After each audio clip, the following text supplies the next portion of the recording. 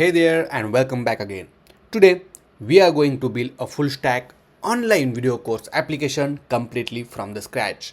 And to build this application, we are going to learn a lot of different things and technologies. Okay, so first let's walk through the application and what we are going to build today in this particular course. So first, if you see, this is the landing page of this particular website, okay, where you will find all these beautiful courses and everything. Okay, you have option like all courses, can buy the membership, newsletter, and many more things. Okay, right now you did not log into the application, okay, and even though you did not log into the application, that's fine. You can even access to the course.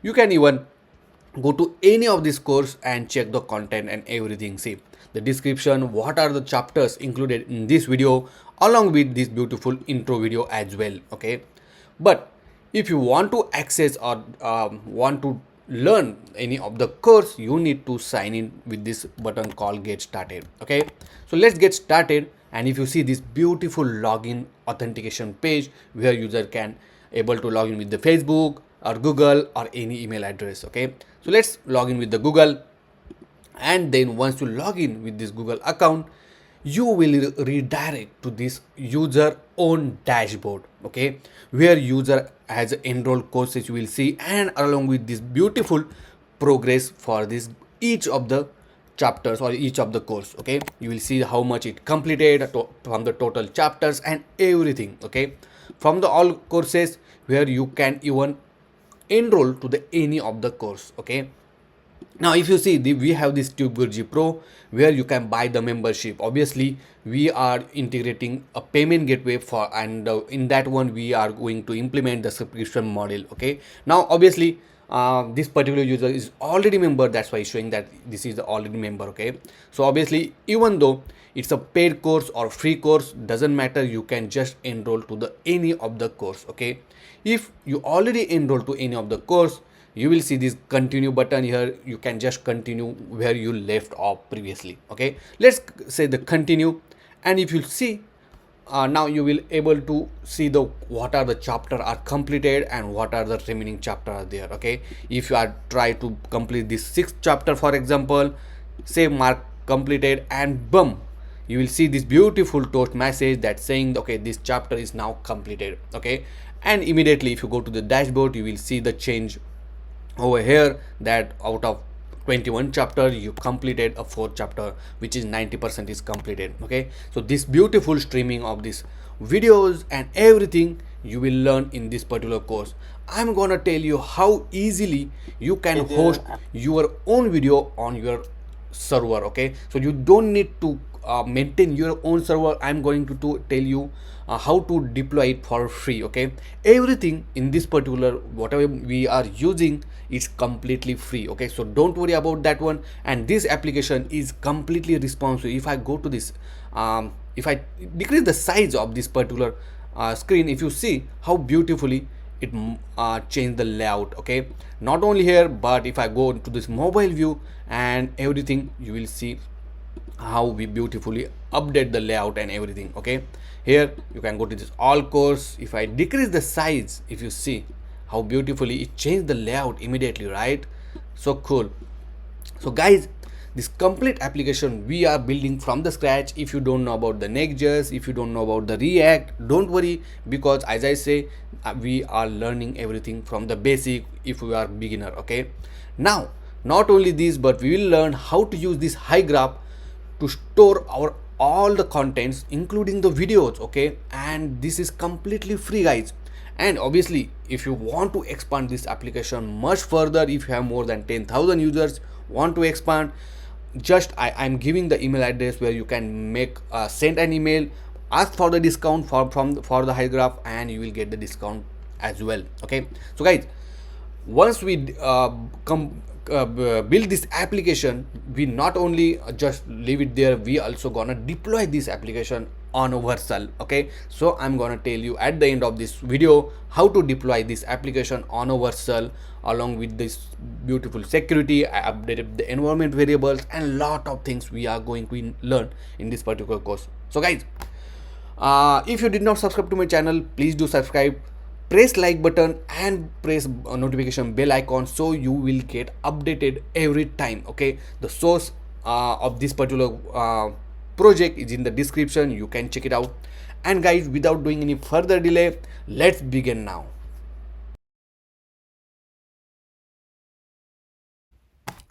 Now, in order to create a React application, we are going to use Next.js, which is one of the best React framework for the web application. Okay, and if you don't know how to use Next.js, don't worry, because in this particular course, we are going to learn everything from the basic. So first thing, go to this nextjs.org site, and here you will find this documentation and everything for the Next.js. And if you see here, there is a command to create a Next.js application. So just copy this command. So I will just copy it here like this, and then go to your folder where you want to create the project. Okay, so here I will go ahead to Next.js and open the terminal or command prompt at that particular location. Then just paste the line which you copied in order to create the next application. Okay, when you mention at latest, it means it will install the latest version of the Next.js. Now click enter, and then it will ask you the project name. So in this case, we're gonna give online course portal. Okay, and enter. So it will like to use TypeScript. So in this case, we are not going to use TypeScript. Say no. ESLint, say no. Tailwind CSS, obviously we need a Tailwind CSS, and so yes, so that this particular command will take care of to install the Tailwind CSS for us as well. Okay. Then we like to use source folder, say no. The app router, obviously we need a app router, so say yes. The default allies, say no. And then it will install all the dependency like React, Next.js, React DOM, the Tailwind CSS, and etc. And if you see, now our project is get created. Okay, now let's close this window and then open the VS Code. Locate the folder which you created the your project. So I will open here Next.js and the online course portal and open. Say yes, and if you see on the left hand side, all the folders and files. Okay, so we'll go one by one and let me explain what that is actually mean. Okay, so first thing, inside the app folder, we have this global CSS which contains all the CSS file which is globally applied to this particular application. Then layout.js file which is the layout of the application. Okay, and the layout.js is a reserved file, you can say. Okay, and obviously once we started developing application, you will get to know. And if you observe in the HTML body tag, we provide the children. Okay, so whatever the pages we are going to render, it will come to this particular page and will going to render in between this body tag. Okay, and these are the metadata. So this will help us to add a SEO for our application. Also, if you see, this is the inter font is applied to this one. So obviously I'm going to teach you how to change the font for the application. Then we have the page.js which is default page of our application. Okay, so obviously we are going to remove all of this code in a moment. Then node module, don't touch to this folder. Then we have this public folder where we are gonna store all our files, folders, all our files like images, assets, font, and etc. Then we have next.config.js which will help us to configure next related configuration. Okay, then packet.json contains all the script to run this application, the dependency which is installed, and some dev dependency as well.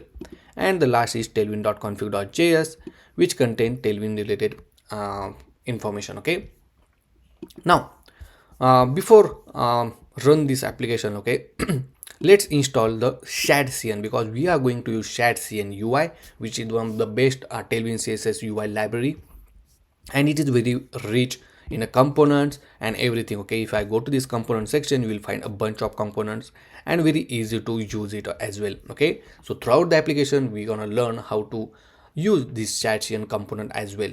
So first thing, click on this get started. Okay, once you go on to this shadcn.com, go to this get started, and here you have option to installation. Okay, so right now we are going to use a Next.js framework, so click on that one, and these are the some steps to follow it. Okay, so first thing, obviously we created this project, then we have to use this command to install this site. Okay, so let's go to our project, open the terminal. So go here, terminal, new terminal, and it will open terminal here. Okay, so you can move this terminal from right, left, however you want, and paste this command.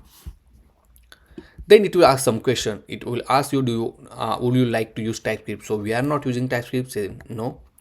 So there are two different styling. Okay, so one is default and one is New York. And if you want to see how it looks, go to this example tab. Okay, or maybe theme tab. Okay, go to the theme tab, and here you will see how it use. Okay, if I click customize, here the default and the New York, see the difference. Okay, it's New York little bit smaller in size, so it's up to you. I will keep default. Then the color combination, I will keep slate. The global CSS file, click enter. So CSS variable, say yes. Tailwind prefix, keep as it is. Located tailwind.config.js as it is. Configure the import array for components. Add component, that is good. Then utils as it is. And then are you using React server component? So you can say no. Okay, we are not going to use. And the right configuration to JSON file, say yes. And then it will install all this configuration. Okay, and if you see here now, it created one new file called component.json, which contains the configuration related to component and everything. Okay, also it created two more folder outside this app folder, which is the components. Okay, so whenever we install the component like button or dialog, okay, this component will add it inside this component folder when we install from the ShadCN. And this is the library. Okay, right now we have utils, and these are the code right now. Okay, now let me show you one example. Let's go to this component section, and here we have the, for example, let's go to this button. Okay, now if you want to add this kind of button, obviously first you need to install this library once. Okay, once in the sense for the button.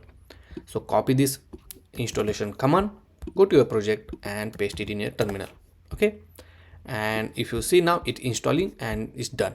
Okay, now in order to use button, obviously you need to import this particular statement and then use this button. So copy this button tag, and right now let's go to this page.js, which is our default page. Okay, so I will clean all of this code from here, add the default tag and enter this button tag. Okay, now obviously you need to import the button. Okay, so if you space control space, you will get the suggestion, and if you see for a button, we have the suggestion from the @component UI library. Okay, and if you see, as soon as you install the button from the terminal, that particular component is get added inside this component folder. Inside that we have UI folder, inside that we have button.jsx. Okay, obviously you want to customize, you can customize from here as well. Okay, now I added this button. Right now it's just outline. Okay, so let me remove this variant called outline and save it. Okay, now if I go back to our application, so first let's run the application. So from the terminal, I will just type npm run dev to run this Next.js React application. Okay, and if you see, it's open the folder localhost 3000. Okay, so just open this folder, click on it, do command click, and then it will open localhost 3000. And if you see, this beautiful button get added. Okay, so it means you don't need to add some styling or something like that manually. Okay, this ShadCN will help us. Now if I want the outline kind of button, you can just add the property called variant outline, save this one, and if you see, we got the button with this outline. Okay, and all this kind of example you will see here. For example, if you want primary button, secondary, destructive, outline kind of thing. Okay, so this is how we can able to integrate this ShadCN as well. Okay, now before moving forward, one more thing I want to show it here. So let's go to this tailwind.config.js, and here right now we're gonna add a primary color. Okay, our own default primary color. So if I go to this extend color section, we have this primary section, and here we're gonna change this to own primary color. For example, hash 7D41E1. Okay, this is our primary color now, and if I save this one, that change will reflect you for this button as well. Okay, so let me go back and change this button to a default button. Oops. Let me remove this wet outline, save this one. Oh, let me import, and if you see now button color changed to purple kind of thing, okay, which we applied as a primary color, and obviously default black color we are not using anymore. Okay, and one more important thing we're gonna change is the background color of the application. Okay, so let's go to this global CSS, and inside here above this layer I will add the body and the background color. So I will add background color, and here I will add hash f0 f0 f0. Okay, and save it. Now this background color is little bit gray issue. Okay, so that's what we are done with our project setup. Okay, now onwards we will start implementing our application. So we completed the setup of the project. Okay, and going forward we will keep track of all the steps or all the section which we completed. Okay, so currently we completed this creating application, then adding the chat scene UI, and update the background color and the primary color. Okay, so this particular section of setuping the project is completed. Now it's time to add the routing, okay, and the layout. So obviously we're gonna update the screen layout for the home screen and adding the course route. Okay, so let's go back to our application and let me close all of this window. Okay, so right now inside the app folder, okay, if I want to create any route, I can just write a folder name. For example, if I write test, okay, or write courses, okay, and enter it, and inside that obviously we need to write page.js, okay, and add the default template. Now every time you need to write this particular code, okay, but to avoid this one, you can go to this VS Code extension and just search for this ES7 plus React Redux snippet tool. Okay, make sure to install this one, and along with that also install this Tailwind CSS IntelliSense VS Code extension. Okay, now once you install this ES7 React snippet extension, it's very easy to add the template. Just type RFCE, which is React function export component, click on it, and if you see, the template is get added. Now just rename this function name. I will give the courses, let's get courses, okay, and I will just write here courses and save it. Okay, now let's go to application and open our application localhost 3000. Okay, so this is our default page. If I go to this slash courses and enter it, if you see now courses page is showing. Okay, and this is how you can add the routing. Let me decrease the size so we can I can show you side by side. Now next, once we add this course page, right, in the same way you can add a multiple route. Okay, but what I'm going to do inside the app folder, whatever the folder you create, right, it will consider Next.js consider it as a route. Okay, but if I give the folder name like in bracket router like this, okay, then this will not consider as a route. Okay, and now I want to put all my routing inside this router folder. Okay, so I will move this folder inside the route. Now inside the router folder I have courses. Okay, and if I go to this localhost 3000 slash courses, still I'm getting same page. Next, inside the router folder I'm going to create a layout. Okay, the reason is, let me show you why we are going to create a layout page. Okay, for example, we have this particular page. Okay, and inside this page I need a sidebar section, as well as I need a header section. Okay, and this section which the side navigation and the header we will gonna keep constant. Okay, means all the page we are rendering will render in this particular section only. Okay, and so that this section and this section is going consistent most of the pages. Okay, so for that one we need a layout, and inside this layout we will keep this and this section common, and only we are going to use, or we are going to render our pages in this particular section. Okay, so to do that, right, let's go to our application, and over here let me add the inside the router we will add a new page called layout.js. Okay, and as I say in the beginning, layout.js page will be has it's a very fixed page. Okay, means this particular name is reserved one. Okay, and now whatever the layout we mentioned for inside this router, all the pages is going to use this layout script page. Okay, now let's add the default template here and pass the children. Okay, so whatever the pages we are going to render, it will go to this particular layout. Okay, and here I will change this to children, and if I save it, now see the courses is showing and the error is gone. Now over inside this layout, we're gonna add our side navigation on the left hand side and the header on the top section. Okay, so that will see you in the next section, but I hope you understand how we can do routing and obviously how we added the layout, different layout for this particular screen.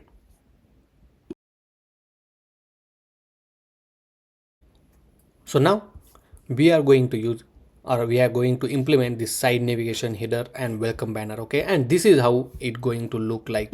So on the left hand side we have this side navigation. Okay, and on the top we have the header section with the button to get started. Okay, which will redirect to the login screen, and this is the welcome banner. Okay, so let's get started, but before that let me tell you, I'm going to using this eraser.io software, and which is quite helpful for me, because on the one screen I can document all the stuff on the left hand side, on the right hand side I can draw the diagrams and everything. Okay, and it's completely free, so go ahead and try this one. Now let's go back to VS Code and make sure to open our application side by side. Perfect. Now,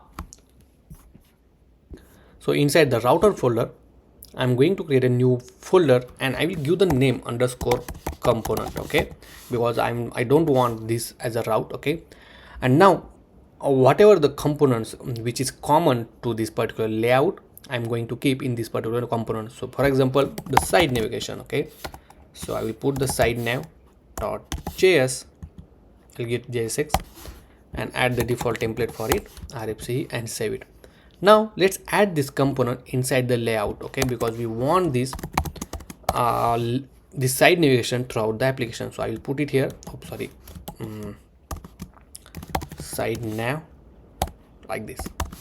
Okay, and save it, and if you see, the side navigation is showing now. Now we want the side navigation of specific width, right? So here I will give class name and will mention the width of 64. Okay, like this, and obviously I want to make it fixed,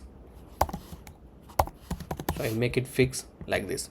Okay, now we want this width only when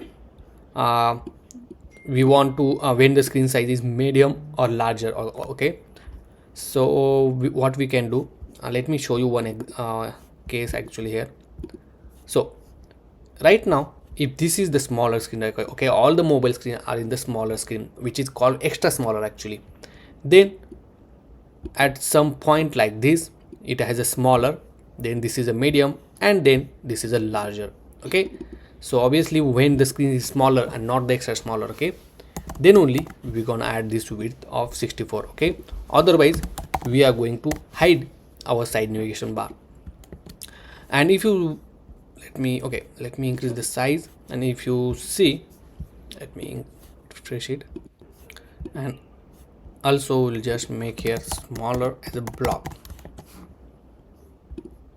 Okay, so when the screen size is smaller, we can show it as a block. Okay, let me refresh the screen. Now here I mentioned this smaller on block. Okay, right now you did not see the changes because I'm on the smaller screen, and that's the reason the side navigation is hidden. But if I increase the size, see, right now the side navigation is there, but course is also overlapping on one after another. Okay, so to fix this one, you have to wrap this children one div. Okay, and when the screen size is smaller or larger, you can give the class name and you can give margin left to 64. Okay, because this side navigation is with 64. Okay, so we'll give smaller size and margin left to 64. Okay, and save it. Now if I increase the size, and if you see, now side navigation is up to this point, and then course section. okay. But for now we want to show the side navigation on this screen. For now I will just hide this one, okay, and also this one, so we will see the side navigation bar, okay, but later on we will update it. Now let's go to this side navigation, and inside this side navigation let's try to implement, okay. So before that, let's add some of the menu icon, okay, sorry, menu. So I will add the constant menu and the list. So here is will be the id one, and we'll add, for example, name all courses, okay, and we want icon, and in this case I will add book open, okay. And if you see this icon, I'm importing from the Lucid React, okay. And if you don't know about the Lucid React, if I go to this website called lucid.dev, we will find this bunch of icon, and when we install this shared CN, right, it also install this Lucid icon as well, okay, this library. And if I go to this icon, you will see bunch of different icons, okay, and very easy to use. Now if I want to check, go to this packet.json, and here you will find this Lucid React library is installed, okay. Now I just add this book open icon, and if you see, this book open icon is imported from the Lucid React. Same thing, I will add another menu name, let's add id of 2, and then we'll give the name, for example, membership, so a membership, okay. And we'll add the icon as a badge icon, okay. And same way I will copy this, I will add another one, and here we'll say be instructor, and I will add graduation cap icon, okay. And obviously you can add more icon like this. Now we need to first add the logo, okay. So inside our public folder, I added this logo.svg file, okay. You can add the logo.png file, whatever you have, and just add it here. For example, if you want to add the image, right, you have to import this next/image, okay, and the image tag. Here you have to provide the source. Inside the source, you just need to give slash and the file name, okay, because whatever you put inside the public folder, it is directly accessible without providing complete path. So here I will give logo.svg. Now here let's give alt tag, we'll say logo, then we'll give width of 170, give height of 80, and let's save this one. And if you see, the logo is showing on the screen now. Also let's add the menu icon, so I will add the div, okay, and this I will say menu list, and inside this div we will need to iterate this, right.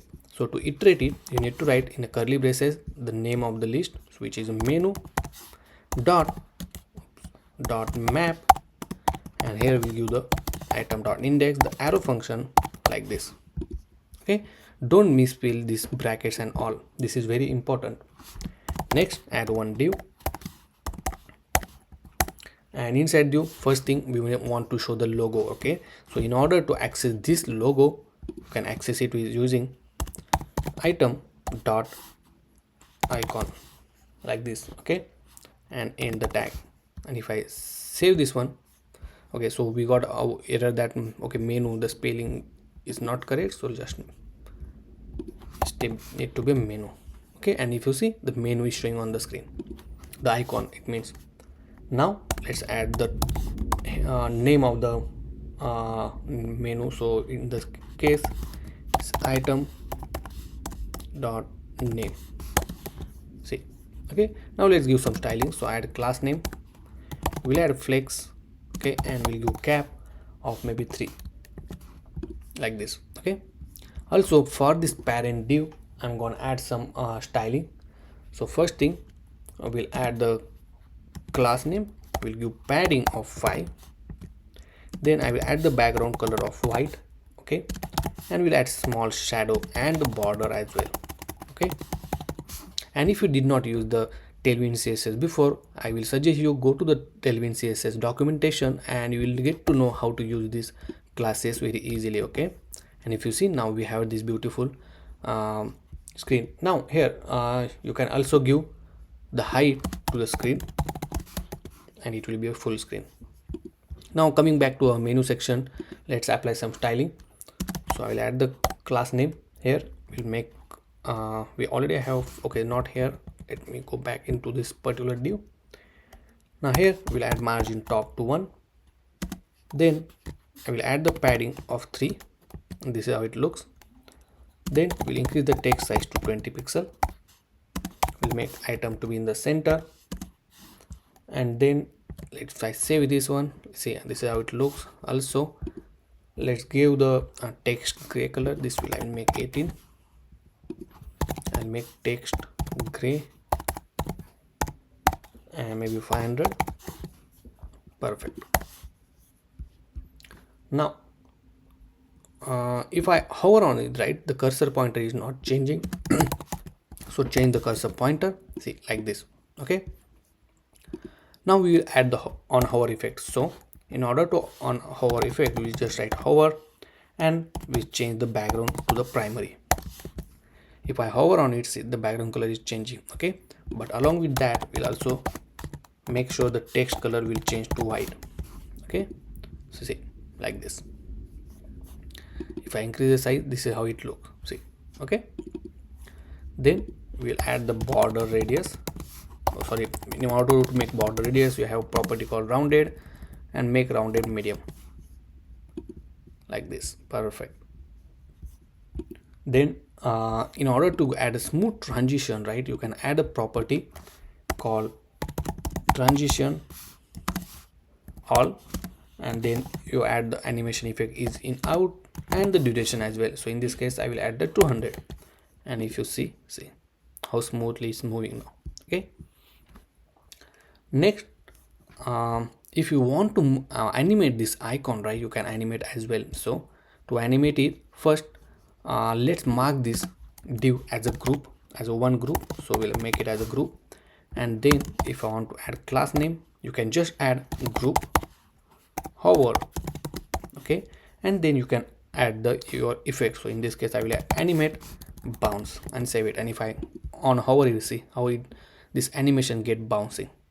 Okay, also for this particular div I'm going to give some margin. So class name margin top to 6.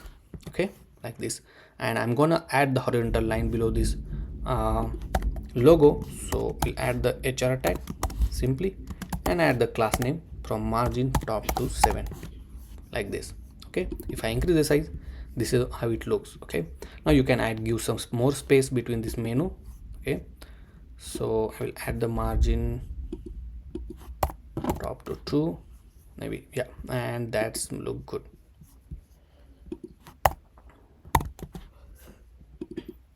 See, okay, now later on we will add more option here. Okay, but for now, for this example, I kept this only 3 options. Okay, and this is how we can add this side navigation bar. Okay, now let's try to add the header as well. So go to this file and let's add a new component called header.jsx, and inside the layout.js we're gonna add a header inside this div. Okay, so add the header. Let me import it. Okay, so once you add the header, make sure to add the default template, and then you can get option to import this header and save it. And if you see, the header text is showing on the screen now. Now let's go to this header, and inside the div let's add another div, and inside that we need a search bar.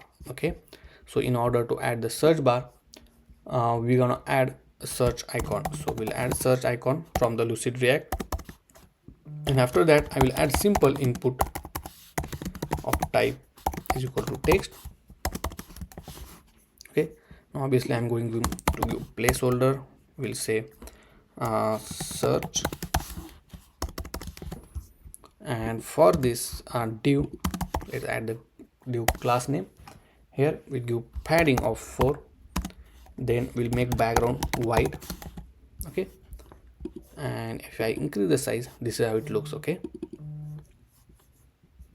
So just ignore this space for now. Okay, then once we add the background white, we'll make a flex justifies, justify between will go later on, but for now we'll keep as it is. Okay, and this is how it looks. Now let's bring this and search bar and input in one line. So let's go to side navigation over here. Inside the header, we'll add a class name, make flex gap of 2 and save it. Now let's add the border. So border, add the rounded corner, maybe medium. See, now let's add a padding of 2 and we'll change the size. Okay, for the icon, so we'll go height of 5 and width of 5. Perfect. And then we have this beautiful input. Okay, but if I click on it, if you see, we have this outline. So remove that outline by saying outline none. Okay, now we don't have that outline anymore. And if I increase size, this is how it looks. Now we want the get started button on the right hand side. So after this div, I will add another div. Okay, and inside that we want get started button and the bell icon. Okay, so here just for the information, I will write search bar. Now here we want the get started button and bell icon for the notification. So first let's add the bell icon. So just say bell dot, and then we want button, so let's add button. Okay, now in this case I'm adding button from this component, so let's make sure to import this from the component, okay, which is chat.cn, and inside that I will say get started. Okay, and if I increase the size, this is how it looks. Now bring them everything in one line. So I will add class name, make it flex, make it item to be in the center, and give gap of maybe 4. If I see it, see, look how this is how it look. Now let's put this bell icon on this get started on the right hand side, and also I'm going to apply some styling to this one. So I add class name and we'll add text of gray 500, and over here I will just say justify between, and this is how it looks. Okay, now we have search button and then we have this get started as well. So this is how we implemented the header section as well. Okay, now your task is, when the screen size is smaller, make sure to hide this side navigation bar, which I already told you, and then we need to give some hamburger icon, okay, to open this side navigation bar. Okay, if you face any issue to implement that particular logic, you can refer my source code anytime. The link is in the description, or you can access all of the chapter on my tubeguruji.com site, okay, where you will find all the source code, each chapter you can track of it, okay, and you can get access for my all other courses as well. Okay, so try this at your own and let me know if you have any question, any doubt. Now let's add a banner on this home screen, okay, on the courses page, and that will gonna show when the user is not logging. Okay, but first let's add the just banner. Okay, so in order to add banner, if you see here in this example, I added this banner and I divided the screen into 2 sections. Okay, and if this is the first section, okay, and then this is the second section. So we need to divide our screen into the 2 sections, and then we need to add the banner. So let's go back to our application and let me increase the size, and here inside our courses page.js, okay, here we need to add the layout.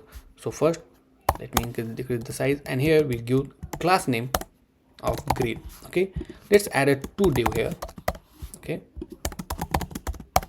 so one we can say a left container, and this will be our right container.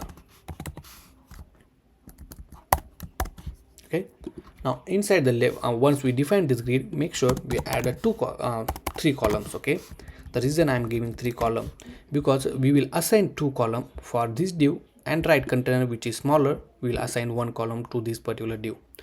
To make sure to add that, we'll give class name and we'll say column span 2. Okay, it means from the column we will need 2 column.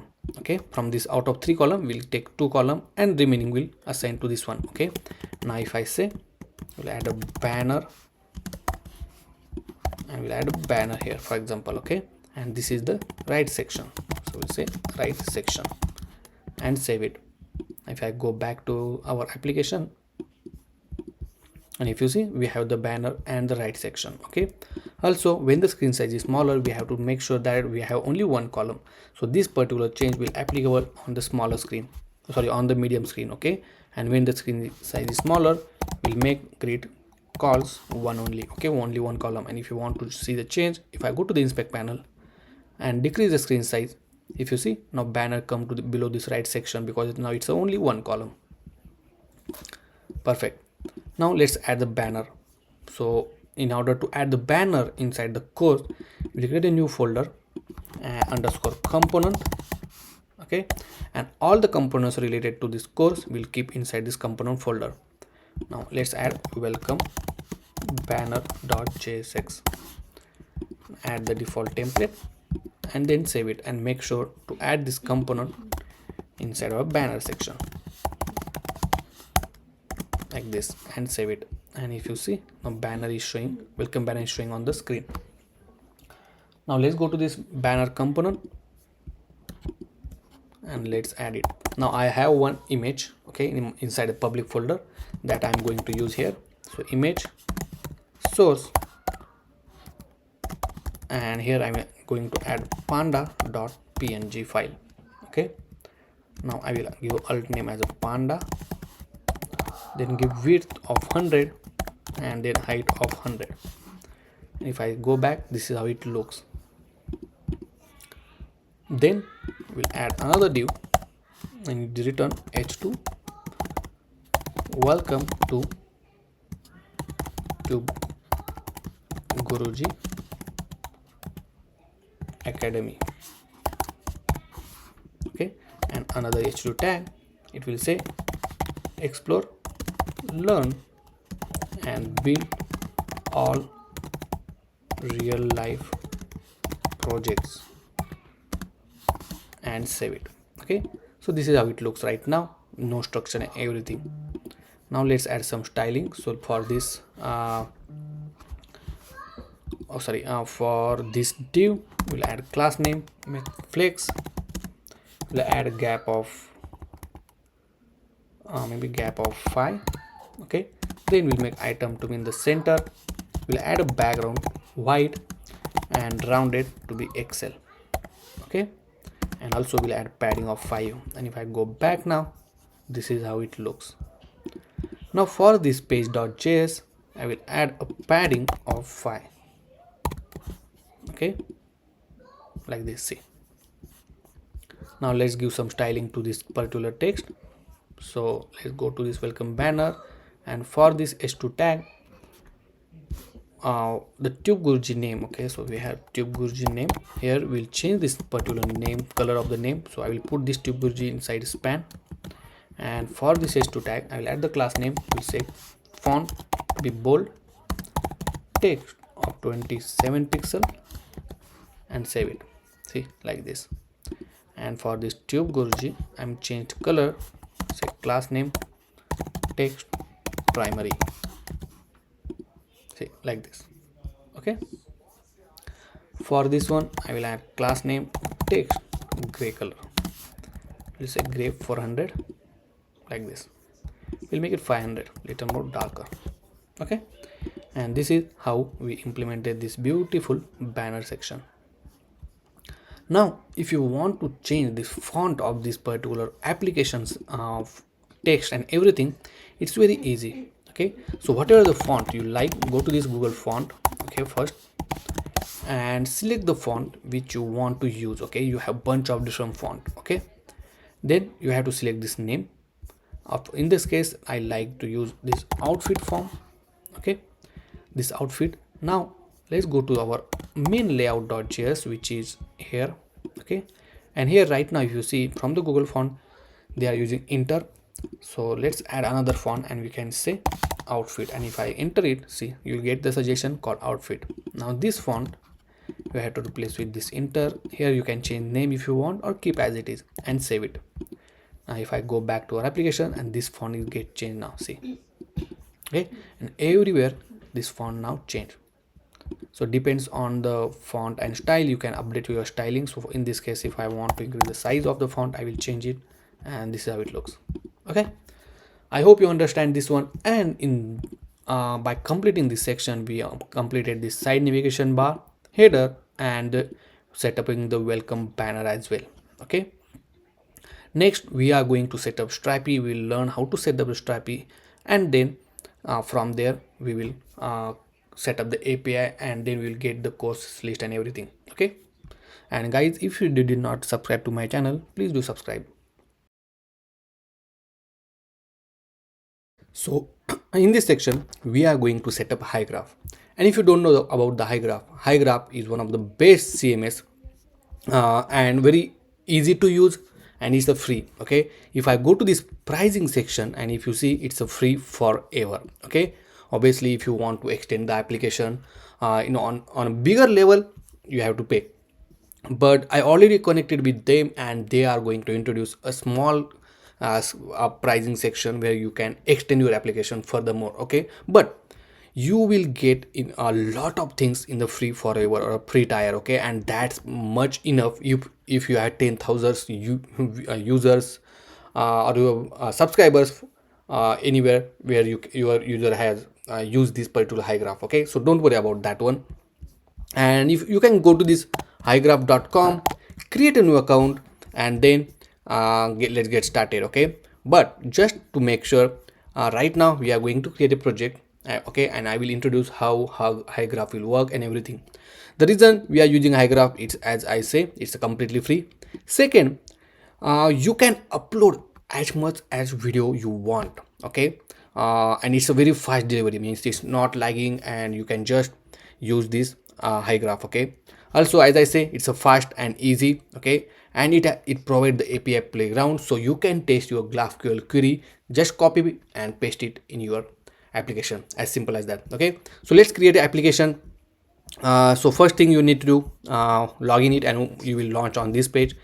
Here you have option to create a project. Okay, now I already created a project. Okay, so I'm using the existing one, and this kind of structure I use in many of my application. If you go to this React Native e-learning application, you will find that I use the Hygraph. Okay, not only in this, but in the building this LMS application also I use the Hygraph. Okay, so you can watch it and you will find out.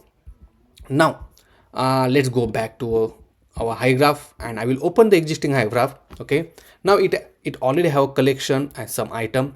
If I go to the schema, okay, inside the course list, I have this name, description, banner, total chapters, and everything. Okay, so I will put the link of this particular course list, or means the schema designing or schema in the link. You can just check it out. Okay, I put all the screenshot so that you can add it in your own. Okay, now for now, okay, I will skip this part. Okay, once we move further, I will explain you more.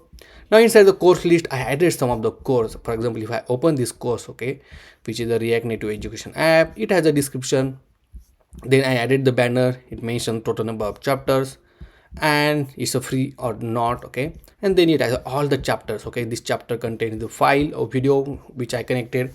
Okay, and the name. Obviously some of the fields I added extra, but you can remove it if you don't want. Okay, it's up to you. And this is how we can add it. So it has a source code, it attached the author to YouTube URL, demo URL, lot of things. So just go ahead and create the collection, and then add the record into that one. Okay, if you face any issue, as I suggested, watch any of these two video. Okay, it uses the same structure. Next, let me introduce this API playground. Okay, now here if you see at the bottom, okay, you have option to add a new query or a mutation. Now mutation is used for to create a record or to make some CRUD operation like insert, update, delete, Okay, that kind of operation you can do with the mutation. But if you want to just the fetch the data from the given collection, you can use the query option. Okay, now let's select the query. And now what you want to fetch the course list. Okay, so go to this course list option. Right here you have course list, and here you have course lists, okay, with the S. Now this course list is used to fetch only one record, depends on the ID. Okay, but right now we need all the course list, so I will use course lists. And now from here you can select the field what you want. Okay, so for example, you want author name, to select author name. You want the, for example, you want the name of the course, select the name of the course, the ID, whether it is a free or not, the description, demo URL, then the chapter, if you want to select the chapter as well, and in that chapter what you want, you can select that one as well. Okay, next you can select the source code, everything, whatever the field you want, you can select from here. Okay, now let me show you. For example, I've selected this much field and click run, and if you see, you got the result instantly. Okay, and it has all the record. Okay, if you, let me show you, see, it has all the records, okay, which store inside the content, inside this course list. Okay, and this is how you can run with this query. Now it's up to you what are the query you want. Okay, now let's fetch some of the example. For example, we want banner. Now if I expand this banner section, here you will see we want only URL, banner URL. So I select the banner URL, I select the chapter count. Okay, so here we have the chapter. Okay, this is different actually. So this is chapter, and from that I will select the chapter, and from the chapter we have ID, name of the chapter, and then we will select the video. Okay, so from the video we need the URL of the video. Okay, if I run it, you will see the chapter has an ID, name, and the video URL as well. Okay, now if I run this video URL, you will see the speed, it will not buffer. Okay, if I run this one, see, it immediately opens. Hey there, my name is And you Rahul. can Welcome run back it to today's immediately. channel. Okay, so this is how you can use the query. Now you can select the whatever the field you want. Okay, and I think I will select some of them, whatever I need it. Okay, and I will keep as it is other fields. Okay, so obviously you can come here, you want to add, you can add it later on, it's not big deal. Okay, and once I run it, you will see the result. Okay, so guys, that's how we can able to set up the Hygraph. If you have any question, any doubt, let me know in the comment section. But before going forward, right, let me explain one more thing. Obviously I'm going to explain in the next section as well. Here inside the project setting, go to this project setting, and here you have option called API access. Okay, so select this API access, and here you will find this API URL. This URL we gonna use inside our application to connect with this Hygraph. Okay, that I'm going to tell you later on. And obviously if you see, for this API you have permission to read, create, update, publish. Obviously you can add more permission from here as well. Okay, if it's not there, so make sure to add that permission as well. Okay, so guys, let's connect this particular Hygraph into our application to fetch the course list and a display on the screen.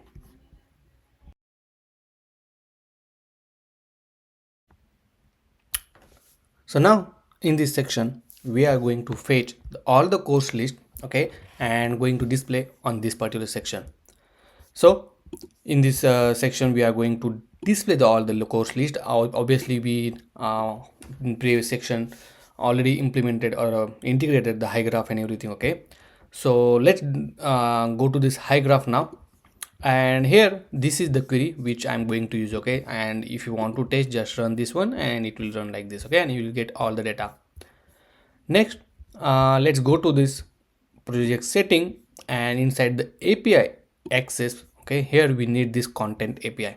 So copy this content API, go to your project, and here I'm going to create a new folder. Okay, to where we will put all the API related information. Okay, so here I will create a new folder called utils, and inside that we'll create a new folder global api.js. Okay, and inside this global api.js we will create our all the API endpoints. Okay, so first let's add the master URL, the one which we copied, and paste it here.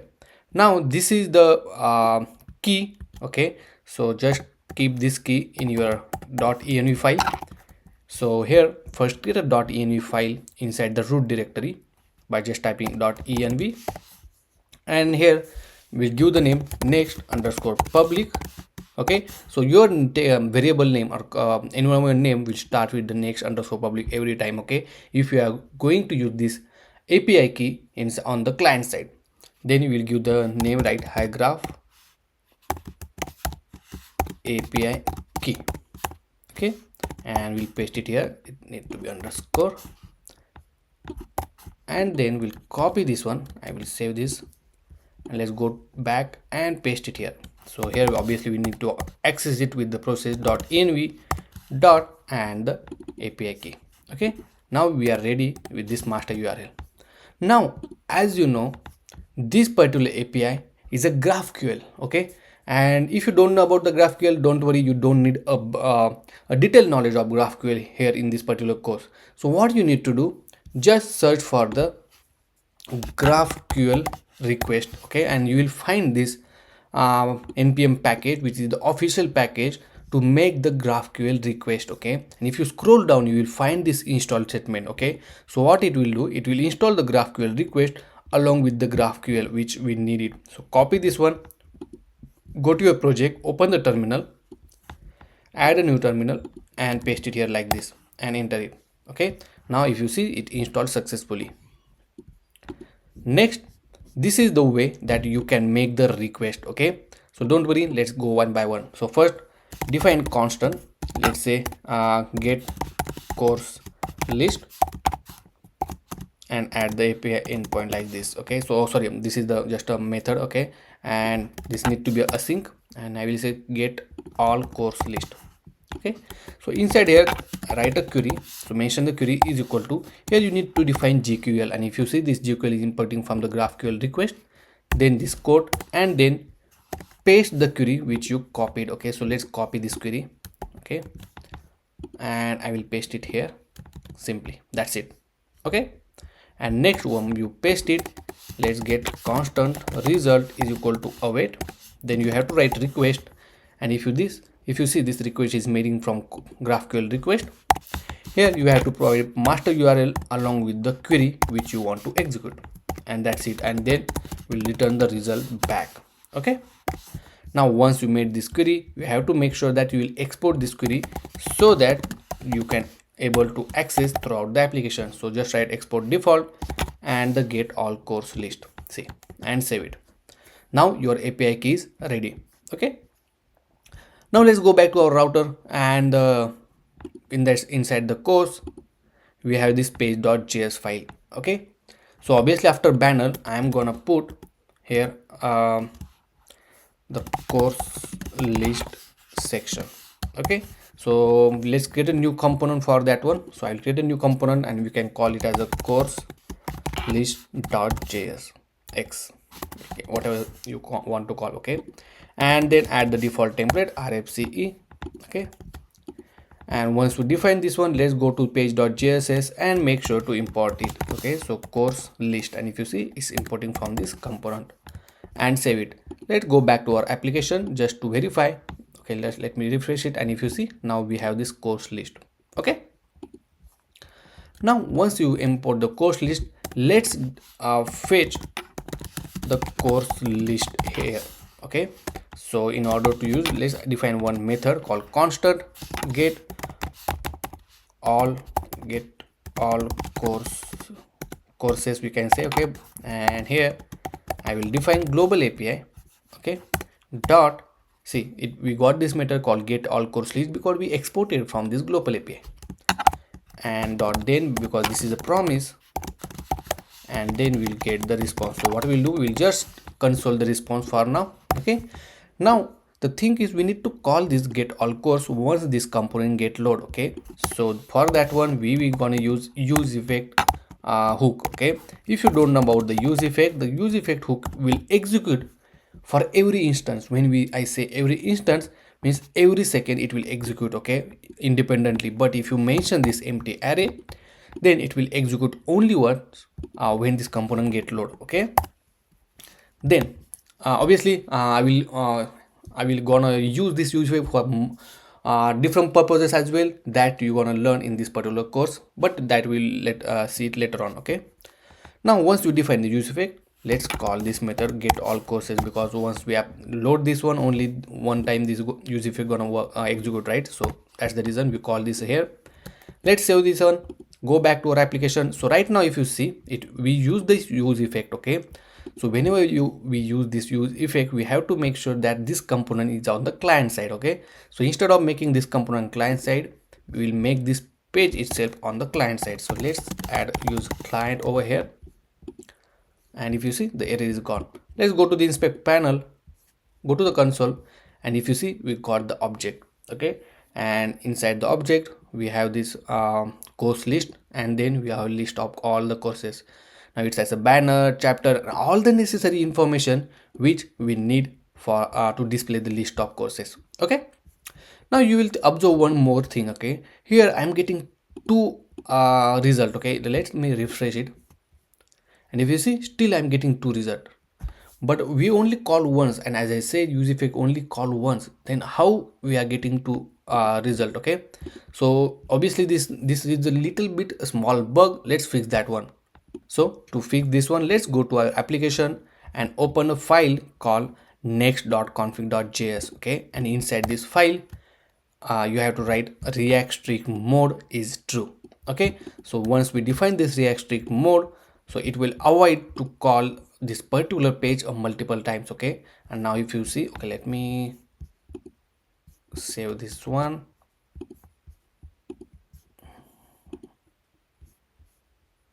So if you see, still getting 2, the reason is my mistake. So here, instead of making React strict mode true, we have to make it false and save it. Okay, and now let's clean this out. Let me refresh the screen, and let's see. And now if you see, we got only once. Okay, now obviously we're gonna store this course list once in one state. So go back to your course page, okay, which is inside the course list, and here I'm gonna define one state called constant, then course list comma set course list is equal to use state. Okay, and now simply set this course list value. So set course list response dot, and here if you see this particular course lists, okay, like this. Okay, obviously we don't need this console anymore, so I will remove it, and this is how we saved the course list information. So until this points, if you have any question, let me know in the comment section. Okay, now we have the course list. Let's start showing that one. Okay, so first thing, on the tops on this section, I'm going to show one text and giving option to select or filter the list of course, depends on the whether it's a free or paid or all. Okay, so inside the div, I will add one more div, and here, as I say, here I will say title and filter, and after that I will add display course list. Okay, inside this one div, let's add the h2 tag and we'll say all courses. Okay, and let me use some styling. Okay, so I will add the class name, let's text 20 pixel. We'll add the font bold, and I will make text primary.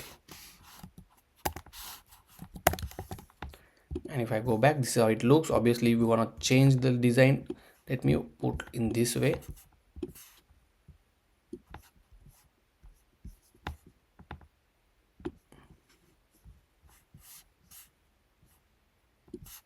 Okay, let me bring this only.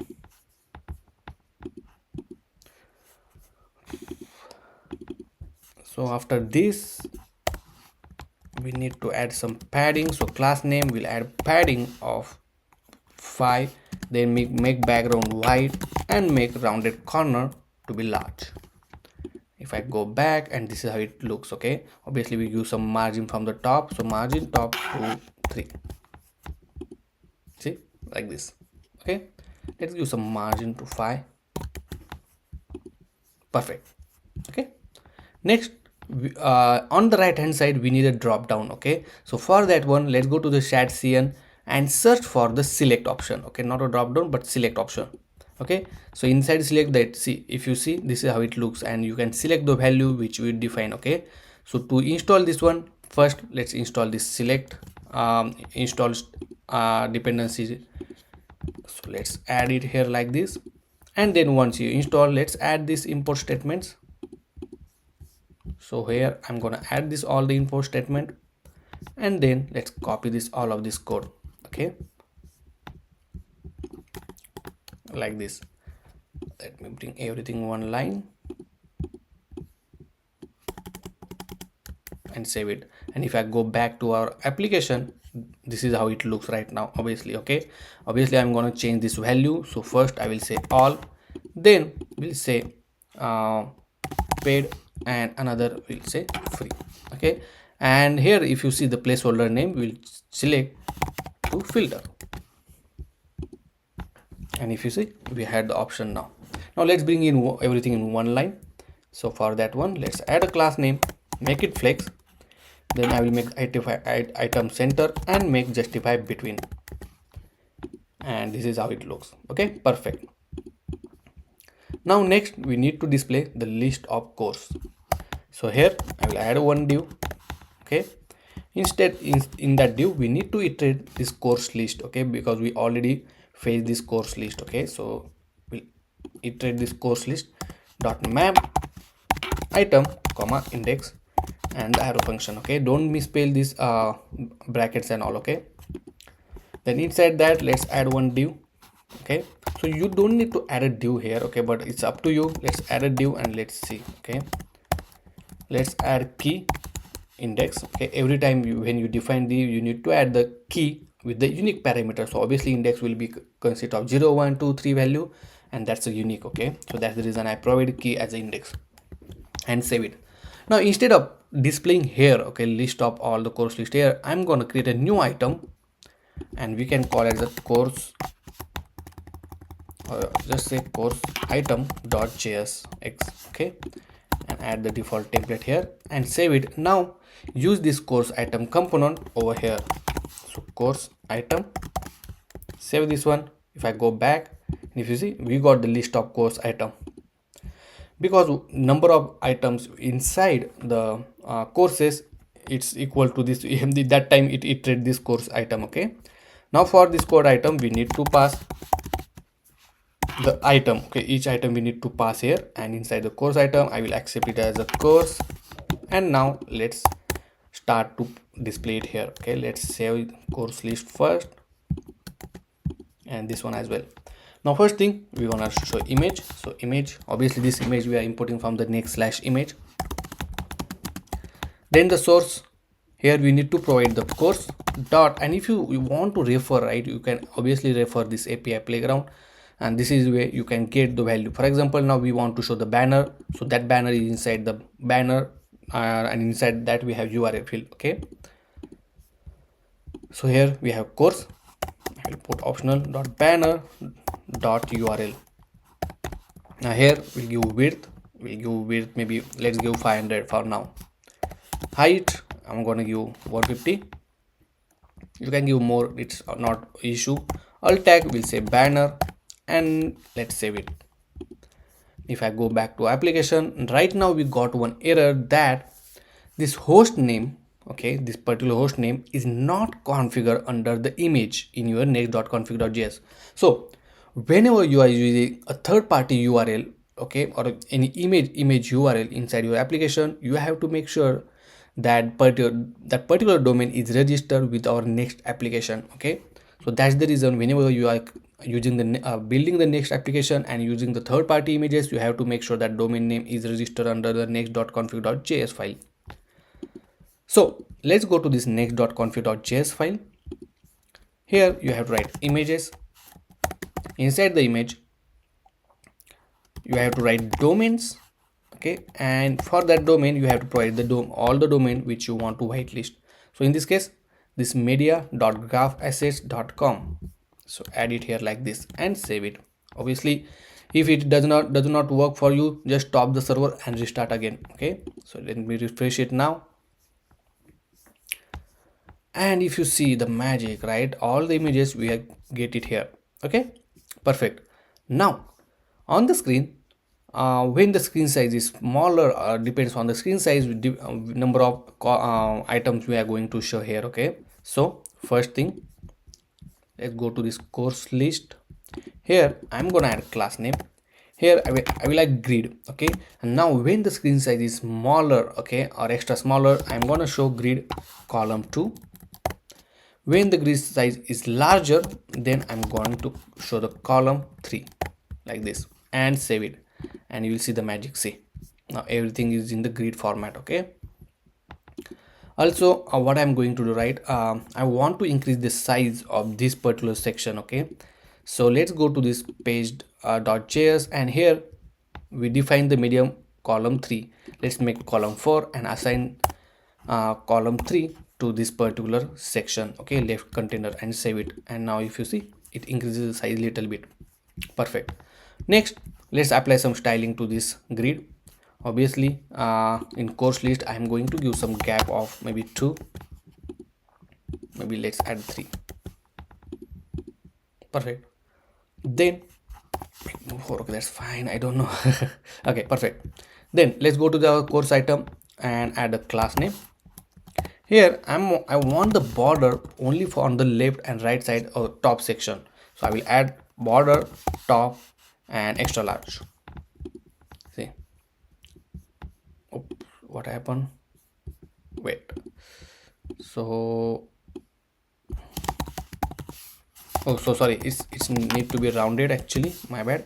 So rounded top and excel, and if you see now, on the only top section is get rounded and not the others. Okay, then after that we need add, I will add div, and here I will add the title. So h2 tag I will add. Inside that we need a course name, so item, sorry, the course dot name, not item. See, like this. Okay, then we need to add author, so course dot author. Let's save this one and make sure it's coming. Perfect. Let's give some styling to this author. So class name text, I will add 10 pixel. Then I will make text gray, maybe 400. Let's save this one and let's see how it looks. Let's make little bit bigger, 12 pixel. That's fine. Okay, I will make this text a little bit medium size bold. So let's add class name text, not text but font semi bold. Perfect. Maybe medium is fine. Okay, then after that we need to show the YouTube icon. Okay, when if the that particular course is available on YouTube and free to watch. Okay, so for that one, let's add an icon. So if you want to know from where I'm using these icons, okay, so go to this flat icon and it has a bunch of free icons. Okay, if I type YouTube, enter it, and you will find this bunch of icon. Okay, use whatever you want. So for example, I want you to use this icon. Click on PNG and just download it freely. Okay, now I'm going to use this icon. Copy this icon, go to your project, and over in our public folder, open this public folder and paste your icon over here. See the YouTube. Okay, now let's add one div. Here I'm gonna add image source. Obviously that source from this youtube.png. Let's add alt tag called YouTube. Let's add width maybe 20, height 20, and save it. And if I go back to our application, this is how beautifully it looks. See, okay. Then after that I'm going to write the text like watch on YouTube. Save it like this. Okay, obviously I'm going to change the height and size of this one. So let's apply some class name text of maybe 14 pixel. Then we'll make text of gray 400. Perfect. Okay, now let's bring everything in one line. So made a class name flex, and we'll add gap of maybe 3. 2 is fine, I think. Okay, lastly, obviously this particular YouTube icon and watch on YouTube will change depend on the condition that we will do in some time, but after that we're gonna show whether this course is free or paid. Okay, so after this one we'll add a h2 tag and we'll say item dot not item the course dot free, because we have the option called free. Obviously in your schema it might be different. Okay, so let me check whether we added. Okay, so here we have the free option. Okay, and if it will return whether it's a free or not.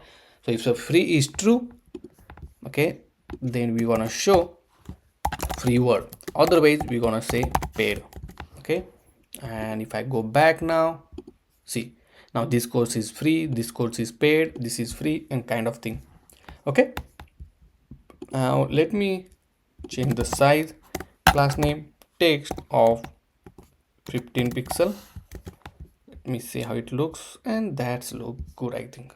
Okay, perfect. Next we want to give some gap between this. Okay, so what I'm going to do, I will make this class name, make it flex. Okay, then we make flex column, and then we'll give gap of 2. See, okay, I think gap of 2 is much more. Let's give gap of 1. Okay, and this look good. Now we want to add a border to this complete div, so let's go back here, let's add a class name, let's add a border. Okay, and for this div I'm going to add a padding of 1 like this, or maybe padding of 2. Okay, now obviously this border I will add a border rounded corners, so rounded to be excel. See, like this. Okay, and that's look awesome. Now next thing, as I say, we need to update this icon, depends on whether it's a paid or free, and if it has a chapters, number of chapters, then we'll show the chapter count over here.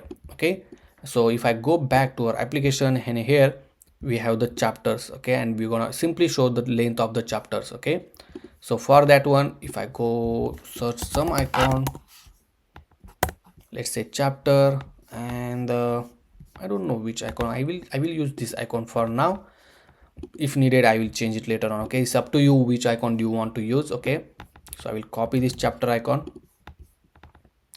and paste it inside our application. Okay, and if you want to see, right, if you see now, just now I added this chapter. See, now it depends on the condition, as I say, right. So for this div I will copy this div 2 times. Okay, for this one I will put the condition, if the chapter, the course dot chapter dot length is greater than 0. Okay, or maybe we can say is equal to 0. If chapter length is 0, then we're gonna show this YouTube one div. Okay, otherwise we're gonna show this particular div, and obviously we want to change this YouTube PNG to chapter PNG, and here we'll just say chapter. Okay, and here I'll just change all the tag and save it. And if I go back, and now if you see, this particular course has chapters, this course has chapters, this course is available on YouTube and kind of thing. Okay, so this is how we can show it. Now let's add some styling. When I hover on this one, right, I want to add some effect.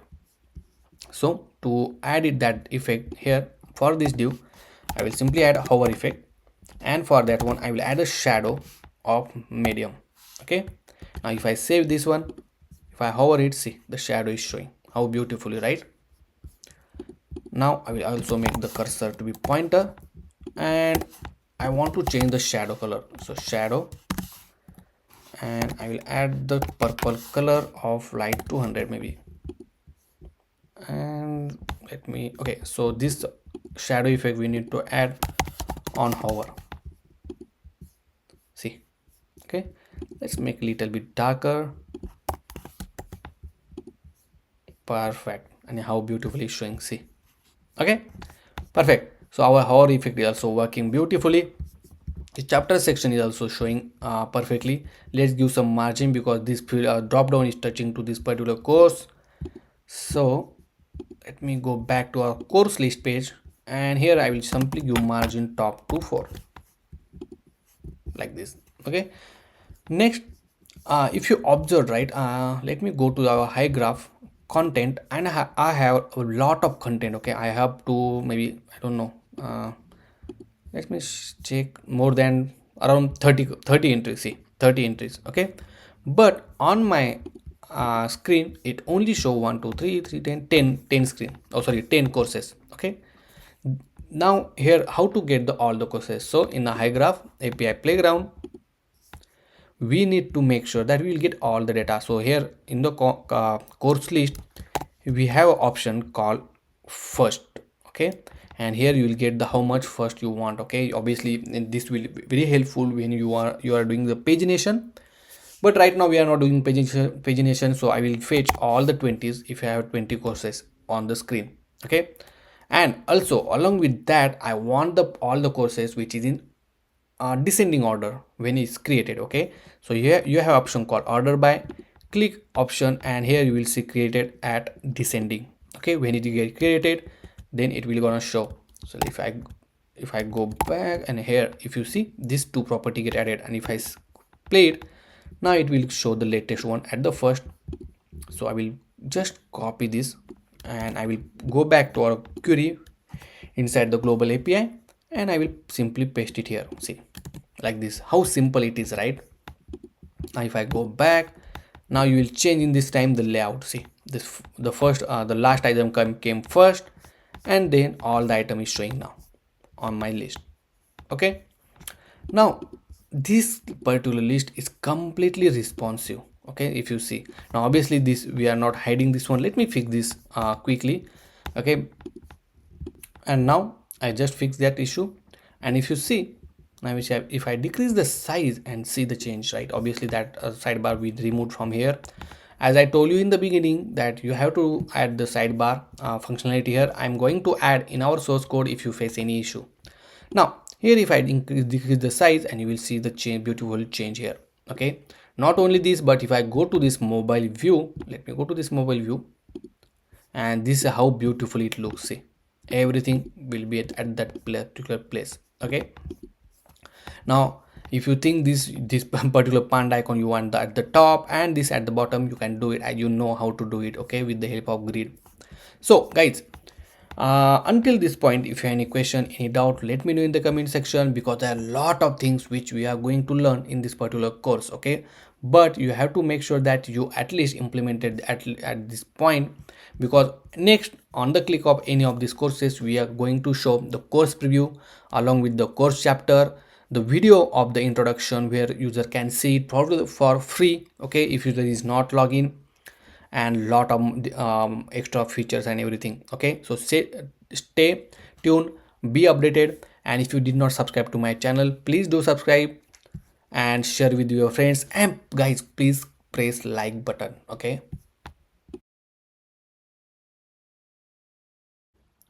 so in the last section we display the list of courses. Okay, and as you know, we are fetching this list of courses from the server, but if I refresh the screen, you will see it within for a second. It will take some time, and then it's showing the data. Okay, so instead of that, what we are going to do, we are going to display the Skelton effect, which kind of a loading effect. Okay, in order to avoid this kind of thing. See, okay, and once the data is loaded, then we will remove the skeleton, and then we will show the actual data. Okay, now obviously in chat C and UI you have option called skeleton. Okay, and also this is very easy to use. You can just write skeleton how much you want the height and width, and then you can write it. But what we are going to do in this, we are going to use Tailwind CSS skeleton. Okay, which is quite easy to implement. So let me show you how to do it. So for that, let's go to this course list. Okay, where we have this, we are loading this course list, right? So on this one only, I'm gonna add the condition. Okay, so course list question mark dot length is greater than 0, then only show this course list. Okay, so we'll add the ternary operator, and then otherwise we're gonna show a different data. So here we'll show that one. So simply what we are gonna do, we're gonna iterate some value, okay, some array of value, then dot map. Inside that we'll add item, comma index, and the arrow function. Here we'll just simply add the div tag and nothing else. Okay, here let's give index. Okay, and that's all. Now what we are going to, in order to test this out, what I'm going to do, I'm going to change this condition like this. Okay, just for the testing purpose. Now if I go to the screen in our application right now, if you see, nothing is showing on the screen. Okay, so here you just need to add the height and width here. Okay, so here you can just say add a class name, and let's say width full, then we'll height of 240 pixel. Okay, then we'll make the rounded corner to be XL, which we are trying to get the height of this particular course item, similar kind of height. Okay, then margin 2, we will add the background slate color to 200. Okay, and if I save it, let's go back, and if you see, it will look like this. Okay, now only thing you need to add here, we have option called animate, and it has an option called pulse. Okay, and save it, and if I go back, and if you see the effect, its pulse effect is coming. Okay, right now it's little bit invisible to watch on this video, but once we implement, you will see the difference. Okay, and that's all, you are done. That's how easy it is, right? Now obviously you can add a modification, you can give some you can add a skeleton effect according to your need. For example, in this case, if you see, right, we have avatar and this heading for we have the information, that kind of thing you can add it. I will add it later on in this particular course. Okay, I will show you, and that code is available in the source code as well, so you can access it. Now I will revert my condition here and save it. And now if I go back, okay, to our application, if I refresh it and see, okay, so before it was just blank, and now it is showing some data, but once it's loaded, we are getting all the list of these particular courses. Okay, so I hope you understand this one. Now let me fix one issue. Okay, not the issue, but right now our side navigation bar is not functional. Okay, so what we are going to do, let's go to the let's go to this side nav, and here I added this path variable. Okay, so if you see, we added this path variable, so this path will act for us to go to this particular page. Okay, and once you add the path, simply I will wrap this inside div, inside the link tag, and if you see, this link tag is importing from the next slash link. So let's add the link tag, and it take the h reference. Okay, otherwise this link will not work. Wrap this complete div inside the link. Okay, and simply here you need to add item dot path. Okay, whatever the path you want to go, you have to add it here, and then save it. Now if I click on all courses, right now I'm in the courses, if I click on store, okay, it will go to the store, but right now the page could not be found because we did not implement it or added a store page. Okay, but right now we just have the all course page. Okay, so let's go to all course. Now whenever I am on the courses page, right, this particular background will be there. Okay, so let's add that one. Okay, so in order to get, we need to get this particular path name first. Okay, what is included in the path. Okay, so let's get that. So here I'm gonna write constant path is equal to use path. Okay, and if you see, this use path name is importing from this next slash navigation, import that one. Okay, this particular import statement, and use this use path name hook. Now if I go to this, let's add the use effect to show you what we are getting here. Okay, so inside the path, let's console it and save it. And now if I, okay, so it's saying that we use the use effect, so we have to mark this component as a use client and then save it. Okay, now go to the inspect panel and go to the console, and okay, right now wait, let me clean this out, let me refresh it. Okay, so if you see, we got this path name, which is path slash course. Okay, let me change this dark mode for now. so it's little bit invisible. Okay, so yeah, this one. Okay, so now we have this path information. So only thing you need to do, let's go back to our class name. Here we're gonna add a conditional styling, conditional classes. Okay, so for that one, let's wrap in a curly braces and add this tag. Okay, and let me remove this single quote from here. Okay, now here you can add the condition with the dollar sign and the bracket, and whatever the condition you want to write, you can write it here. For example, in this case, you want to write path dot includes, in if this path includes the item dot path, okay, sorry, the item dot path, then, or and we can put and operation. Then we want to apply the styling, for example this particular styling, so background to be primary color and the text will be white. Okay, and then save it. And if I go back, and if you see right now I'm refreshing and the all course page is showing as it is, right? And even though if I refresh it, see, now this all courses is get selected, see. Okay, so this is how we can add the side navigation, depends on our route, and we can apply some styling on that one. Okay, so I hope you understand this one. In this section, we are going to implement the sidebar section. So on the sidebar, you can decide what you want to show on the screen. Okay, so you can show banners, or you want to show some other kind of forms, or it's totally up to you. Okay, or you can change it later on, but right now I will keep it simple. So in the schema, in the Hygraph, I created this option called side banner. Okay, and inside that I have name, banner, and the URL. Okay, and for that one I added the content, a sample, a record. Okay, so it's a simple banner that we are going to show. So let's go to the API playground. Let me clean this query. Okay, and here I will click add query, and here we'll search for the side banners. Okay, so here I search for the side banner. Let me zoom it out, and here you will see ID. I will take name and the banner. Okay, so here we have ID and the URL, and then the URL of the banner. Okay, once you click on that one, we can jump it to some other page. Now run it, and if you see, we got the data. Let's copy this query. I will change the query name like get side banner. Okay,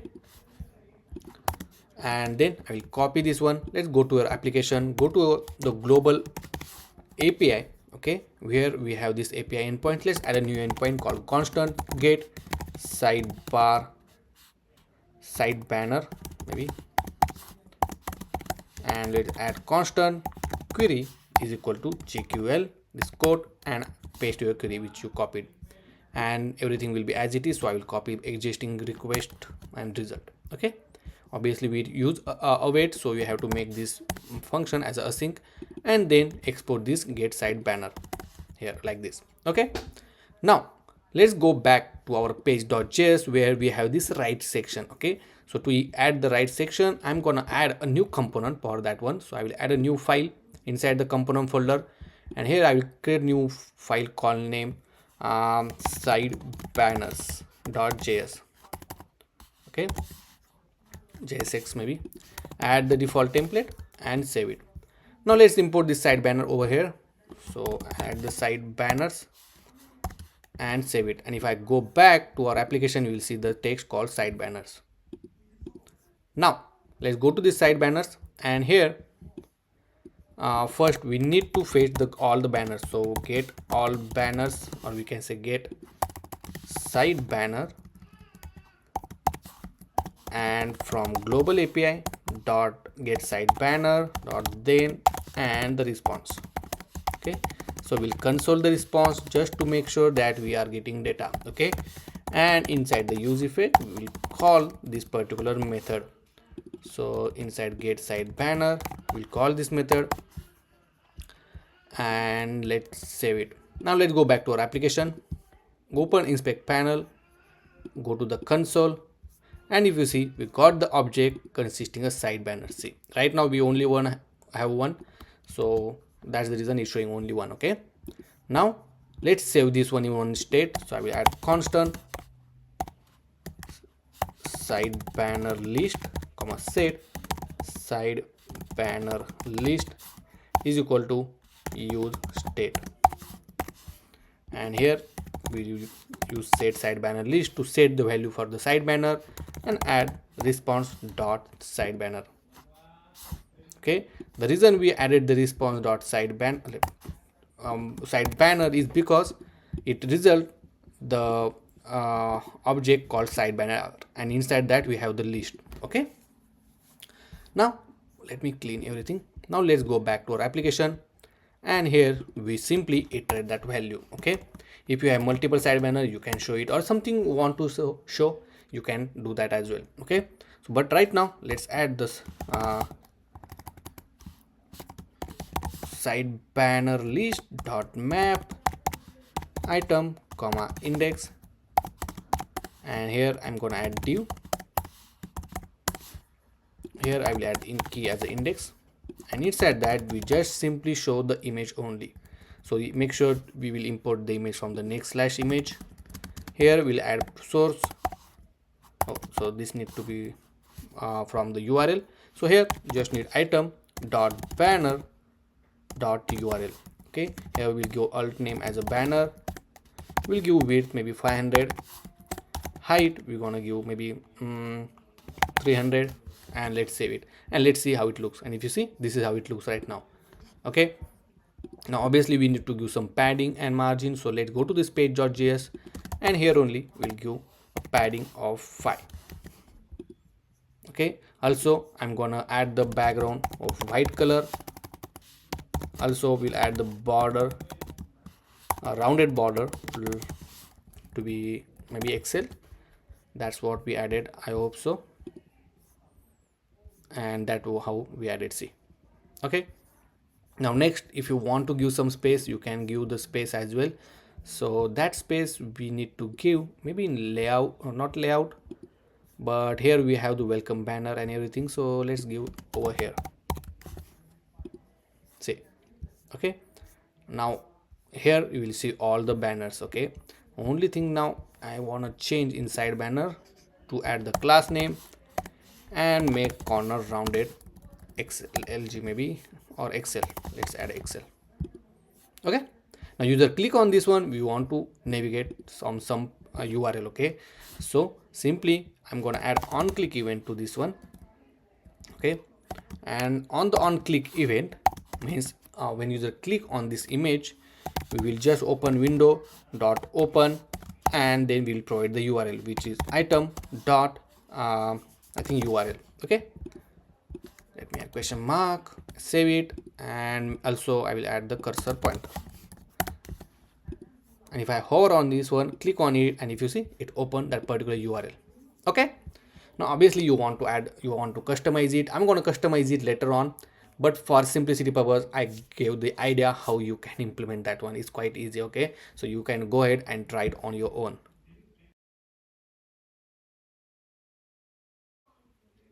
So in this section, we are going to implement the course preview page. Okay, so in order to add a new page, right, our course preview page will be a dynamic route. Okay, so in order to show you the example, so right now if you want to create a course preview page, it will be look like this. So course preview, and then the course ID, so it will be any ID. Okay, and if you see this path, right, this course preview will be a constant, but this value is going to change every time. Okay, depends on the course. Okay, now we have two options. We can use the course ID, which is auto generated inside our application. Okay, so if I go to the content, and if you see here, you will find the ID which is auto generated. Or second option is that I already added a slug field. Okay, and which will generate automatically slug for you. Okay, so this slug field you can add it in your course list schema. Okay, and you will find it at this section if you see here, right? And this is a very user friendly identifier. So what it helps, slug will help us to provide a better SEO when you deploy your application. It's easy to find on the internet as well. Okay, so we will use the slug only. Okay, so let's go back to our application and let's create a dynamic route. Okay, so inside the route folder where we keep all the routes. Okay, so here let's create a add a new folder, and we can call it as a course preview. Okay, now inside the course preview we're gonna create a new again new folder, and this folder we need a dynamic one, because as I say, our course id is gonna change every time. Okay, so to do that you have to add that inside the bracket and give the whatever the id you want to give. So in this case I'm going as a course id. Okay, you can give whatever you want, and then our inside that we have our page.jsx file. Okay, now add the default template like this, and I will rename this to course preview, same over here and here as well. Okay, and then save it. Now if I go back to our application, let's add the course preview and some id, and if I hit enter, and if you see now course preview page is showing, and this time we did not get any 404 error. Okay, so now whatever the id we are getting here, right, we need to get this id so that we can fetch our course information. Okay, so first we will learn how to get it. Okay, so it's very easy. So inside the course preview, right, constant path is equal to use path name. Okay, and if you see, this particular hook is importing from this next/navigation. Okay, now in order to print it, let's go to this use effect, and we will or we can also print it here. So let's add path dot. Okay, let me close this one, and if you add the path dot, okay, we'll add question mark. Here you need to give this particular course id. Okay, so this whatever the text you mention here, that may course that id or text name you need to give it here. Okay, parameter name. So like this, let's go back to application, and it's saying that we use the use effect. So make sure to actually we remove it. Let me remove that one, save it. And so right now if you say, right, it use path, obviously we need to make our application, or we have to mark it as a use client, and we are telling Next.js that we are using this application on the client side. Okay, so if you see, okay, right now it's not showing because we did not get it. Let's try to print inside the use effect.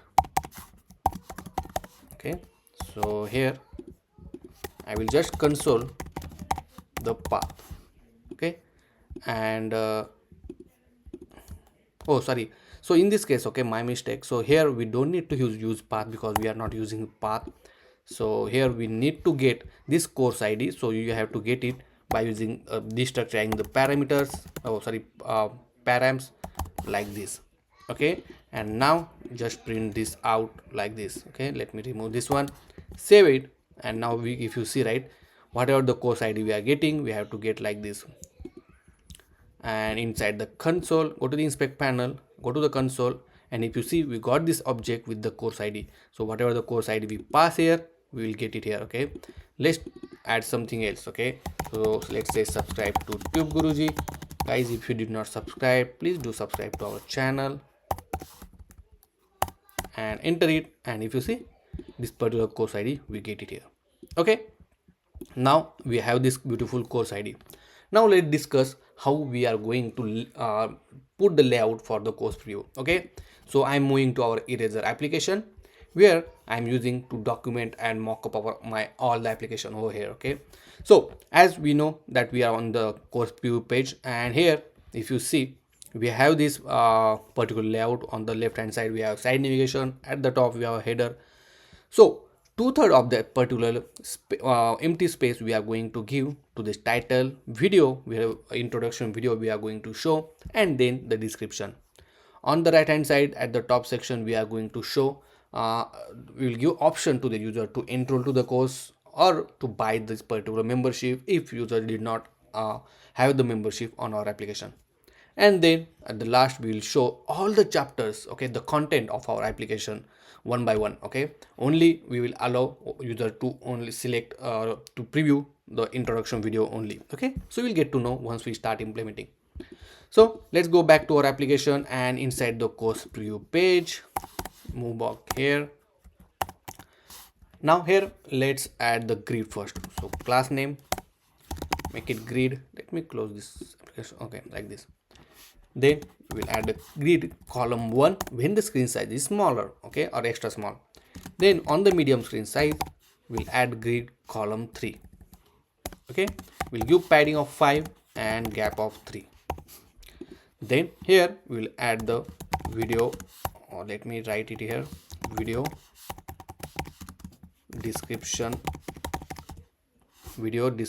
and the title. Okay, and here at the right hand side we will give the option to course content. So here we'll add a div, and for this one also I will add another div. So here I will add the class name, and obviously as I say we're showing the 3 column and 2 of the column we will assign to this particular section. So we just write call and span 2. Okay, so out of 3 we assign 2 column to this particular section, and automatically 1 column will get assigned to this course content section. Okay, and I will add the background of white and also padding of 3, and then save it. Okay, and if I go back right now, if you see we got this particular section. Now let's add a new component for the course video description. Okay, so inside this course preview page, inside the course ID, I'm going to create a new folder and we will call it as a components, and inside that I will create a new file which we can call course video description.jsx. Add the default template, save this one, and make sure to add that template inside this particular div tag and save it. Okay, and if I go back, if you see we have this course video description now. Okay, and let's implement this course video description. Now let's go to this course video description component. Let me remove this one and let's add h2 tag here, and we'll give the course name here. Okay, so obviously we don't have any course information yet. Okay, so we need to write one method to get the course information. Constant get course info by id, and here we need to call our global API, but we don't have that endpoint yet. So let's go to the Hygraph. Okay, go to the API playground, and here whatever the value you want to select, you can select. So in this case, inside the course list option, I select the where clause. Okay, because we need to pass some ID or slug. So in this case we are passing the slug, so I select the slug, then select the author. Okay, then you can select all the information which you want, like URL, the chapter, what are the chapter you want, like ID, name of the chapter, and the video URL. Okay, then you have a demo URL, description, whether it's the free or not, the name, slug, source code, and etc. Now inside the slug, you need to pass the slug name. So in this case, for this example, I'm passing like this, and once you run it, you will get the result. Copy this query, go back to your application, open a global API.js, and inside here let's add new endpoint. So constant get course by id, and this will be async. Now here we need to pass constant query is equal to GQL, and inside that we'll paste the query. Obviously this is common, so I will paste it here. Okay, now here obviously we need to pass this slug name. Okay, so I will call it as a course ID and just replace this one. So add this tag plus and then replace it with the course ID like this. Okay, now make sure to export this course ID like this and then save it. Now let's go back to our course video description. Oh sorry, inside the page.jsx, where we are going to fetch the course information. So global API dot here we need to get course by id. Then here we need to add the course id, so which we are getting from params dot course id. Okay, and then then response, and we'll just console the response. Okay, but here obviously right now we don't have this course information because we did not implement. If I go to this on course, we did not implement on click functionality on this particular chapters. Okay, so implement that one. So let's go to our component called courses, and inside that we have this course list. Okay, now inside the course list, as inside the course list list, we are iterating this course item. Okay, so what I am going to do, I will wrap this div inside the link tag. Okay, and if you see this link, we are importing from the next/link. Okay, add the h-reference. This need a h-reference compulsory. Okay, otherwise it will give you the error.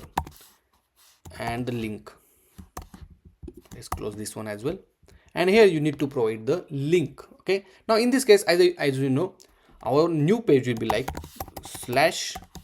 /course preview. Okay, and then as you know, we need to provide the course ID. So in this case, as I say, you have two options, whether you can provide the course ID or course slug.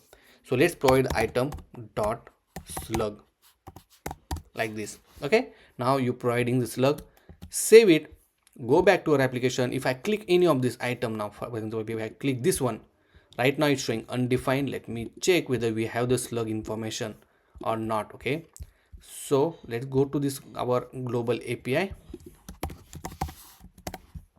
and where we are getting this all the course list.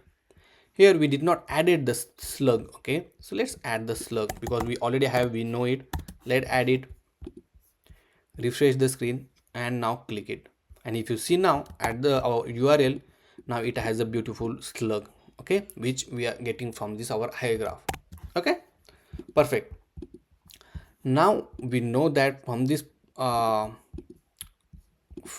params we are getting the course ID, which is our slug, and that slug we are passing to get the information. Now let's call this method over here. Okay, and just to make sure that we have the parameter value, I will pass the parameter value here and okay. If you don't know why we are passing, okay, so whenever we want to whenever this parameter value is available, then we will telling the use effect now it's time to execute because I am available, and then we are checking if the parameter value is available, then only we will execute this get course info by ID. And obviously whenever we load this component, this use effect will execute independent of this parameter as well. Very important. Okay, now save this one, go back to our application, go to the inspect panel, go to the console, and now if you see at the bottom we have this object with the course list. Okay, so whatever the course we have, we pass it here, we got this information. Okay, now let's save this information in one state. So constant say course info comma set course info is equal to use state. Okay, and just set the course info response dot and the name, which is this course list. Okay, like this. Perfect. Now if I remove this one, that's fine. Okay, so in short, we use to get course info by slug name. Okay, or we can say ID. Next, once we have this information, let's pass this information to our video description. So here we'll say course info, and I'm passing this course info. Now inside the course video description, I will accept it as a params props. So here I will say course info. Okay, now you have the course information. Now you can add the title of the course. So course info dot name. Okay, and then save it. And if I go back, and now if you see, we got the name of this particular course. After that, I'm gonna add the author. So let's add the author and give some styling to this name. So class name, let's apply Tailwind CSS classes. So we'll say text of 20 pixel. Font, I'm going to add semi-bold. For the author, I'm going to give text of gray 500, then text of 14 pixel. Okay, and margin bottom 3 I will give like this, and save it. And if I go back now, this is how it looks. Okay, after that, now we want to add the video, for the introduction video. Okay, here we'll add the video player, I will say. Okay, Now for this video player, what I'm going to do, I'm going to create a new component, because obviously in our course we are gonna use that component multiple times, so it's better to create the component. So here I will create a new component called video player.jsx, add the default template for that one and save it. And in this section we're gonna simply add video player. Okay, now for this video player we just need to send the URL of the video. Okay, so I'm just saying video URL, which is equal to, and as I told you, right, let me go back, for example. Okay, so here if you see we got the error to display the course information, because as I say, it takes some time to load the data from the server. Okay, so to prevent this kind of error, let's go to this page.jsx, and here after this return, right, we're gonna add the condition. If the course info is available, then only and then only render or display the UI. Okay, and now save it. Let me go back now, and if you see, now we have data. Okay, now if I go to the let me copy this slug name. Okay, let's go to this API playground, and over here let's run it. Now we want to show introduction video, which is our every time a first video. Okay, and this video will be inside the chapter. Inside the chapter we have video, and then we have this URL. Okay, so to get that one, we'll add course info. Inside that we have the chapter, inside that we have the video and dot URL. Okay, and now we are passing video video URL to this video player, so just accept it here like this. Okay, now let's implement the video player. So inside the video player, it's very simple. If you go to the internet, you will find the code for the video. So just add video tag. Okay, inside that tag we need to provide the width. So let's provide the width, for example 1000. Height I'm going to provide 250, and this will be a responsive, so we'll see in a moment.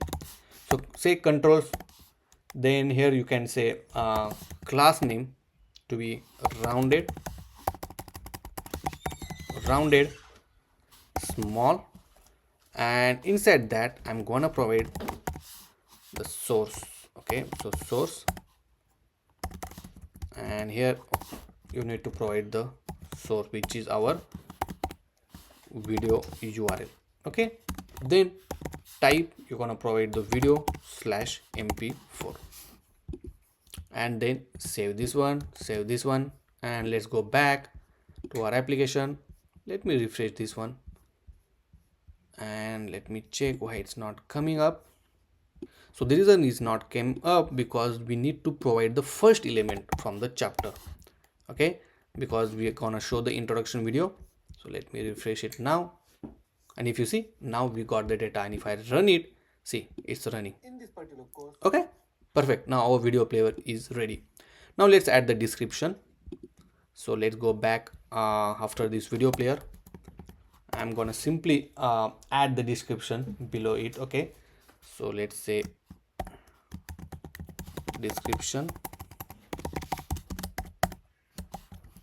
and after that I will add h2 tag, and we'll say about this course. Let's add the class name for it, so margin top to 5. Then we'll add text of 17 pixel. Then we'll add font of semi-bold. Okay, and after that we'll add the p tag for the description. Okay, now our description will be in the form of markdown. Okay, and if I go to this content, let me show you. Okay, so here you can give the you can add the paragraph, you can bold the text, highlight it, okay, kind of thing. And that kind of thing you want to add it, you need to add one library called React Markdown. Okay, so this will structure it automatically our content. Okay, everything. So make sure to install this particular library. So just copy this npm command, go to your project and paste it here like this. Okay, so it will install the command, and in order to use this one, you just need to add the, let's add div tag here, and inside that let's add the markdown tag, markdown let me check markdown. See the markdown, okay, see it's imported from this React markdown, and inside that one you need to add the course info dot description. Okay, and now you can give some styling. For example, if I want to give class name, but before that let me show you how it looks. If you see, now if I put the enter, I put the star, and everything is showing here with the markdown. Now let's apply some styling. For example, text is black already, that's fine. Let's add text of 12 pixel. Then I will put the font light, margin top to 2, and leading maybe 6. If I don't want div, I will remove this div, and now save it. And if you see, this is how it looks. Okay, let's increase font little bit and make 7. Perfect. Okay, and our this course section description, or maybe you can call course information section, is pretty much ready. Okay, now on the right hand side, first thing we need to show this option to give to enroll the course. Okay, so for that one I'm gonna create a new component, and we can call it as a course enroll section .jsx. Add the default template and save it. Now inside the page.jsx, inside the course content, we're gonna add that course enroll section like this. Okay, if I go back, if you see, now we have this beautiful course enroll section where we're gonna add the course related content. Okay, so let's go to this course enroll section, and first thing, let's add some styling to this one. So let's add padding of 3. Then we'll add the text to be in the center, so whatever the content we put, it will be in the center. And we'll add the rounded smaller, and I want to make background color to be primary color of our application. Now inside that we'll put h2 tag. Inside that we will say simple text enroll to the course. Okay, so add the class name to that one. So we'll just simply say text of 22 pixel, then font which is bold, and text white. Okay, so the font is 220, I want 22 only, like this.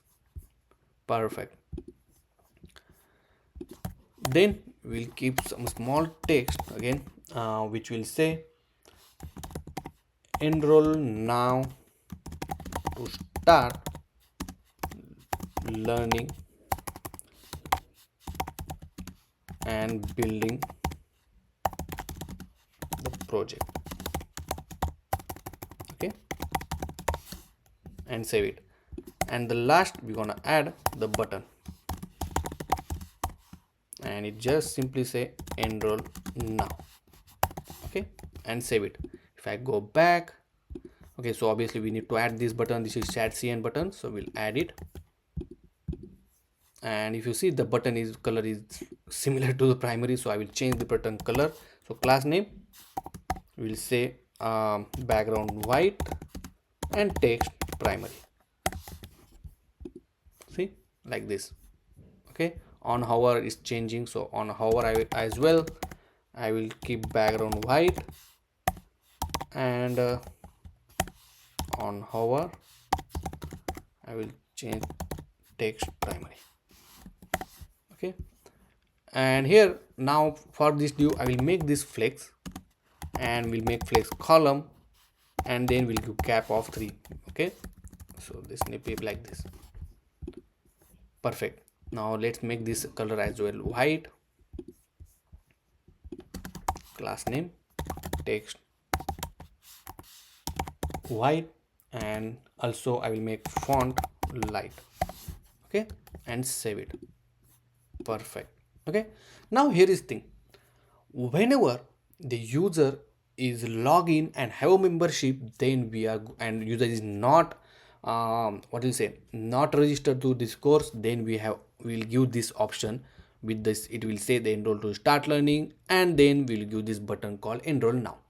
But Now we have another condition. Okay, so you can write the condition here. So here we'll say user, so say user not login, sorry, user has membership and already login. Okay, then we're gonna show this message or this button and everything. Okay, so I want to keep this after this one. Enroll to the course will be common. Okay, and then bring like this. Okay, and what I'm going to do, I'm going to put everything in this particular div, so this will be easy to understand.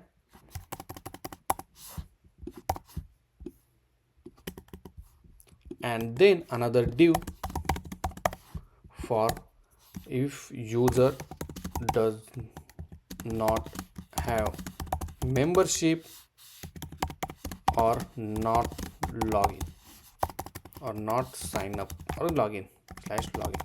Okay, perfect. Now let's add the condition. So here I'm gonna add the condition, and for now what I will do for the testing purpose, I'm gonna add constant call membership is equal to true.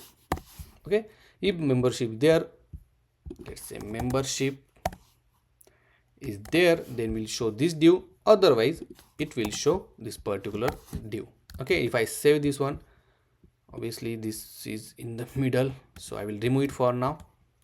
I will just keep it here and save it. Okay, so I will say above section just for the understanding. Okay, now if you see right now it's showing this enroll now, but now if user it does not have membership, so make it false, then it will jump to this particular section. So I will copy this, all this existing button and everything, let's put it here, and we'll just say some different message. So we'll say buy monthly membership and get access to all courses. Okay, and then we'll say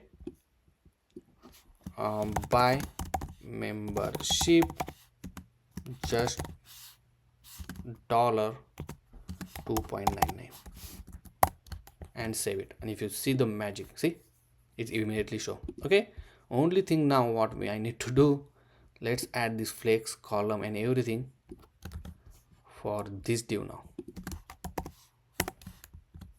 and here as well. Perfect. And if you see the magic. Okay, so this is how it works.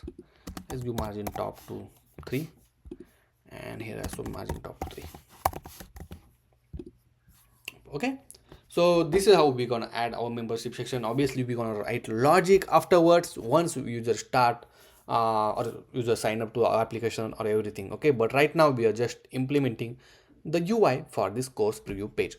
Now next we're gonna show the course content section. Okay, so for this course content section, I'm gonna create a new component. We can call it as a course content section.jsx. Add the default template, save it, and let's go to this page.jsx where we're gonna add the course content. So here I will add course content section. Here I'm gonna pass the course info. Okay, so if you observe, right, that's the reason we are getting this information inside the page, so that we can share it by passing this course information. Okay, and now let's save this one. Let's go to this course content section where we'll get the course info, and let's get it here.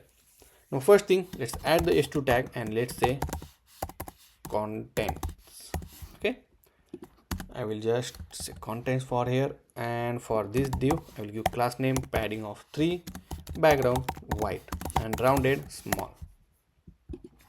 Now here we have this course information, and in that we have the list of chapters. Okay, so just iterate that one first. So I will add course info dot chapter dot map, and inside that we'll add item comma index arrow method, arrow function like this. Inside that I will add the simply div, and inside that I will add h2 tag, and here we'll simply display the first we'll display the name of the course. So we'll say item dot name and they save it. And if you see, we got all the chapters name here. Okay, now it's time to give some styling to it. Okay, so first thing, I'm gonna add index here. We'll say dot, maybe like this. Let's see how it looks. See, so keep this dot nearby this number and item. Okay, like this. Then at the rightmost side, we're gonna show the play button and the log button. Okay, so inside the h2 tag, I'm gonna add the log button, so which is coming from this Lucid React. Okay, let's import that one, save it, and if I go back, now we have this beautiful log button. Okay, let's give some class name. We'll add height of 4, width of 4. For this h2 tag, now we need to add a class name. Okay, and we'll say padding of 2, let's say texting of 14 pixel. Then we'll make it flex, we'll make it justify between, item to be in the center. Okay, and this is how it looks right now. Okay, now we keep this this log button or log icon in the one line and at the rightmost. Let me bring this down. Then we need to add the border here, so let's add a border. Okay, we'll make rounded small, we'll give padding x-axis to the 4. Okay, and we'll make cursor pointer. Okay, and if I go back now, this is how it looks. Obviously we need to give margin to 2, so like this. Okay, now after that, on hover, we add the on hover effect. So on hover, we will add the background gray 200. Okay, and on hover again, I will make the text little gray, so text gray 500. Okay, and if I go back, and this is how it looks. See, okay, it means it's log. Okay, that's kind of log effect we are giving. Okay, but as this is a course preview page, we need to show introduction, this introduction as a enable one. Okay, and obviously we're going to change this icon to play, and it is in the selected mode. And second thing, if you see, this number is starting from 0 1 2. Okay, so we have to make sure that a number is starting from 1 2 3. Okay, so what I'm going to do here, instead of index, we'll do index plus 1. Okay, and if you see, now we started from 1 2 3. Next, our default index or active index is our 0th element. So here I will define one state. We can call it as active index, set active index is equal to use state, and default index is 0, as I say. Okay, now we need to add our dynamic styling, depends on the condition. So we will wrap this class name inside this curly braces, then this tag, and then we need to remove this code, and let's write the condition over here. Okay, so the condition is if active index is matching with the index, then we're gonna add, or we can put AND operation, it's better, and then we can make background primary. Okay, we have to write in a code. So we say background primary and then text white and save it. And if you see, now it's saying it is selected. Okay, perfect. And after that, we need to add the play button over here. Okay, so obviously here as well I need to add the condition.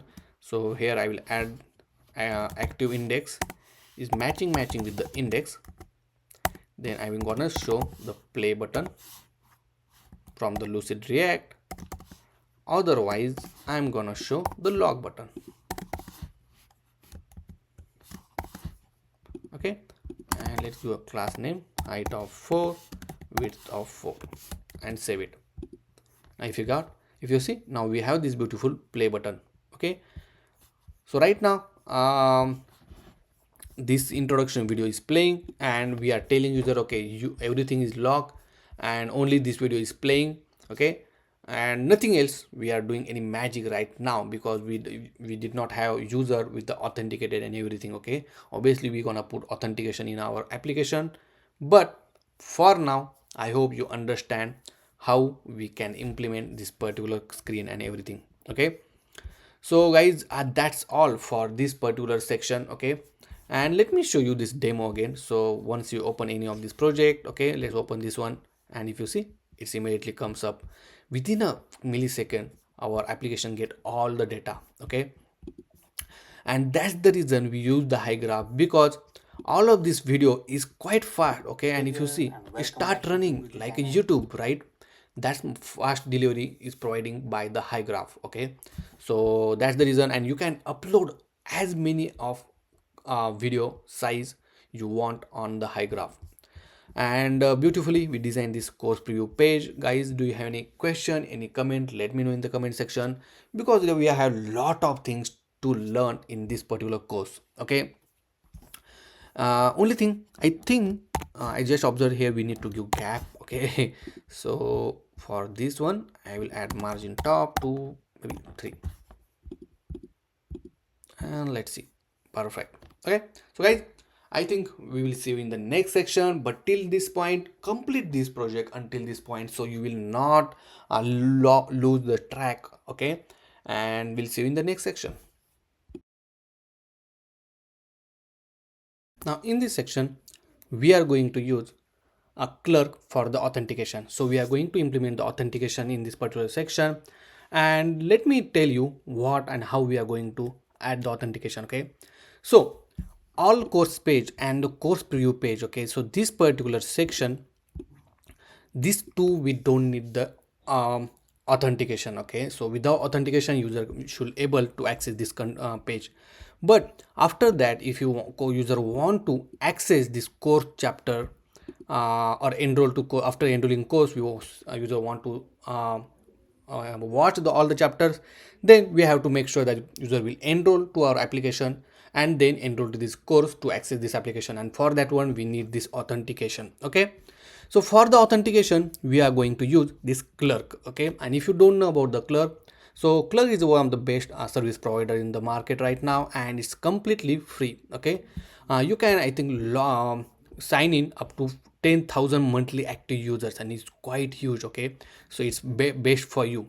Also, it's very easy to integrate, okay, and easy to use, and it has a bunch of different options to sign in with. Okay, so I will tell you how to do. First, let's sign in with the clerk. Okay, and then once you sign in, go to the dashboard. You will see here to option to create this application. So click on the add application, and here just give the name of the application. So in this case it will say online course portal.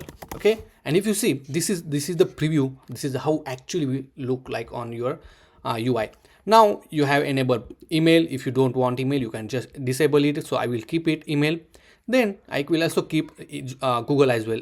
Let's add Facebook, and you have bunch of options. See, you even add Apple, LinkedIn, Microsoft, GitHub, a lot of things.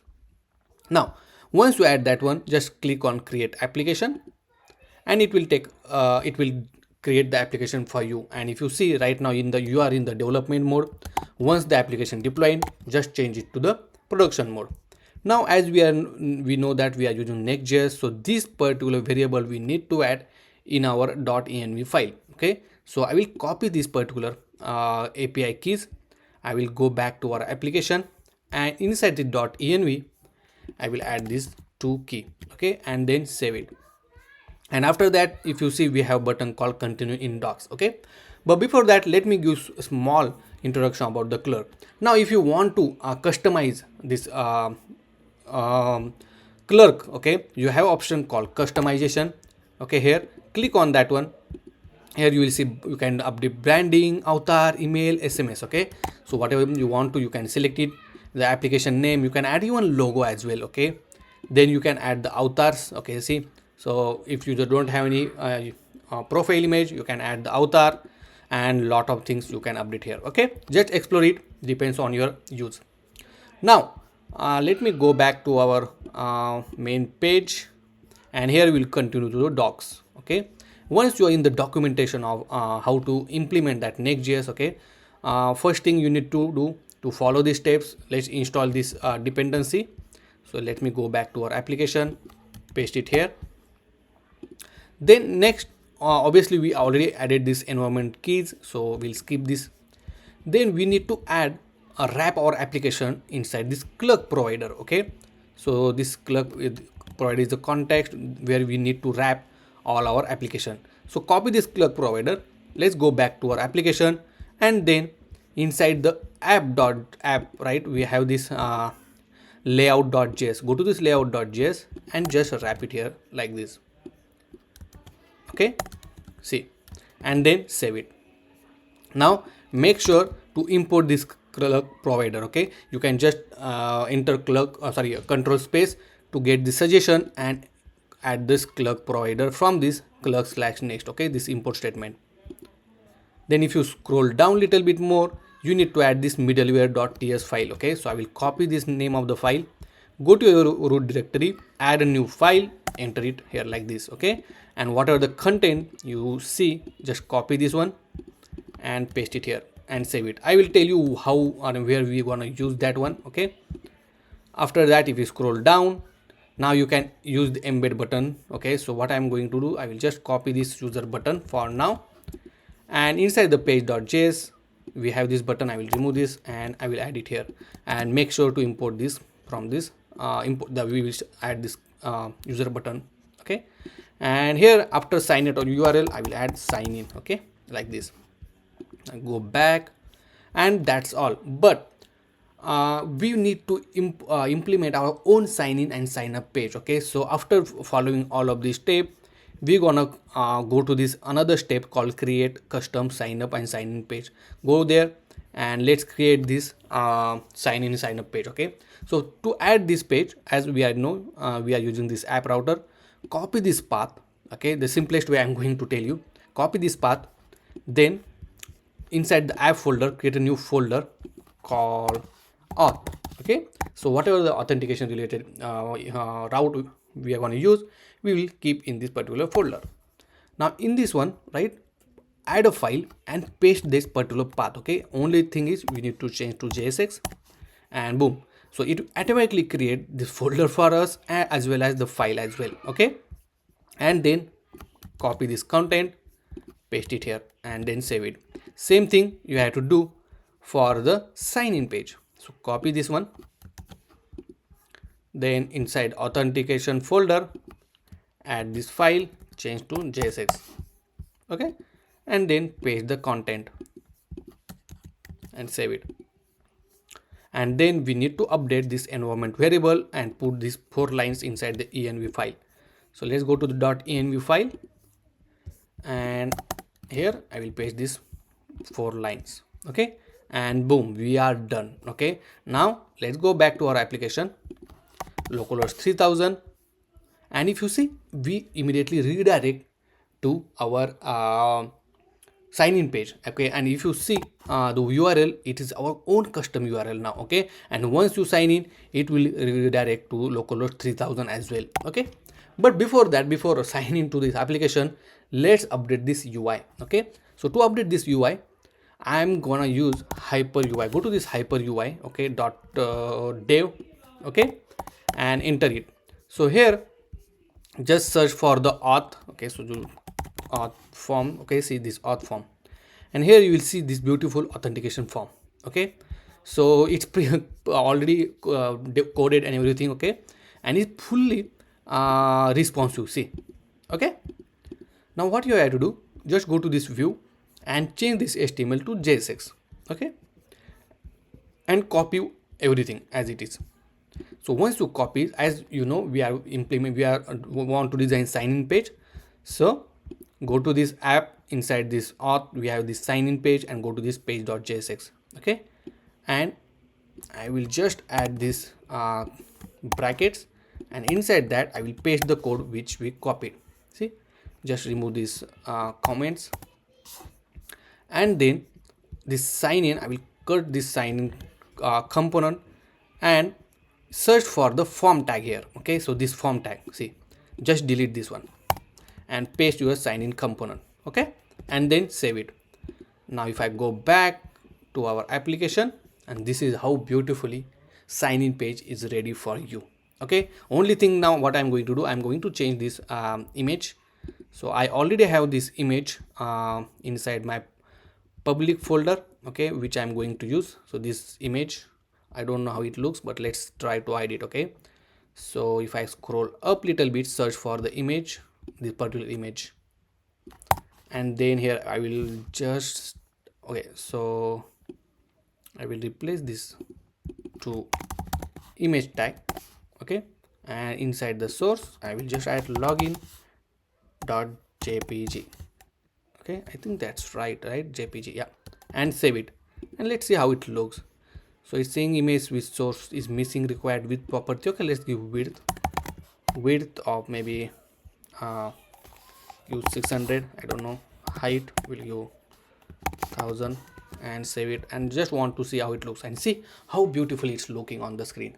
Okay, and your login screen is ready, and now it's up to you, you want to customize according to your need. Okay, now let's log into our application. So let's click on Google, continue with Google, click on any of the email address where you want to select, and boom, we are on our localhost 3000. And if you see, now we have this beautiful user button which we added with this all the information like manage account, where you can update your account, you can add a different email address and everything. Okay, now let's go to our /course page. Okay, so right now if you see, you need to go manually to this /courses page. Okay, but what if you open this localhost 3000, it's supposed to redirect to our respective page. If user is login, then we will redirect to our dashboard page, otherwise we will redirect to our courses page like this. Okay, now to add that one, let me close all of this window and then go to this page.js file. Okay, where we have only this button right now. So this default page. Okay, now on this page we're gonna add constant router is equal to use router, and if you see this use router, we are need to import from this next/navigation, as we are using Next.js 13 plus version. That's the reason. Now here I will add the use effect like this. Okay, now here as well, if you want to get the user's name or email or whatever the users log into the account, you can get it with the help of constant user is equal to use user hook. Okay, and this hook we are importing from this clerk/Next.js. okay, so clerk providing this hook, and now I will pass this user over here in the use effect, and I will check if user is available. Okay, if user is there, means user is login, then we will add the router dot push, means we will redirect it to /dashboard page. Okay, otherwise we gonna redirect it to our router dot push to our course page. It's courses. Okay, and save it. But here is thing, right? When obviously this user will take some time to load the data. Okay, and in meantime this use effect will execute and it will redirect to this courses page. Okay, let me show you how. So right now it's showing that you need to use client, so mark this as a use client. Okay, and also we don't have dashboard route right now, so create a new dashboard route first. Okay, so inside the router we'll create a new folder and we can call it as a dashboard. Okay, and inside that we'll add a page.js file and add the default template. Okay, so here I will say dashboard, copy everywhere. Okay, and save it. Let me show you that our dashboard page. If you see right now, it's a dashboard page. Okay, now if I go to this localhost 3000, see it's jumping to the course page even though we log into the application, because as I say, user will take some time to fetch the data, and in meantime use effect will execute before getting this user's information. So this user also provide one more params called is loaded. Okay, so is loaded will tell us whether this this user information is loaded or not. Okay, so I will copy this use loaded and I will paste it here, and okay, means if use is loaded is completed, then only push it to the courses. Even though if user is not login or login, user loaded will give you the actual result, whether it's loaded, it's done or not. Okay, and save it. Now if I go back and go to 3000, now if you see, now it jumped to the dashboard. Okay, because user is signed into our application. Now here two things we are going to update on this particular screen. First, we're going to remove this get started button. Okay, and we'll replace it with the user's profile, because user is logged into our application. And second, we're going to add another menu item called dashboard. Okay, so first let's go back to our header section where we have this button called get started. Okay, so here first we will fetch the user information. So constant user is equal to use user, and then also I will add is loaded method. Save this one, and then I will add the condition is loaded and user is there. Okay, then I'm gonna show, I will add a question mark because this is terminator, the user button. See the user button. Okay, otherwise I'm gonna show the get started button. Okay, and let's save this one, go back to our application. So if you see right now we got error that this is not a function. Let me import this use user. Okay, so we imported use user, so this is right. Okay, everything looks correct. So here you need to make this at a use client and save it. And if you see now, okay, the error is gone. And if you see now, it's replaced with this profile image.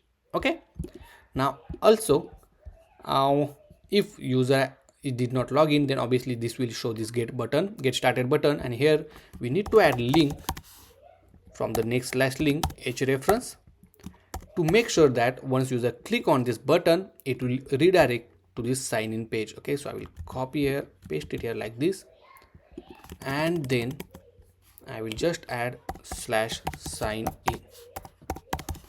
Okay, or maybe you can add sign up page, it's up to you. Okay, and then save it. And if you go back and if you see, everything is good. Now if I sign out, okay, obviously it will redirect to the sign in page. Okay, but the thing is, let me go continue and go back to our Google Play. And if you see, this profile image ready. Okay, now it's up to you. If I want to sign out, you can just jump to the courses page. Okay, sorry, if user is sign out, here you can write after sign out URL, here you can provide the URL, for example courses. Okay, it will redirect you to the courses page, as simple as that. Perfect. Now next thing, we need to update this side navigation. Okay, so to add the or to update the side navigation, let's go to this side navigation bar. Okay, side navigation component, sorry. Okay, and here we have this menu. Okay, now here we will play one trick. So I will add a new tab here. Okay, and we can call option, and we can call it as a dashboard. Here I will add layout, layout grid option. Okay, and everything is good. And I will give one more option, and it's called auth. Okay, here I will change to something, it doesn't matter. And auth. Okay, so what we'll do, this auth will need if user is signed in or not. Here what I will do, I will add constant user is equal to use user. Okay, and here I will just pass this user. Okay, and for all other, I'm gonna add auth and we'll say true. Okay, so this is already authenticated, we can say. So see, it's up to you how you want to apply the logic. Okay, so in this case I am putting this particular trick, so I will make sure that for all it's there. Okay, so this one as well, and newsletter. Okay, auth to true. Now save this one. Okay, now here you can write the condition for this where we are iterating the value.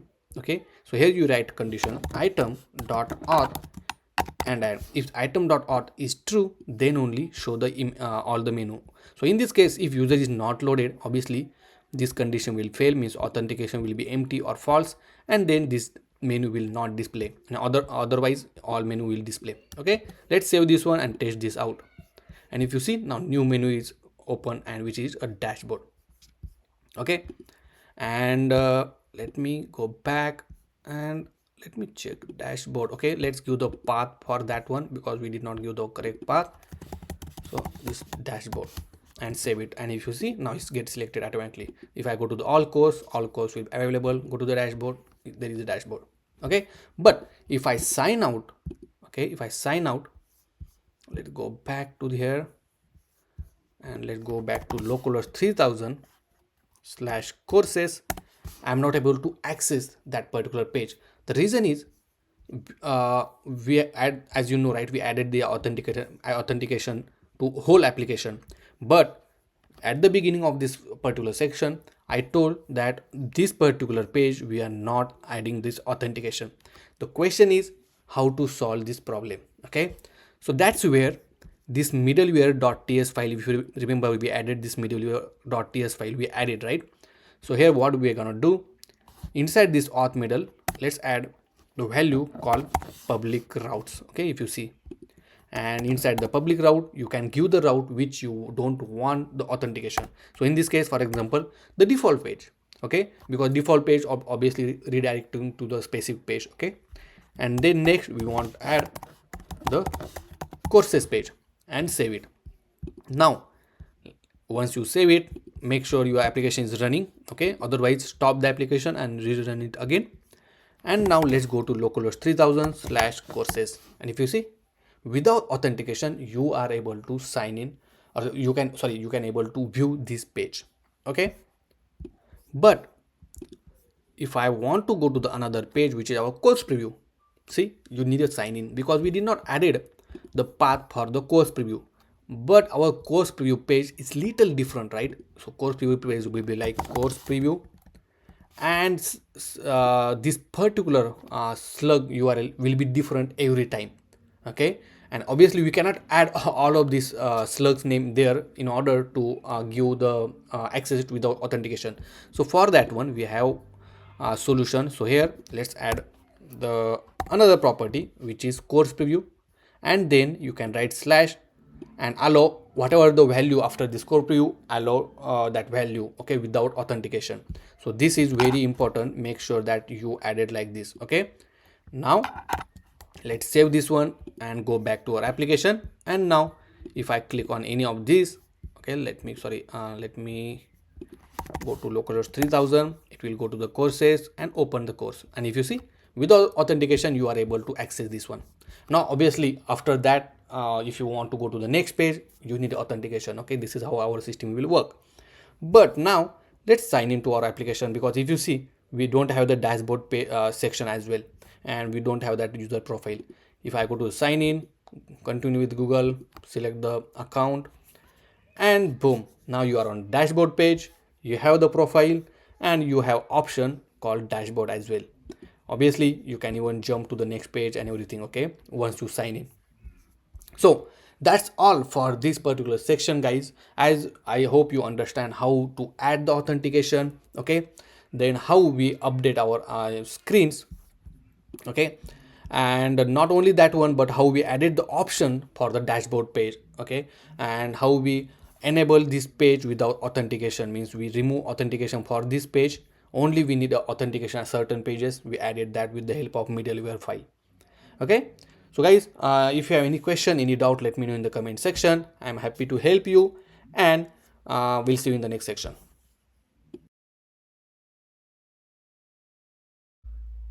So in this section we are going to enroll to the particular course. Okay, so if I go in any of this particular course, and here from this button we will click on the enroll now, and then you will save the user's enroll information along with the enroll course ID and the list.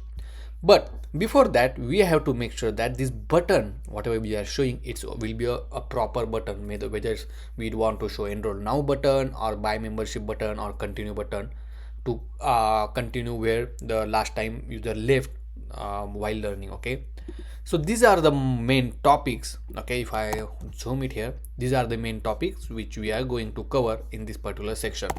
But before that, let me show you how we are going to use implement this user enroll course feature. So we have user without membership, okay, and if user is it's a free course, right, it's a free course, then user have option to enroll the course, okay, then we will give the button to enroll course and user can directly enroll. But if user don't have membership but user want to enroll to the paid course, then we will redirect it to the buy membership option, and then once user buy the membership, then he can able to enroll. Okay, so this is the first use case where user don't have the membership. Now let's go to the second scenario where user have already membership. If it's a free course, obviously he can enroll, and even though it's a paid course, obviously he can enroll. Okay, so these are the two main cases that we need to implement now. So let's go back to application and make sure we will update this button according to the user's status. So let me close all of this window. So I was in wrong project actually. Okay, so here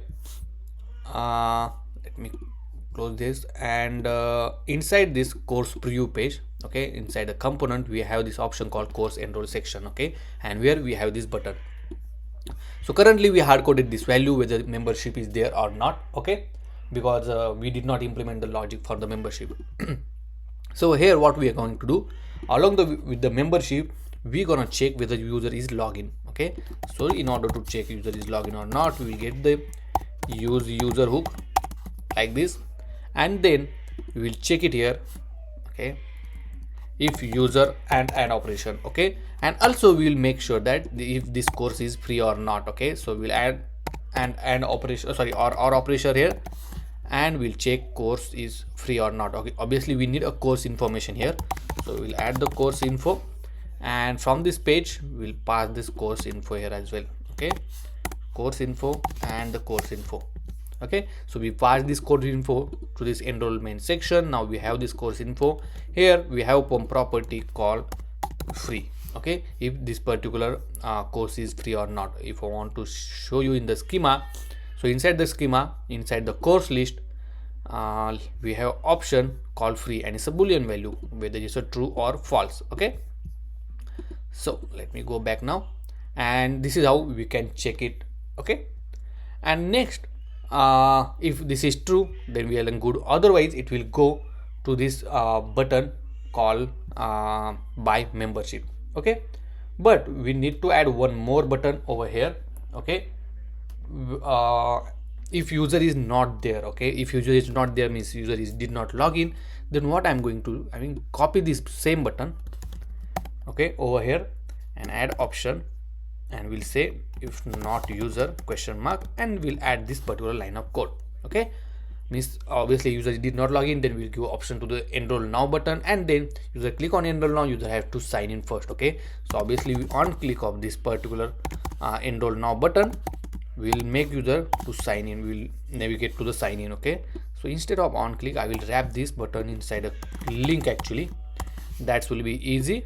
So let me copy this one, put it here, and here we'll add the h reference, okay. Make sure you import this link from this next/link, then you will get we'll find the option called h reference, and here just navigate to the sign in page, okay. And now once user click on enroll now, user will sign in, and then user will see this enroll now button if user don't have the membership, okay. So right now if right now its membership we can mention as a false, okay, but if membership is true, then obviously we will give the enroll now button option if user did not enroll before, okay. That we will update it and then save it. Now let's go back to our application, refresh the screen, let's see, and if you see now we got this enroll now button option.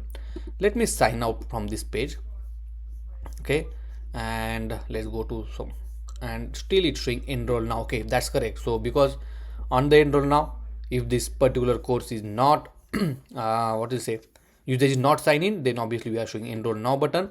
So just log in it, and once we log in, okay, so obviously we are in dashboard, so once we log in, now it will show the enroll now. Also if it's a paid course, now if you see here it's a free course and this one is a paid course, okay. Let's go to this paid course, and in the paid course we are getting option called enroll now. Okay, so here we need to change the logic little bit because we want to show option to buy membership. Okay, so only thing that we showing true because we make the membership as a true, make it false, and let's test this out. And now if you see, now it has an option called buy membership. Okay, but for the free it will not show. Okay, you can just enroll it. Okay, so this is how you can add the logic. Perfect.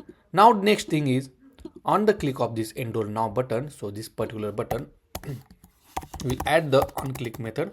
So on click, and then here we'll call one function, one method to enroll to the course. Okay, so on enroll course method we will call it here, and we will add it here like this. Okay, so here I will say enroll to the course, and we'll add this method called constant arrow function like this. Perfect. Okay, so this method will enroll to the course, but inside the Hygraph, so I added one schema called user enroll courses, which just simply take user email, the course ID, which should be our slug, you can take it, the completed chapter is a component. Okay, so if I go down, and he will save the for multiple components, I just added that one. Okay, and you will see inside that I have some fields. Okay, and then I added the course list. So this is a reference. Okay, so this course list is connected to our course list. Okay, and if you see for this completed chapter, I have this component, and it just have the chapter ID, so which will help us to track the completed course. Okay, you will get to know once we implement that particular feature as well. And let's now go to this API playground. Let me clean everything, and we need to create the mutation. So click mutation, add a mutation. So, and just search for the create user enroll course. So here, okay, create user enroll course, and here we have the option for the course ID which you want to add, then user email as well.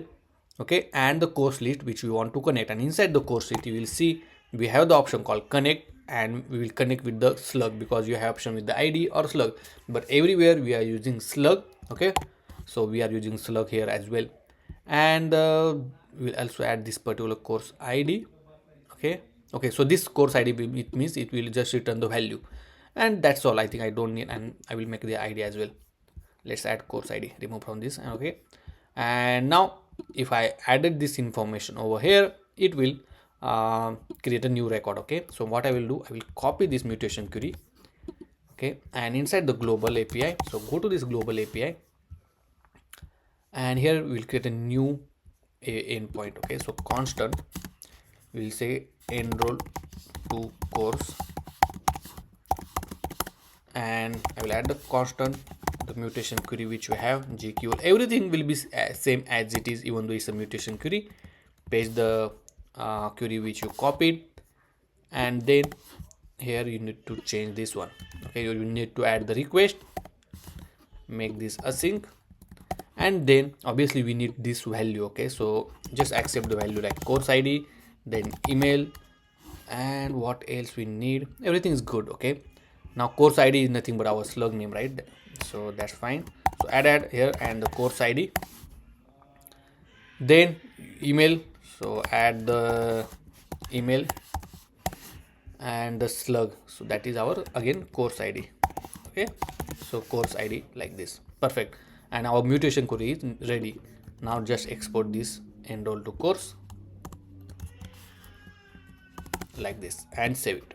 Okay, now this is very important, guys, because many of our viewers face issue. Okay, many times they are not able to create the record with this particular query or any mutation query. The reason is inside the Hygraph, here go to this option called project setting. Okay, inside the project setting you have one option called API access. Go to this API access where we copied this master URL, right, which you know already. But if you scroll down here, for this public content API, we have option called add a permission. Okay, so from here you can add a permission to create or to update the record or to publish the record or all of these things. Okay, if you don't have then permission added over here, for example in this case I added the permission called create, update and publish as well. Okay, so all of these option you can add it there as well. Okay, so make sure this is very important, otherwise mutation query will not work for you guys. Okay, so make sure you have this permission added. Let's go back to our code now, and let's copy this enroll to course and we'll add it over here. So I will add the global API dot enroll to course, and here we need to add course ID, which is course info dot slug, comma, here I will add the option, then we need to add the user email, so which is user dot primary email address dot email address. Okay, so this is how you can get users sign in user email address. Okay, then we have operator called then, we'll get the response like this. Okay, and we'll console the response like this. Okay, now once user enroll to the course, it will save it inside our database. But here we need to show user that he enrolled to the course or not. What we are going to do, we are going to show the toast message, and as soon as user enroll to the course, here we'll say show toast on successful enroll, and then we will redirect it to course watch course page. We can say watch course or course watch course, that's fine, watch course. Okay, so this particular page, obviously we don't have that page, so create that page inside the router. Okay, because in router we have this dashboard, courses, course preview. We'll add one more folder, and we can call it as a course, or we can say watch course. We'll say W capital, maybe I will say watch course. Okay, and inside the watch course I'm gonna add a dynamic route. Okay, so which will be a course ID. Okay, and inside that one I don't know the course ID is so instead of course ID we'll call enroll ID. Okay, because the ID which user enroll, from that one will fetch the data. Okay, for the security purpose, so I add a enroll ID, and then after that I'm gonna add the page.js file. Okay, it means our dynamic route is ready. Here I will say watch course, and I will copy this over here and make sure to export it and save it. Okay, now our watch course route is ready. Now here, as I say, we need to redirect it, right? So in order to redirect by programmatically, because we saw how we redirect with the link, by programmatically you can add the router is equal to use router which you want to import from the next/navigation, and then you just use this router dot push, and then the name of the particular path. So it will be a course, what is the name? Okay, watch course. Okay, so it will be a watch course slash and the ID of the enroll course. Okay, so if user enroll, let me go to this part. So here for example user enroll, right, then inside the user enroll course we'll get a new ID, right? So for example we have this user enroll course and we'll get this particular ID. Okay, if you see this ID.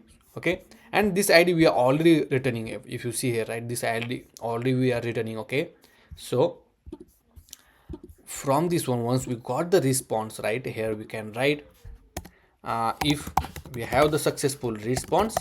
Okay, then add this or navigate it here. Okay, obviously I need to check it will be like a response dot, and maybe I need to check what's there. Okay, maybe create user enroll course, we'll check it out. Maybe what will the response format. But once you add this mutation, right, you have to make sure that you will publish it. Okay, because if we run this mutation query, it will be in the draft mode, and you need to make sure that it will be published automatically. Okay, so for that one you have to add this publish user enroll course. So if you see, so here we have option called publish many user courses. Okay, and here you need to add where condition with the course. Let me check user email, because and the course name, okay, because that will be the combination, that will be unique. Okay, maybe we'll add course id, okay, either of them. And let's add this as well. So obviously nothing will display like here for now, but let me copy this one. Okay, let's test out. Okay, before implementing this all the logic, okay, we'll test this out. So we'll add the course id, for example 123. We'll add the email rahul@gmail.com. Then we'll add the slug as again 123, and then we'll run it. Okay, maybe it will give error because this slug is not there. We'll copy this existing slug. For example, let's copy this existing slug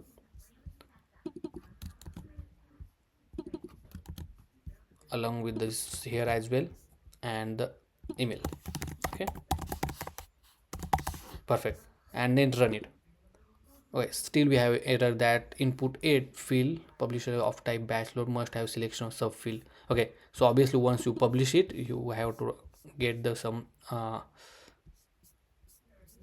subfield. So I don't know why we asking this one. So what we can do instead of this one, right, I will not add this line of code over here. We'll add publish many membership connection like this only. Okay, many user, sorry, not membership, user enrollment. So where is user enrollment? Yeah, this one. Okay, and let's test this out. And if you see, we got the data. So if you see, right, to get the id, we need to is create user enroll course. So response dot create in user course dot id. So from that we will get the id, and then we also publish it. Okay, so if I go to the content and user enroll course, if you see, new user get added here. Okay, so this is how you can add it. Perfect. And obviously here we're gonna show toast message. So I will bring this down, and this one as well, because on the both the condition, if the response is there, then only we are going to execute or show the toast message along with this watch course information. Okay, and other thing we'll keep as it is.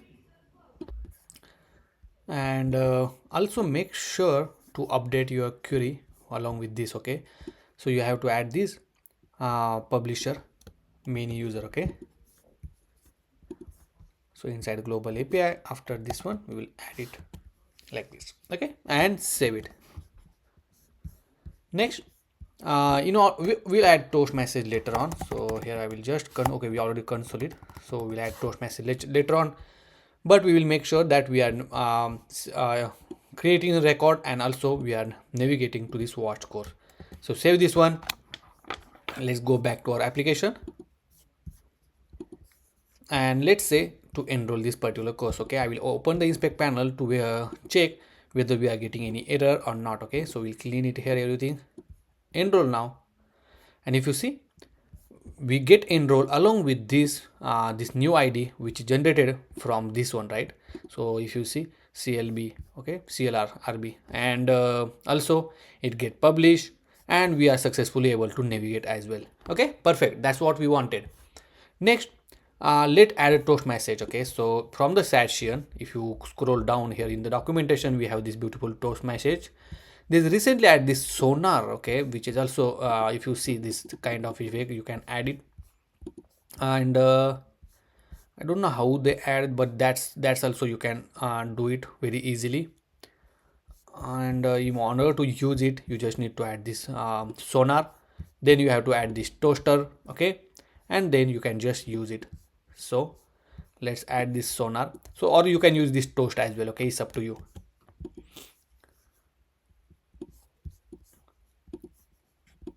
So let's import this particular sonar. I don't know what is this called. And the toast message, let me show you the difference. If I add the toast message, okay, the new toast message will override the existing one, but this is not case of sonar. If you add the multiple toast message and on hover this, we will see this kind of structure. Okay, that's the beauty of this sonar. So this is completely new, they introduced recently.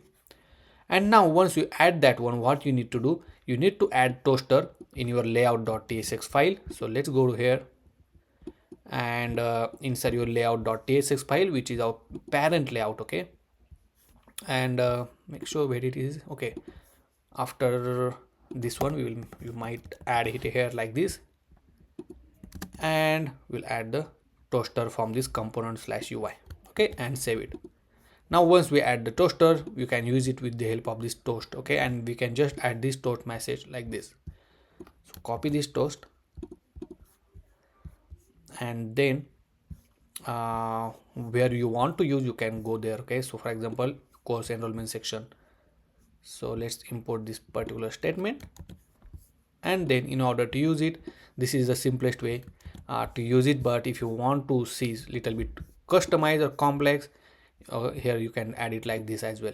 Okay, so it has a toast message, some description, and if you want to provide some action. Okay, so for example, let's copy this one, so this particular toast message, and over here you can paste it, and it will say user, or you can say just successful, user enroll successful. Okay, user enroll successful, and we'll change the description to user enroll to this course, and we don't want action button, so I will remove it. Okay, and that's all. Now you can change the color and all. It has a property called variant. From there you can change the color and everything. Okay, but right now we'll keep as it is. Save this one and let's try this out. Okay, again, so let's go back.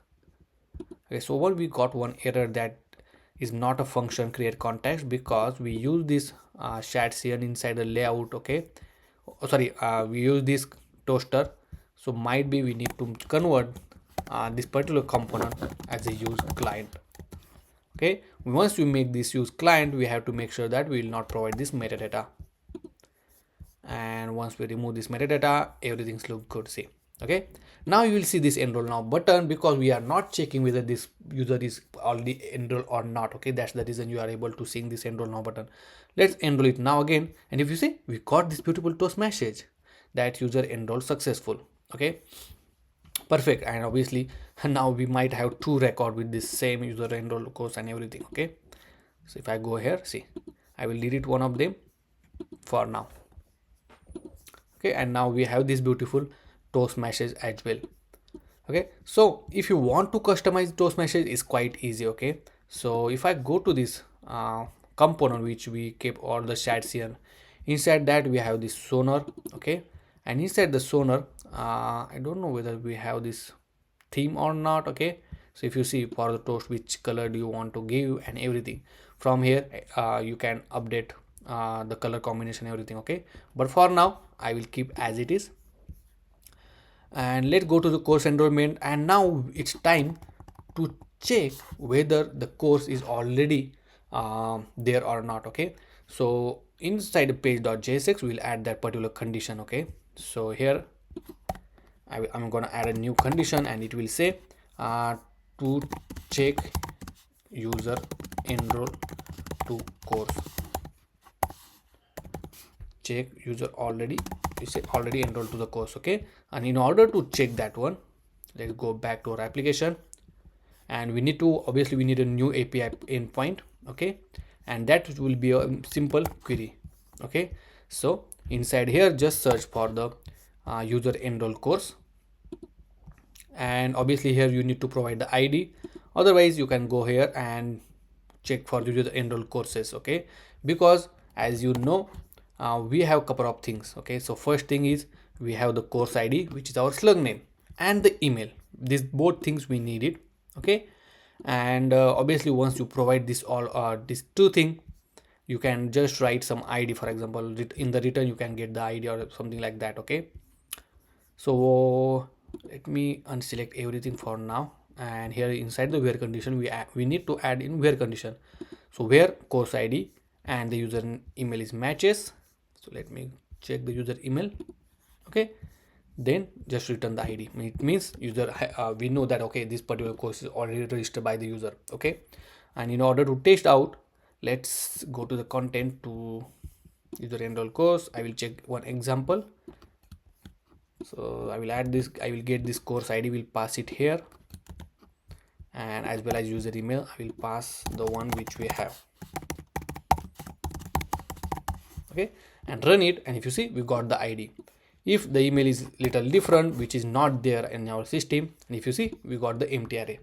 Okay, so this is how this query will help us to get the user enroll course. And copy this query, go to your global API, and here we'll add that one constant check user enroll to course. Okay, and here we add constant query is equal to GQL, this tag, and the paste the query. Okay, and simply obviously we need to call as it is this request, and now obviously we need to provide two parameters. One is course ID and another is user's email. Okay, and obviously we'll replace this with the new course, means the one which we are going to pass, and this here we change this to email, and make sure to make this async, and then export this check enroll to course. Okay, I hope you understand this point what we are doing. Okay, this is very important, guys. And now inside the page.jsx, okay, I am not inside any component, I am inside this page.jsx where I am going to call this method. The reason is once we call it here, right, then we can pass it to the required component. Okay, so here I will check constant check user enroll to course,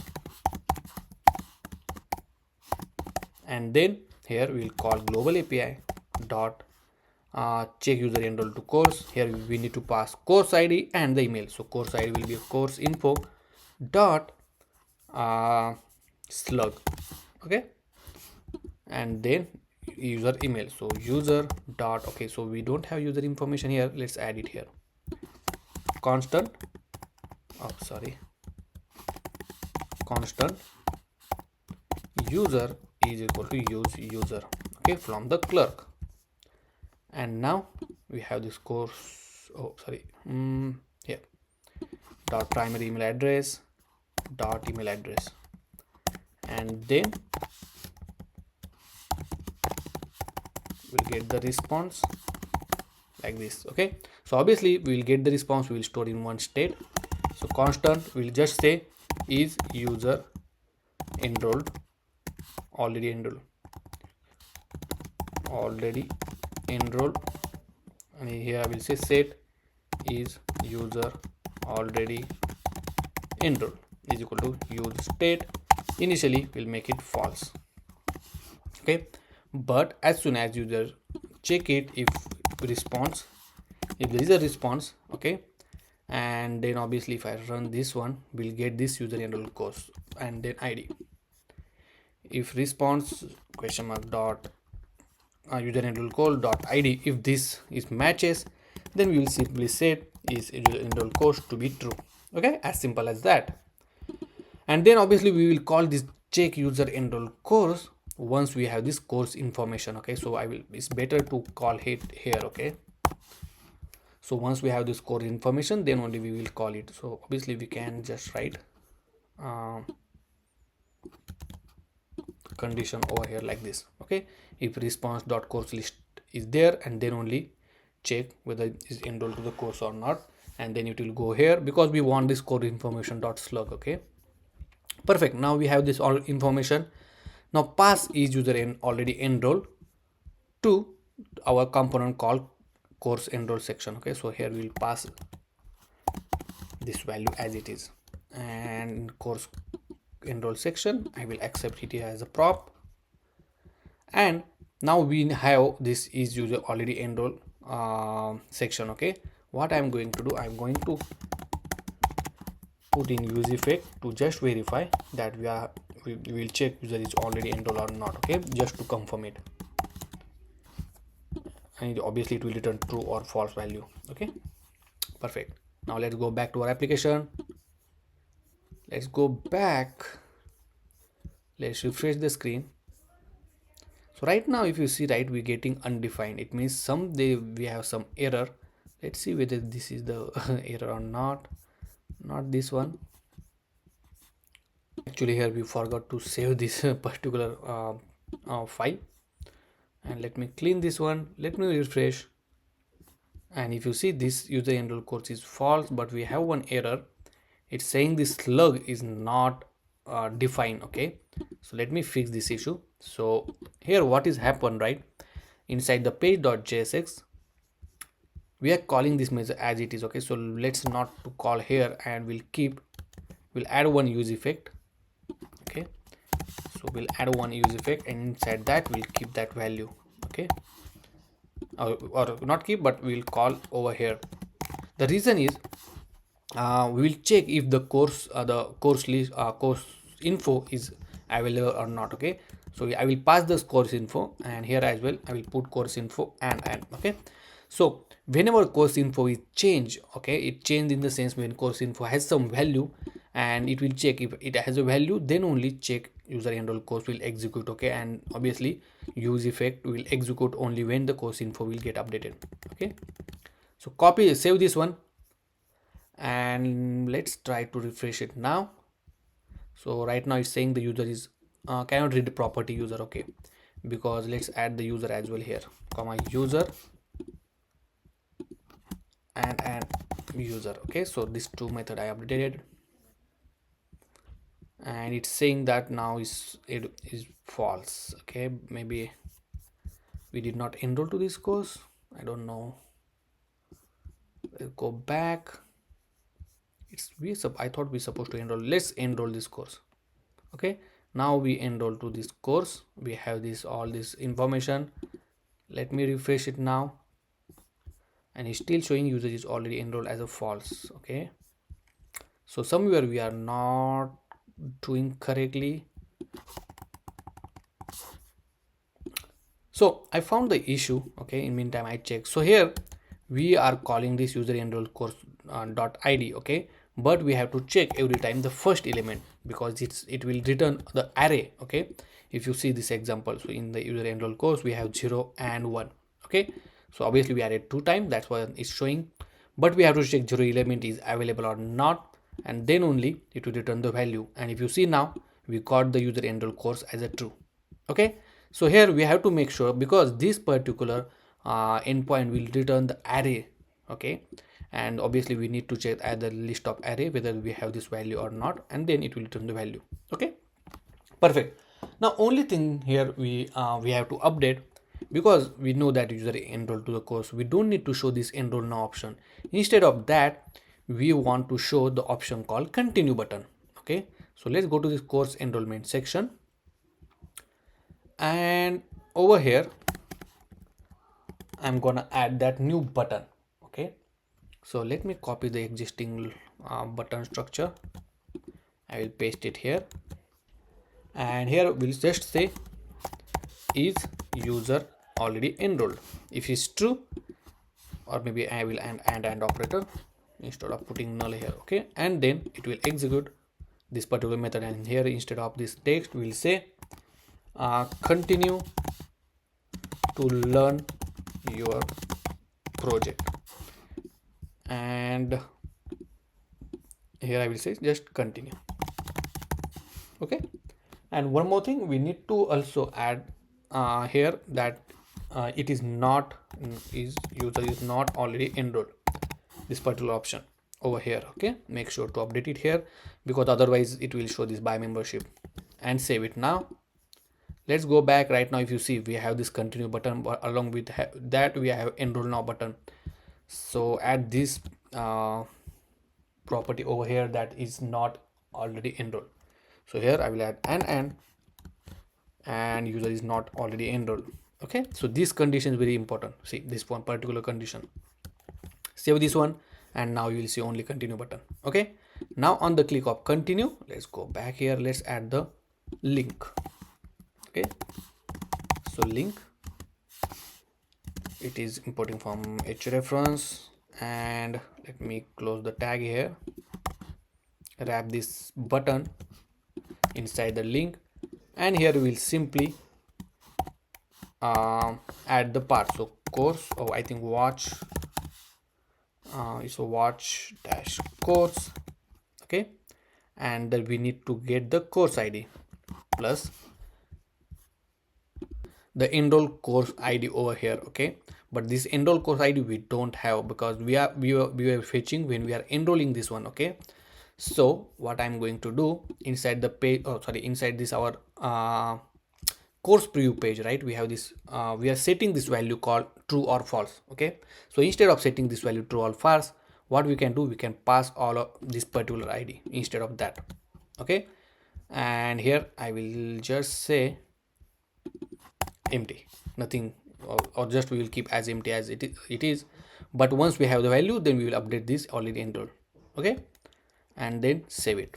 Let's go back to this user enroll course, and now this user enroll course has some ID. This ID will help, we will use it over here. Okay, so watch course and then the ID. Let's go back. Everything is, if I refresh it, see we got the continue button and click continue, and if you see we got this particular ID and it jumped to this new watch course page. Perfect. So this is what we were looking. Okay, so if I go to this different course, let's go to the different course which is not enrolled. So for example, this particular course, see this is not enrolled. Okay, and it's showing the now enroll now button. Now click on enroll now, and now if you see it redirect to this new page, and you will see this message user enrolled successful. But if I go back here, okay, and it's still showing enroll now. Wow, that's not good, right? Let me check in the database whether we have that record. So in user enroll course, we have full stack digital over here. Perfect. And let me check in the inspect panel what we are missing. So it's showing, if you see, right, it's showing the each user is already enrolled. It's not correct, and we just console the response. Let's go to this our page.jsx, sorry, inside this course preview page, and here we'll console outside of this one to check it out. So if you see, is user enroll course, user enroll courses, and then we have the ID. I don't know why we did not get that. Then we have the ID. Let's see.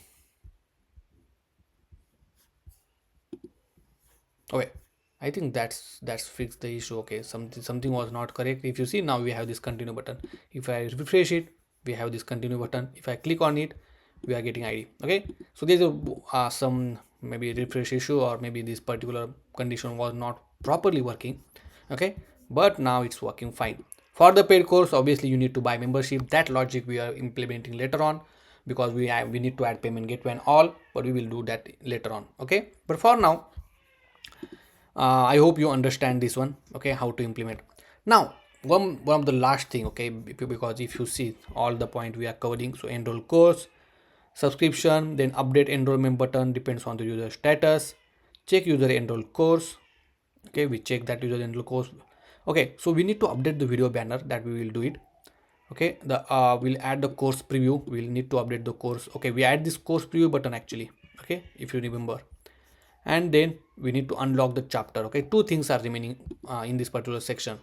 So first thing, if you see, once I open this one, we don't have this proper image, right? This is very awkward, and when user comes, it's showing blank screen. Okay, so to fix this issue, let me close all of this window, and here we have this video player. See, okay, inside the video player we have the option in for the video called poster.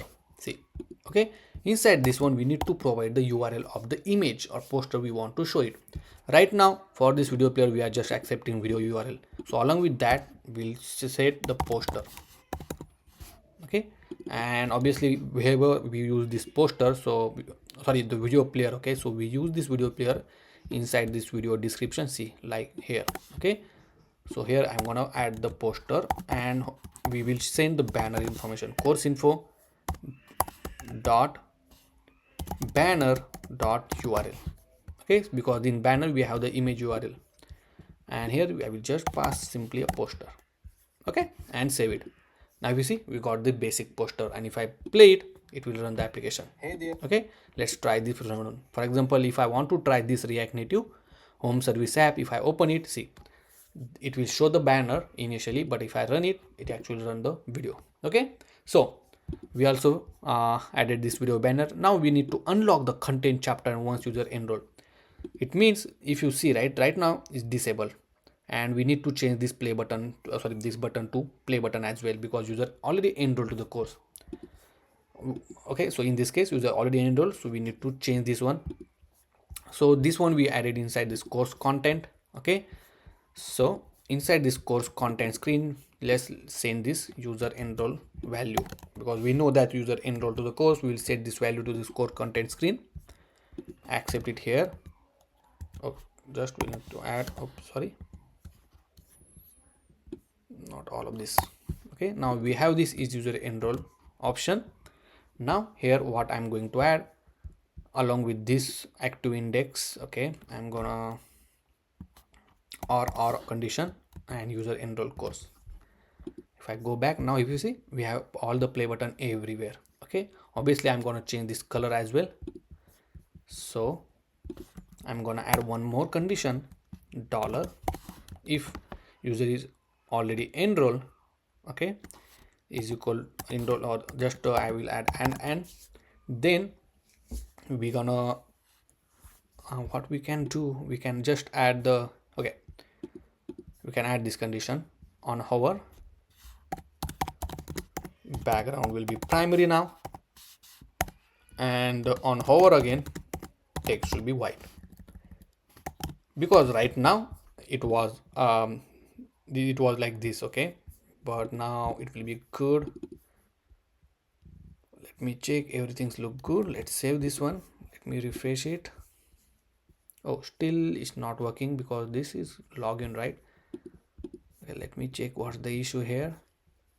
So let me refresh again. I don't know the issue. Okay, perfect, this worked. So there is maybe some issue with the cache, or I don't know.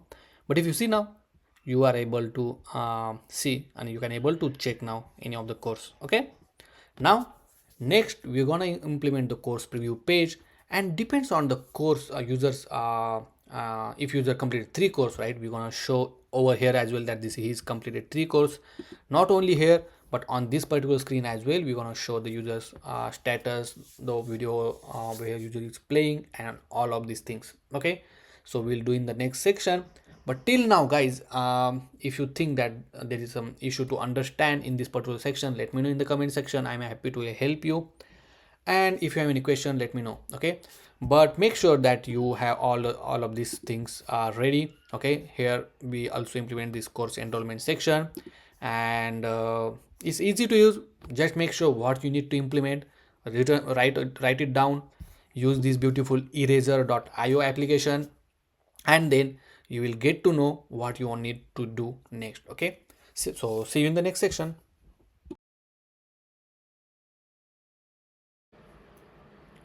So in this section, we are going to implement the watch course page, where user can actually watch all the chapters.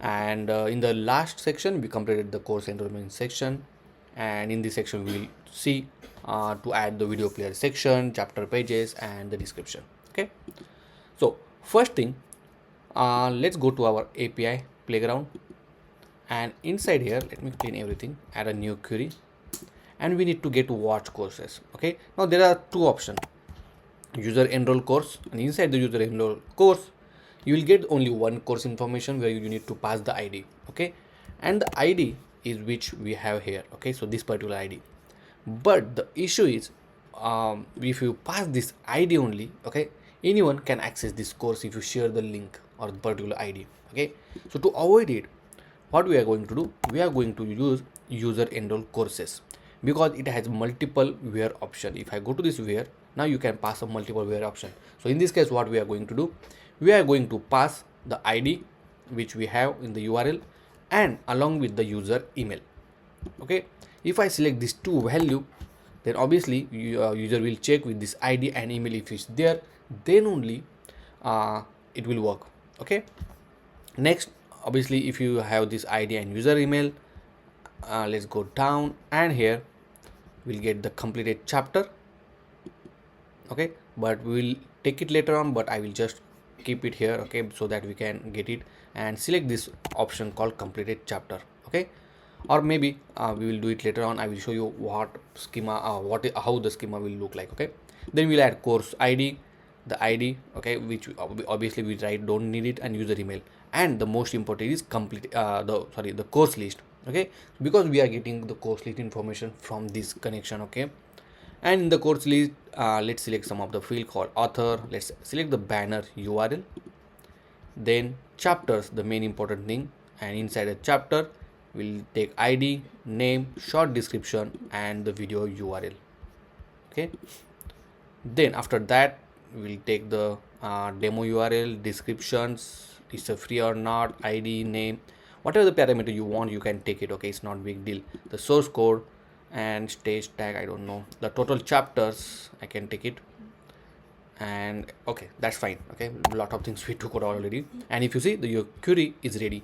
Now obviously you need to pass ID. So what you can do, you can pass this ID for the testing. So here I pass this ID.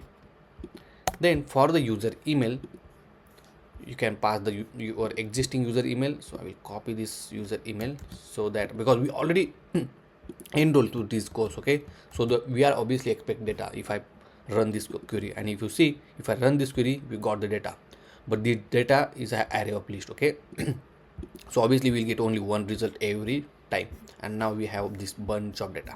Okay, perfect. Now copy this query, go to your project and open the global API.js file. Okay, here we gonna add new method called constant get user enroll course details. Okay, and the arrow function. Now here obviously I will add constant query is equal to GQL, this tag, and the page the query. Now this is async function, so this is, I will add async, and I will copy this same request over here. And now if you see, we have this ID and the user email which you need to pass. So I will put ID and the email. Okay, so I will remove these particular things and I will add it here like this, ID and the email. Okay, perfect. Now make sure to export this, save it. Now let's go to this inside the router. We have this new page called watch course. Okay, now in page.jsx we'll call that method to get the details. So constant get user enroll course detail, and from the global API. So global API dot get user enroll course details, and obviously here we need to pass ID and the email. Okay, obviously this ID will get it from the params.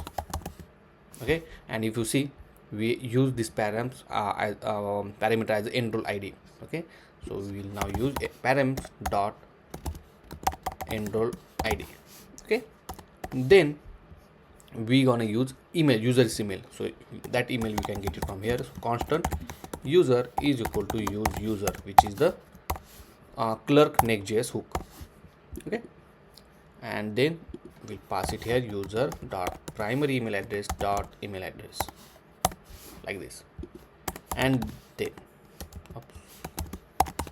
response, and then it will return the response for us. Okay, so I will just console it for now. Now let's call this method inside the use effect,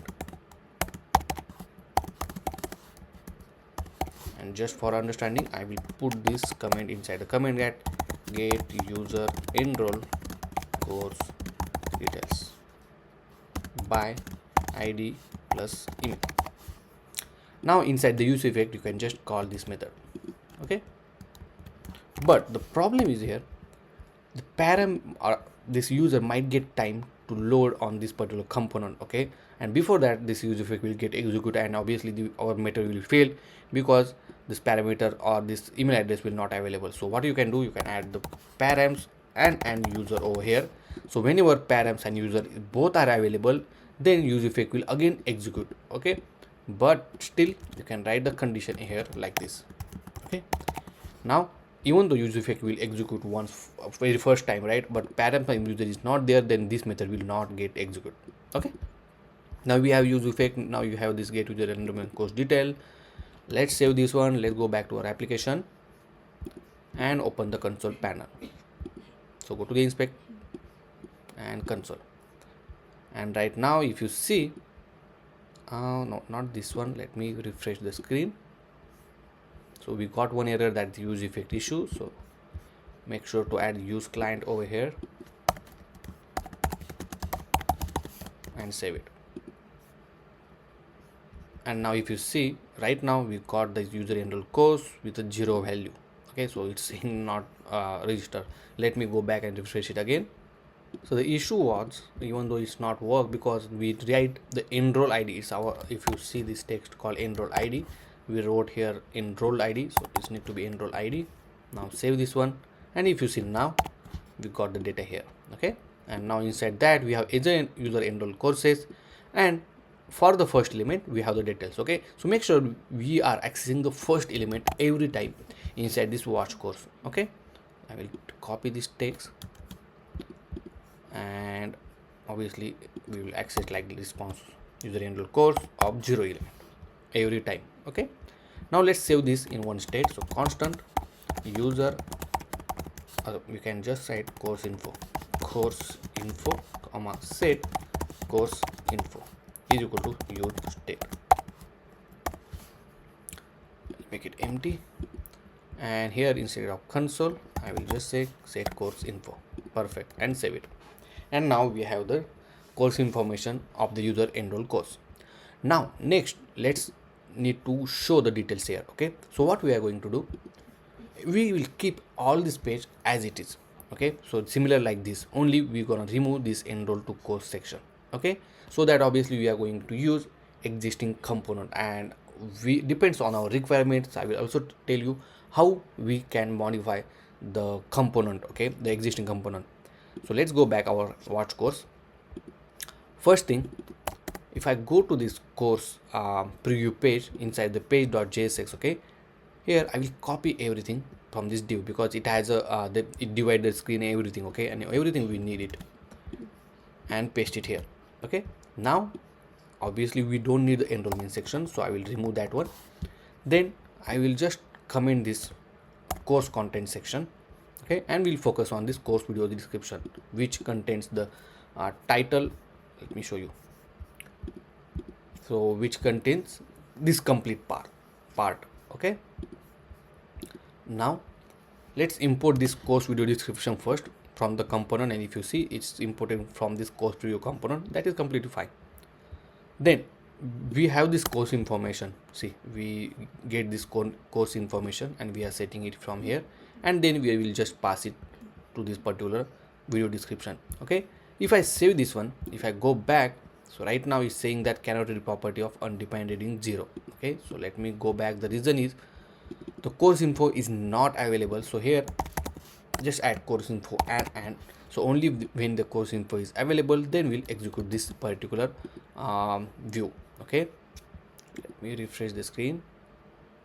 So this error is coming because here we are just passing this course enroll. Okay, here if I enter chapter list, then this error is still showing, but that's fine. Let me remove this id I added for testing,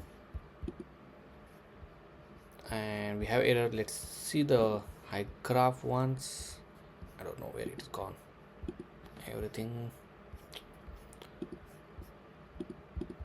So let me go to this global API, and over here we have the property called course list. So this course list, we have to get it here, not a chapter list. Okay, so it need to be a course list. And then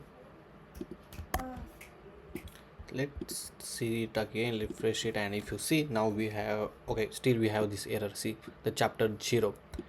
Okay, so that's because maybe we need to add some condition here, because for this course video description, it's not getting chapter, and if I save it here like this, we need to make sure that inside the course info and chapter, because we are using the existing course video description section, right, the component, and here we need to set that chapter 0 is available. Okay, so let's see this once what we are getting.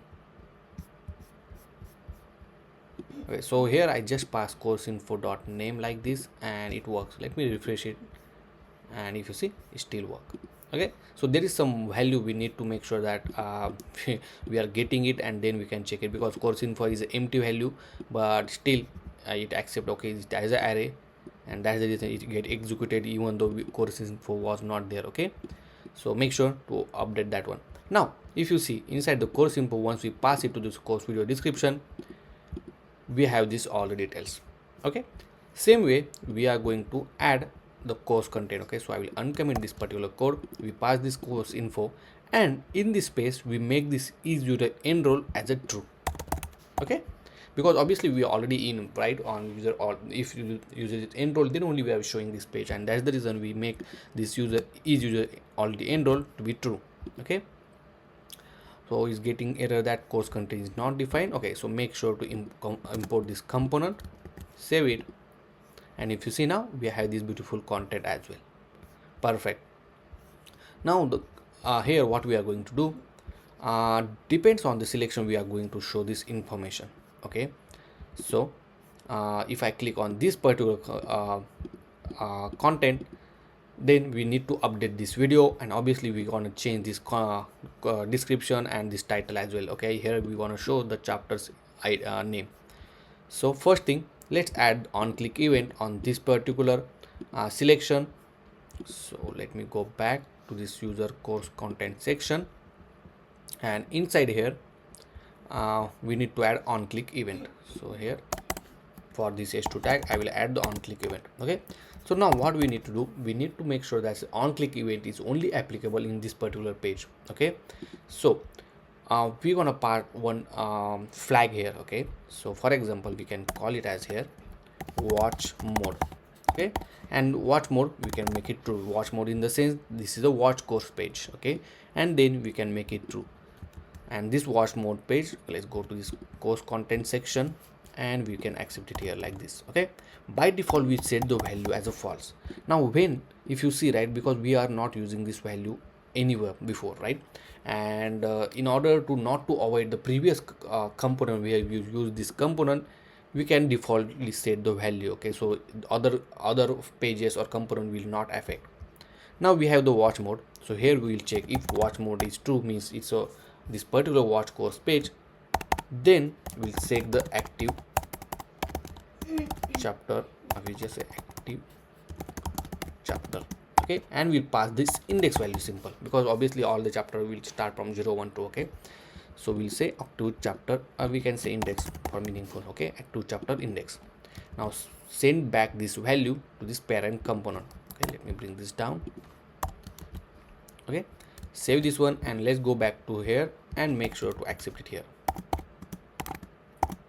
Okay, now obviously this will return the index, and I will just console the index to make sure that we are getting the index value at least. Okay, so let me open the inspect panel to console, clean everything, and if I click second, see, obviously fourth means it will start from 0, and that's the reason if I click fifth item, it will show fourth item. That's fine. Okay, it means it's working. Now this index value which we are getting from this course content section, we need to save in one state. So here I will define constant active, we say active chapter index comma set active chapter index is equal to use state. Initially we will set the value as a 0. Now, and here we'll just simply update the set active index on the click of this chapter. Now this active index value we need to pass to this course video description. So we'll pass to this course video description. So we'll just say active chapter index is equal to active chapter index, and also we'll pass this watch mode as well. Okay, and we'll make it pass pass it as a true. Now let's go to this video description and couple of things. First things, active chapter index will accept, and this will watch mode, and initially we'll set the value as a false. Okay, now wherever you see this 0, right, it means this obviously in the course we are fetching first element, but now we have this actual chapter index, so we'll set this value as this one. Okay, the active chapter index as this. Now we have this active chapter index, we have this course info.banner.url, that's fine, this everything look good. And here obviously we write the condition now. Okay, if it's a watch mode, this means then we will display the chapter's name. Okay, so inside the span tag, otherwise we'll display about this course text inside the span tag, span, like this. Okay, and inside here I will write the chapter name, so we'll write course info, so everything until this point dot name. Now if I save this one, let's save this one, let's go back, and if I click second, if you see this project setup is changed. If I click third, see the immutable setup is updated. Okay, but if you see the video is not updated. Okay, to make sure that the video is get updated, okay, obviously we are updating or we are passing this correct value. Okay, so let's go to this video player, and over here let's add a key value. Okay, and we'll add the key value as a video URL. This key means because we wrap this source inside this video. Okay, and we make sure that we are just tailing video tag. Now key change, obviously then it will tell source, okay, you have to update with the new data, okay, new video URL, and that's the reason we pass this value. Okay, now if I save this one, let's go back on third, the fourth. Okay, the value changes, the banner is same. Okay, if I go to 7, this, if you see this time is changed, means the value actually getting changed. See, we got the 6th chapter. So what you can also do, you can remove this poster, okay, by passing the watch mode on this video tag as well. So for this video tag I will pass the watch mode, or maybe you can just pass this if it's a watch mode, or maybe it's, we can write if not watch mode, there's send the banner, otherwise send null. And let's see how it looks now. If you see now, if I go to third, if I go to the fourth, see. Okay, now this video, this particular title is also working. Now it's time to change the description. So let's go back a little bit down, and here also you can add the same way. Okay, so just wrap this. If it's a watch mode, we can change different one, otherwise we'll show the same similar description. Let me get this marked down over here. Only thing that we need everything until this point, and we need a property called, let me check, so it's a short description. Okay, maybe we can check in our global API. Yeah, short description like this. Okay, this particular text, because we want to show the short description. I am in different page. Yeah, over here.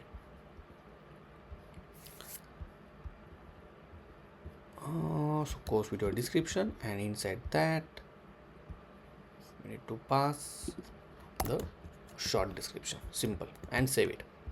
Now if I got, okay, so right now we don't have the short description many of this particular screen. Okay, but if you have short description, it will display at this bottom section. Okay, perfect. Now if I check, if I click on any of this item, the video is get updated along with this title. Next, we need to make sure, if I select this, for example, third chapter, we have to make sure that third is selected and not the one. Okay, so obviously we need to go to this course content, and over here we have this set active chapter index. We are setting on for this on click. Also make sure you will set this active index as well. Okay, so here only I will add the set active index and create the value as an index. That's all, and save it. Now if I click on fourth, see, it's selected fourth. If I click on 8, it's selected 8, and that's all, guys. So this is how we beautifully implement this course preview page. Okay, So let me check one course preview where description is there, okay, because it's missing right now. So let me go back to some other courses where it has the descriptions. So inside this Hygraph, right, we have this inside the chapter, we have this short description, okay, for this particular component called chapter, and here I added this short description. Okay, so for this particular course, let's go to this enroll now, and here for the second chapter I added description. If you see, we got this description as well. Okay, so whatever description we put here, it's showing on this particular screen. Obviously you can write big description or whatever you discussing on this video, you can write it here. Okay, that's how cool it is, right?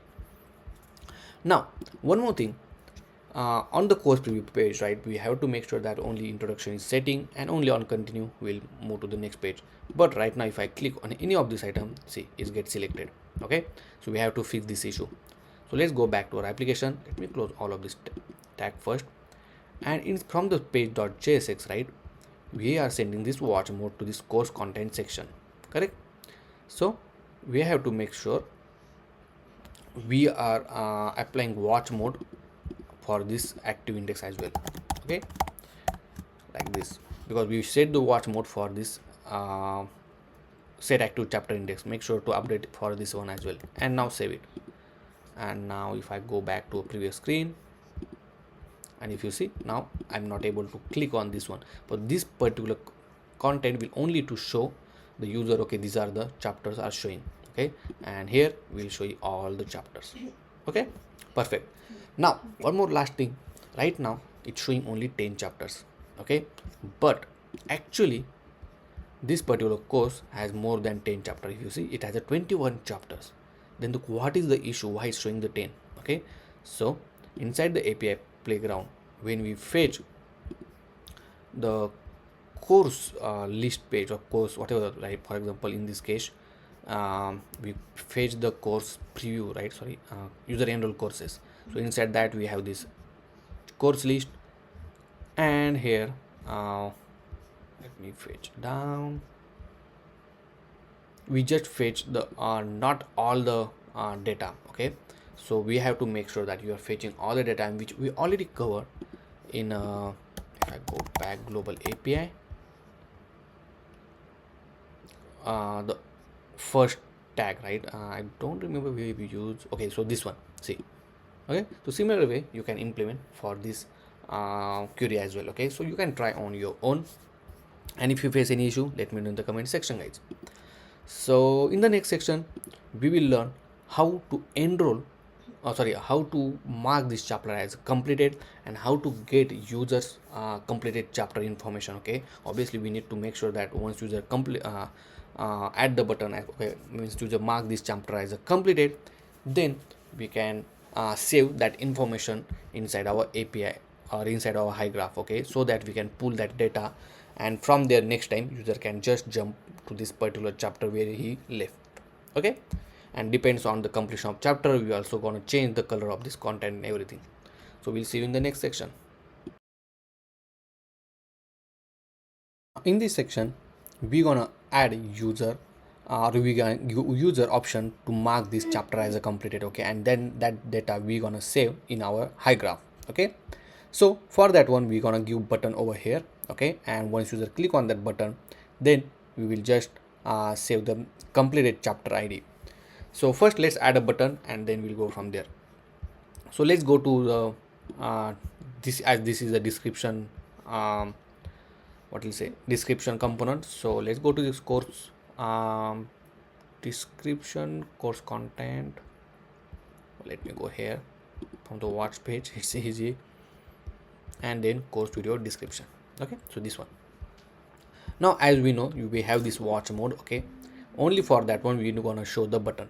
Okay, so let me bring this down, and here we're gonna add that new button. So button like this, and then here we'll say mark completed. Okay, only for that watch mode we said that watch completed, and let's save it. And if I go back, let me refresh the screen, I don't know why it's not showing. Okay, yeah, if you see, now we have this mark completed. Next, let's apply some styling. So class name, make it flex, justify between and item to be in the center, and then save it, and this will be on the right hand side. Okay, now user click on this one. We have to make sure that we'll pass the chapter ID to our parent component. Okay, so we'll add the on click method over here, and we'll set set chapter completed, and then we need to pass the ID. Okay, so the ID will be this chapters ID. Okay, so we'll get this ID active index dot id. Okay, and now let's pass this method back to the parent component. So this is our parent, we'll accept it here like this. Okay, so for now we will say chapter ID, and we'll just console the completed chapter ID over here to make sure that we are getting the correct data. Okay, now let's go to the inspect panel, go to the console, clean everything, and if I click on mark completed, if you see we got the ID. Let's mark the second chapter as completed. So if I mark second chapter, now this time I got the different ID. Perfect, that's what we wanted. Now we need to create one method which will store the completed chapter information. Okay, so here we'll say constant on chapter complete. This method will help us to store the value. So here we'll say save completed chapter ID. Okay, okay, that's fine. Now here if I go to the Hygraph now and go to this API playground, here we need to create a new endpoint, and it will be a mutation. So if you see, you can add a new query as well here. Okay, and just mark it as a mutation plus sign. Now here we need to update we need to update the user enroll course. Okay, before that let me show you the schema. So inside the schema I added this new component called completed chapter, and which only have this chapter ID, nothing else. And that this particular component called completed chapter I use inside the user enroll course here. Okay, and this particular completed chapter has a for multiple components, so you can add the multiple value. Okay, and let me show you the example. So if I go to this content for the user enroll course, let's go to any of the user enroll course, for example this one. Now if you want to add the complete chapter, if you see this is the particular component is there, you can click add, and just you can add the ID whatever you want. Okay, so this is how it used. Now let's go to the API playground to make the to create this our query. So inside the mutation we just need to update the user enroll course. So if you see here we have an option called update user enroll course. Here whatever the data you want to update you can provide here. So in this case we just want to update the completed chapter, so select the complete chapter. Here you need to create a new record. Okay, every time, so add the create, and then you have to add the chapter ID. Okay, over here. Next, obviously you need to write where condition, which is the ID. Okay, so ID will be this record ID, okay, which we already have. So now copy this mutation, but before that we have to make sure that we will publish. Once we update this, we need to make that we are publishing this content. Okay, so let's go up, and here is search for the publish user enroll course. See this one. Okay, and here we pass the ID as well, which whatever the ID we are passing here, same ID we need to pass it. We are just telling okay, now publish this updated information, and it will return the simple ID. Now copy this mutation query. Now all of this mutation query, everything you will get in my source code, so don't worry. Okay, or you can take a screenshot as well. Now inside our global API we'll add a new endpoint constant. Here we'll say complete mark chapter completed, mark chapter completed endpoint. Okay, constant query is equal to GQL stack and paste the query.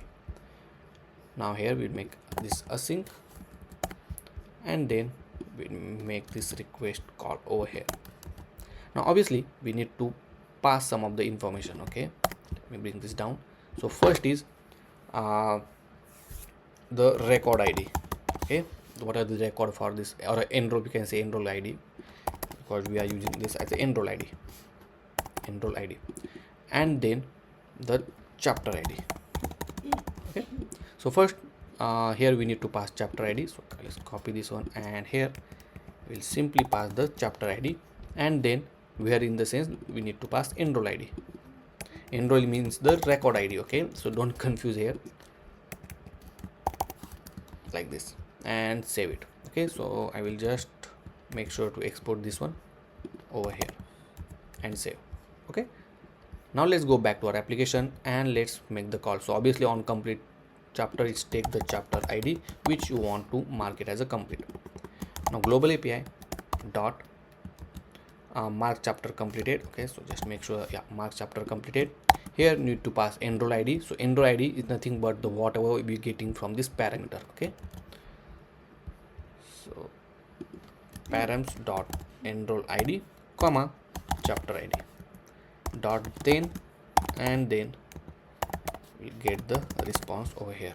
Okay, so we'll just console the response, but along with that, what I'm going to do, I'm going to, if the response is completed, we can show the toast message. Okay, so if you see this toast, I'm importing from this toast, and we can just say the message like chapter mark as completed. Obviously marked as a completed. Perfect. Okay, save it, and this obviously on chapter complete we will call on this particular method call. Okay, so let me remove this console and paste it here, and now save it. Okay, now let's go back to our application and let's test this out. Okay, so for example, I'm on the first introduction. Obviously let me open the inspect panel as well to make sure that we are getting the response, and let's mark this chapter as a completed. Okay, so right now we got error that this user enroll course must have the selection of subfield. Okay, let me check. So over here, right, once we update it, right, we need subfield to return some value. Okay, so if I go back, and here we'll select some ID like this, just copy this. Okay, because we didn't need some return statement. So from the global API, save it like this, save. And now let's test this out. Hopefully it will work. Let's mark it as completed, and if you see, we got this beautiful toast message at chapter mark as a completed, and also we got this ID which is updated and which is also published. Now let's test this out, and if you see, this ID is EEV6. Okay, so let me go back to our content, and I think this is the user, not this one. I don't know which one is the user. Let me check. So this is the particular user it is. Okay, and if you see, now we have this chapter ID added to this particular completed chapter. Okay, perfect. Now the next task is obviously let's try another one. Okay, for example, let's mark it second chapter as completed. Mark completed. If you see, it's saved. Let me go back and come again, and if you see, now second chapter also marked as completed. See, now first and second. Okay, perfect. Now another thing what we need to do, once user mark this chapter as completed, we need to show that okay, this chapter is completed with some styling. Okay, so to do that, we need to get the updated the mark chapter, the user enroll inside the user enroll course. We need to get this particular completed chapter list. Okay, so to get that one, let me go to this one of the query. Okay, so inside the user enroll course, let me minimize everything, and inside the user enroll course we have option here called completed chapter. Okay, and inside the completed chapter we again have completed chapter, and here we can get the ID and the chapter ID. Okay, this is very important. And now if I run this one, obviously we'll get this. For example, in this case we got this 2 chapter ID and everything. Okay, so let's copy only this part which is completed chapter and this one. Okay, and then once you copy it, let's go back to our method which is the get user enroll course detail. Okay, and after that I will just paste it here so that this particular method also return us a completed chapter. Okay, now save this one, and if I go to page.jsx, okay, page.js, here we are getting this get user enroll course detail. Okay, here what we can do, we can just check whether we are getting completed chapter, and then we will store in one state. Okay, so let me console it, and if I refresh it, here, and if you see, we got this complete chapter list, chapter ID, and this ID as well. So now let's save it in one state. So let me go back here and define one state called constant completed chapter comma set completed chapter is equal to use state. Okay, and initially it's empty. Now just set this value over here. Instead of console, I will just set the value. So inside here we just setting this complete chapter list. Okay, and save it. Now pass this completed chapter to this course content. Okay, where we are going to apply some styling. So here I will pass it complete chapter, go to this course content section and accept it here. Okay, now we have this complete chapter list inside this course content section as well. Now here we will define one method, is a constant check is chapter completed. So this method will check if the chapter is completed or not. Okay,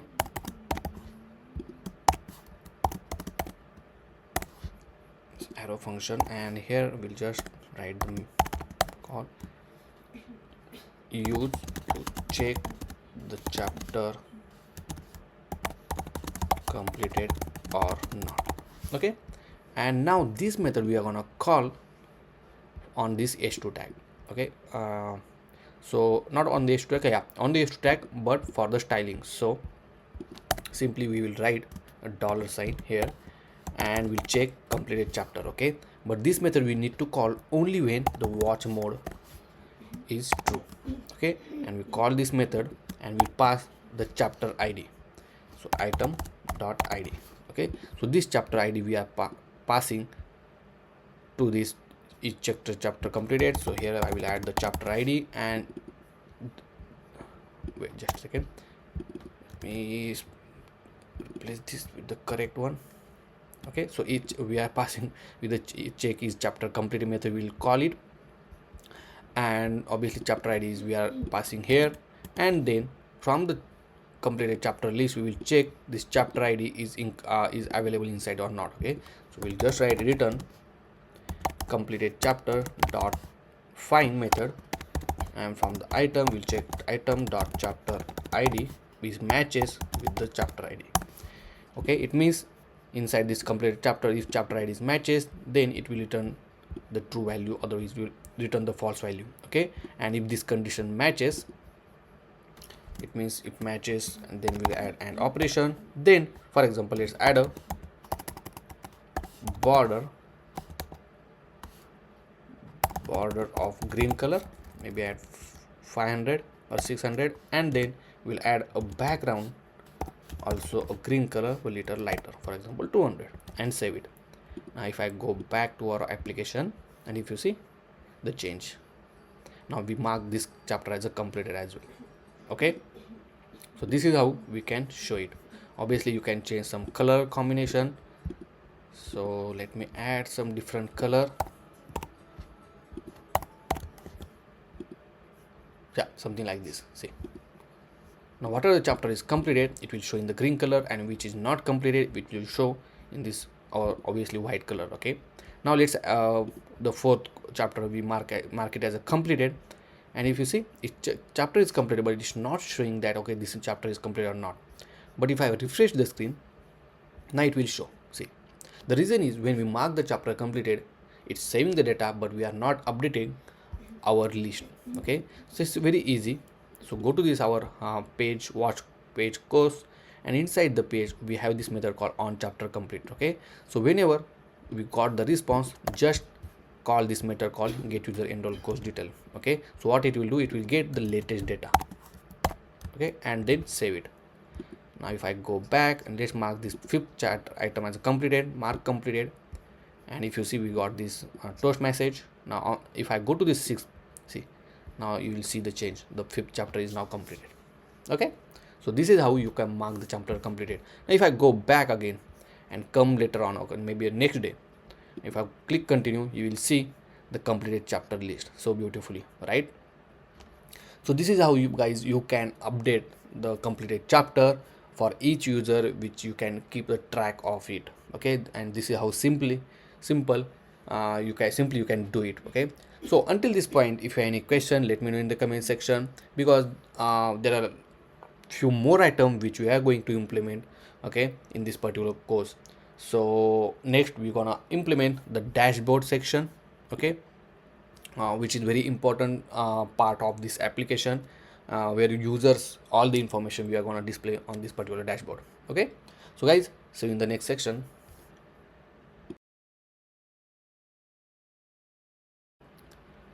So in this section we are going to implement the dashboard for the user, okay, where user can see the progress and his enrolled course list. Okay, the layout of this dashboard will be similar like this. Okay, it has a welcome banner, then and on this particular section we're gonna show the in progress courses. Okay, and on the right hand side you have choice where you can put anything like advertise, you can put some option for the forum or so on. Okay, so right now if I go to the dashboard, nothing is there. Okay, and here obviously last section we completed these sections, but now we will focus on dashboard. In that we have welcome banner, in progress code list, and the progress status. Okay, so these three things very important where we are gonna add it. So for that one, first let's go to this dashboard page, and inside that I created underscore component folder, and simply I added this welcome banner, okay, which is similar like the previous. Only thing here I added welcome back and the name of the user. Okay, and I'm passing the user's information to this welcome banner dashboard. Obviously from this page.jsx we'll get the user information first, is equal to user, and as I say, we're gonna use same structure that we have for this course page. Okay, so what I'm going to do, I will copy this as it is. Okay, say this div because it's showing just a grid. Okay, obviously we will change the component name and everything. So here I'm gonna, this is side banner. I will add the side banner for now as it is, but we'll remove this course list and the banner. Okay, so banner will be a little different, so it's welcome banner dashboard I call it, and this is a left container, this is a right container, and for this welcome banner just pass this user information. Okay, and then save it, and let's see how it looks. So let me refresh it once. So it's staying. Okay, so for this component we need to make it use client because we are using the use state, so we'll make this use client. And if you see, now this is the welcome banner in saying welcome to Gurji, which is my account which I log in, and the this particular text. Okay, and the sidebar is similar that what I kept it here. Okay, so if you want you can change it, it's not big deal. Okay, and this beautiful panda images. Okay, this is here is different and here it's different. Okay, now you can change color, whatever you want, you can modify according to your need.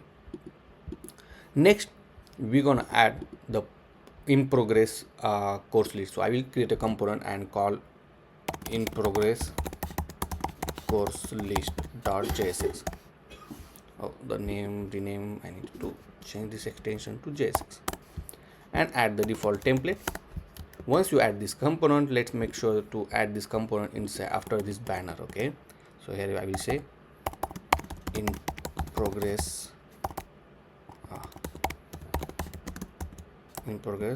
course list. Okay,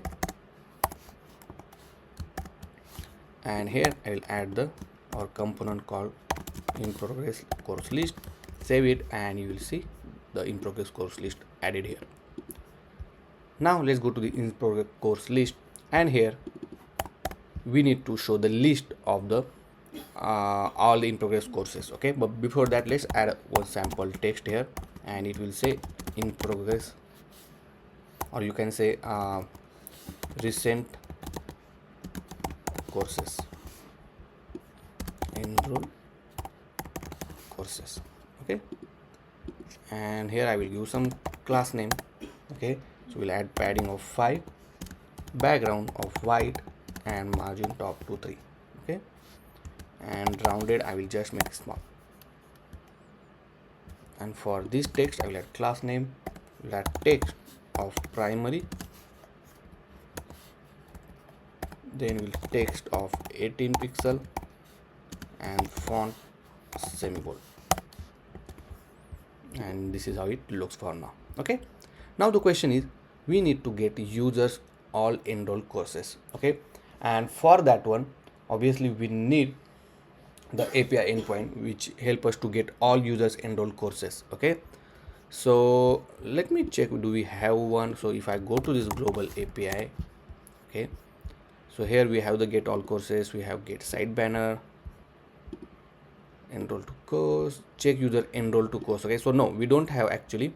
Okay, so let's create one API endpoint. So let's go to this playground. I will add a new query, and here just add a new here, and we need a course as user enroll courses, right? So obviously we need multiple courses, so I will select this option called user enroll courses. Here you need to add a condition. Okay, so where a condition, and you need to search with the email address. So where condition with email, so search for the user email. Okay, so user email, and here if you pass the user email ID, then obviously only that particular courses will get it. Okay, here we need to get the completed chapter. Okay, that completed chapter we need when we are going to show the status. Okay, whether how much it's completed and everything. Okay, so that's the reason we need it. So I will select the complete chapter with the ID and chapter ID, then we select course ID. We also need the course list. Okay, so how much course it is, means the chapter and everything. Okay, so not all the information we need, we can take ID, name. Obviously we need author and everything to display the course information. Okay, so we'll get total chapters, slug, source code, I don't know what else we can take it, whether it's a free or not. Okay, description, demo URL, chapter we need it actually, that is important.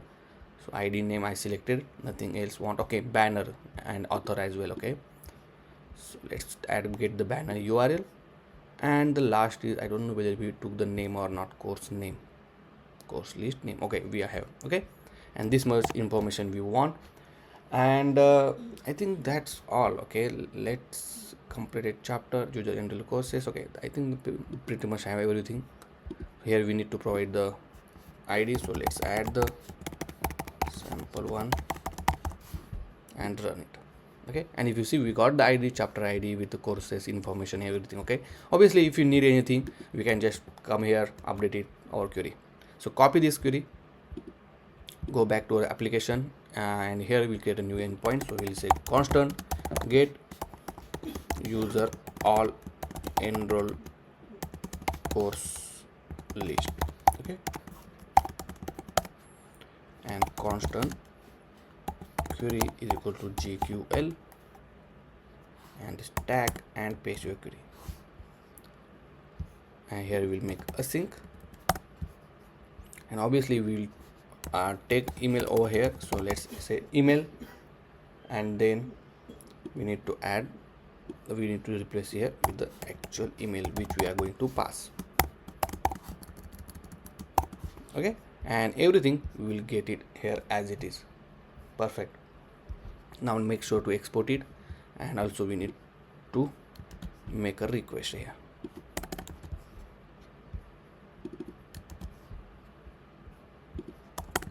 Save it. Okay, now we have this API endpoint. Now inside the page.jsx of the dashboard we're gonna call that method. So constant, we'll say get all user enroll courses is equal to, we say global API dot get user all enroll course list, and here obviously just make sure we have that one. Okay, perfect, course list, and then we need to pass email, so which is getting from user dot primary email address dot email address dot then response, and we'll just console the response just to make sure that we have the data. Okay, and copy this one, let's say use effect. So obviously we need to call this in use effect, so I will call it in use effect, and only when we are going to call when the user's information is available. Okay, like this. So here I will say get all user enroll course list. Perfect, and save it. If I go back to our application, so I think I log in with a different user, so we might not get the data. Okay, so we have something, let's check. Okay, so we have one course, and if you see, we have the course ID, course list, and completed chapter as well. Okay, so it has all the course list information along with the completed chapter of one of the course. Okay, so perfect. Now we have this proper data. Now let's save this data in one state. So over here we will call one, let's say constant user enroll courses, comma set user enroll courses is equal to use state and empty array. Okay, and here we'll just pass the information set user enroll courses response. So it will be a response dot user enroll courses, I think enroll courses. Okay, make sure I will copy the correct one. So sorry, so this one, because we need actual list it. Okay, perfect, and save it. Now whatever the data we have inside the user enroll courses, we need to pass this to our in progress course list. So pass it here like this. Okay, and make sure to accept it as a prop and save it. Okay, now here we need to show all the list of that particular courses. Okay, so I will add one div, and we'll iterate that user enroll courses. We'll say question mark dot map, say item comma index, the arrow function. So instead of writing all the items code over here, we'll create a new component. Okay, so inside this underscore component, we'll create a new component called progress course item dot jsx. Okay, add the default template rfce, save it, and then use that component over here. So just progress course item like this and save it. Okay, now you will see the progress course item. Right now we only have one item, so that's the reason it's showing only one. Here we'll pass the key as the index. Okay, and now obviously we need to pass some of the information, which is main is the course information. Okay, so we'll write course is equal to, and the item we need to pass. So every item we need to pass to this progress course item. Okay, I will go here and accept it as a course. Now let's start implementing. So first thing, what I'm going to do, instead of writing all of this code, right, I will copy the existing code from this course item which we already have, right? So let's copy as it is, yeah, everything. Okay, and then we will delete the one which we don't want. Okay, so for example, we don't want this section called this watch on YouTube, so this particular section we will delete it. Okay, and also course is free, that's also section I will delete it. And make sure to import this image, otherwise you will get error. And I think everything looks good to me. Okay, but here is the one more thing, right? If you see this, our response, right, I don't know whether we have the data. Okay, I removed the console. Let me show you that first. Okay, so if I go to this page.jsx, and in the console, yeah, we do have console. Let me refresh it once. Okay, so if you see in user enroll courses, right, we have the list of user enroll courses, but all the course information we have inside this course list and not inside this particular item. Okay, so every time we need to access with this course list. Okay, this is very important to get the banded URL, the name of the course, and everything. Okay, it's little bit different than what we have. So what you need to do inside this in progress course, we'll keep everything as it is.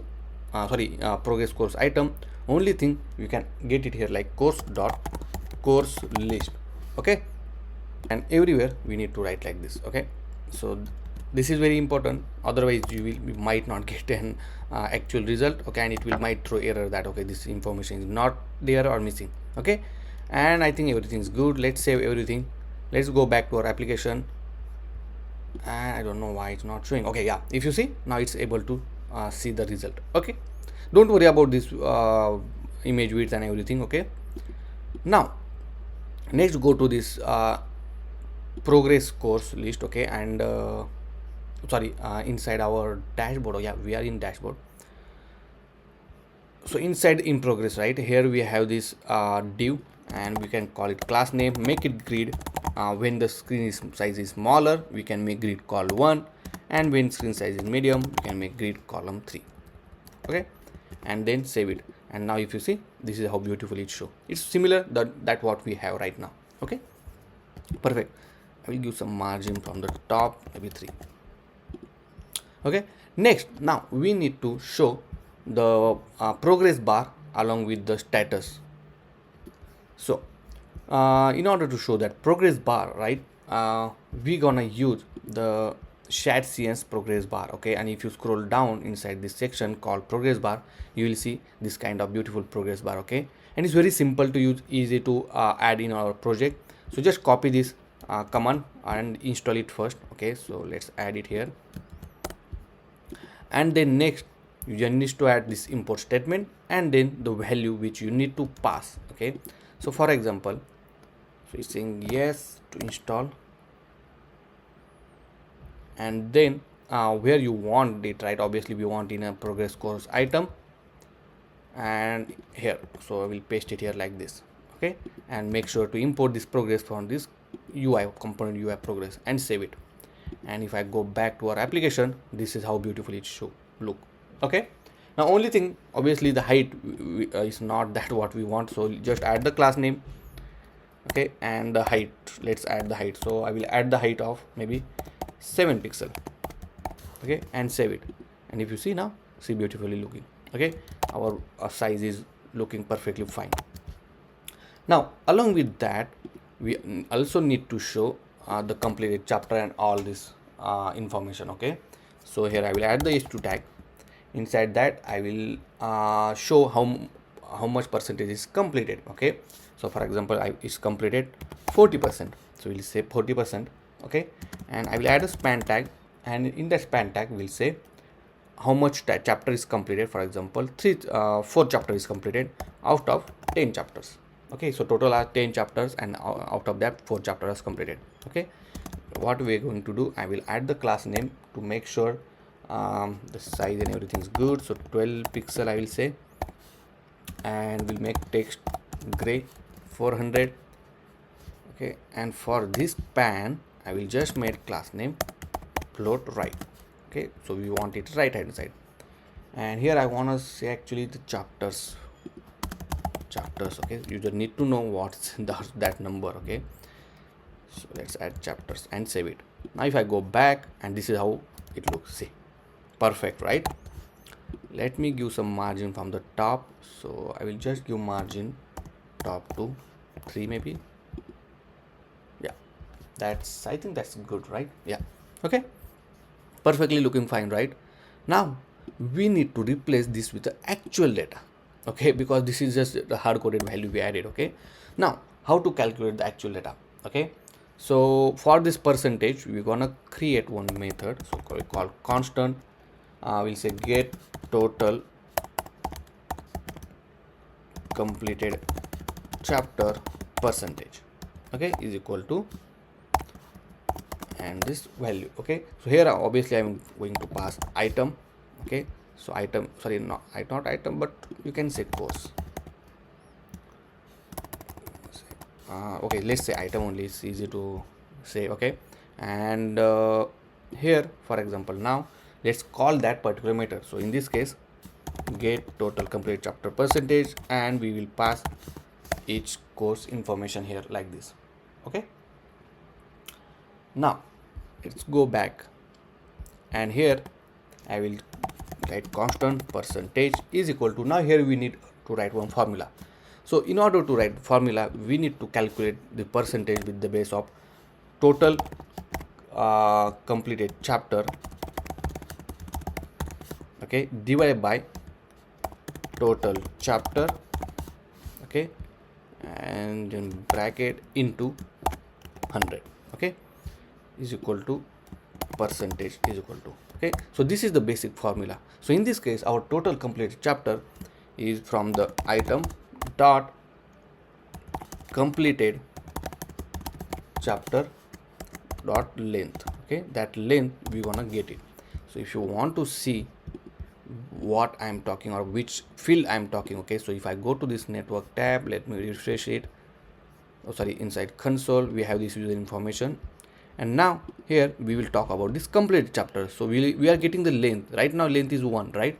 So that length we are getting here, okay, divided by, we need a total chapter. So total chapter information we will get it from this course list, okay, and then you can get it from this number, otherwise you can get it from this chapters information, okay. Now you might differ this why it's showing 10, okay, because initially by default this Hygraph will only fetch the first 10 record until and unless you mention, okay. So for example, if you see this chapters, right, if I go to this chapter section, here you can select the first and we'll say first maybe 15, okay. Now obviously if it's not 15, whatever it have, obviously it will fetch all the first 15 chapters if there are 15 chapters, okay. So make sure to update this value, okay. So if I go to this global API and inside a chapter, I will paste it here. So we'll fetch now all the information, okay. Just let me show you how. So okay, now we have this updated response, and if you see now inside the course list, now we have this 16, right? Now you can access this one or you can access the accurate one, okay. So I will go with this value, okay, because this I hard coded, means I manually entered inside the Hygraph database, but you can use this one, I will suggest, okay. So you can access it with the item dot, we say course list dot chapter dot length, okay, and then into 100 to get the percentage, okay. And now we have the percentage information here. We just return the value called percentage, okay, and then save it. Now if I go back, and if you see now, only because out of 16 chapter only one chapter is completed, that's why it's showing 6.25%, okay, perfect. Now obviously we have this total chapter completed, so I will copy this value and I will paste it here for the total chapter percentage, like this, okay. And for all the total chapter which we have, it means this particular length, I will paste it here and save it. Obviously it's not item, it's a course, so let's update this as a course, okay. And now if you see, out of 16 we only completed one, and this is the percentage, okay. Now obviously for this progress bar as well we need a percentage, okay, because this progress bar contains 100 means complete, see, and 0 means nothing, okay. So it values between the 0 and 100, it means percentage kind of thing. So same thing we're gonna do it here. I will call this method again here, save it, and if you see now, magic, see, only this 6.25% is completed, okay, perfect. Now right now for this item, okay, it's not clickable, see, I cannot go to any of the progress bar or anything, right? So just wrap this inside the link which is from the next link, and add a href tag, and here we'll add the course, we'll use the course preview slash, and we need to pass the slug name, okay, sorry, slash plus, we'll add the course list dot slug, like this, okay, and in the tag, and obviously wrap all of this div tag inside the link tag, like this, okay, and save it. Now if I click on this item, see, it jumped to this course list or course preview page, okay, automatically, because we already set up everything is ready. Okay, now click continue because you already enrolled to this course. And now if you see, only one chapter was completed, right? Now let's go to the second, watch the course and mark it as a completed. Okay, and now if you see, second chapter is completed. Go to the third, mark completed, and third is also done.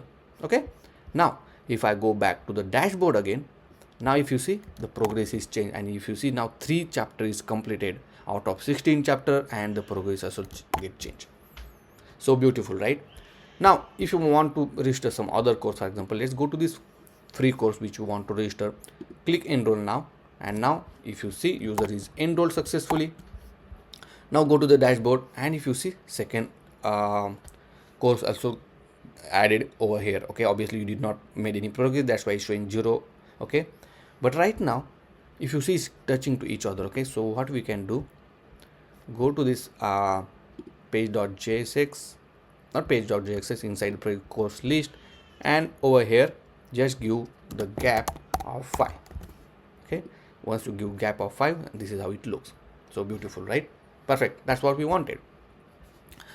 So this is how we can able to implement the dashboard. Now on the right hand side, you can add whatever you want. You can add advertise, you can add some message over here, you can add the anything which you want to show, like notification, any information. Okay, and guys, as I say, this is completely responsive. Okay, if I go to the smaller screen, see, okay, if I go to this mobile view, this is how it looks. See, okay, if I go on any of this particular video, you will see this information like this. Okay, on mobile view. Not only this, if I go to the continue, you will see the complete chapter and how beautifully it's organized. See, okay, now obviously if I increase the screen size, depends on the screen size, it changes layout and all. Okay, so it's up to you how you want to design, how you want to keep the all the components. Obviously if you don't want you want this welcome banner until this point, you can do that. Okay, so everything you can handle it, because you learn a lot of things in this particular course, in this particular video. Okay, so I hope you understand this particular section. If you have any question, let me know in the comment section. And if you face any issue while writing the code and you want to access the source code, the link is in the description. Get it, access your my source code, and happy coding. So see you in the next section.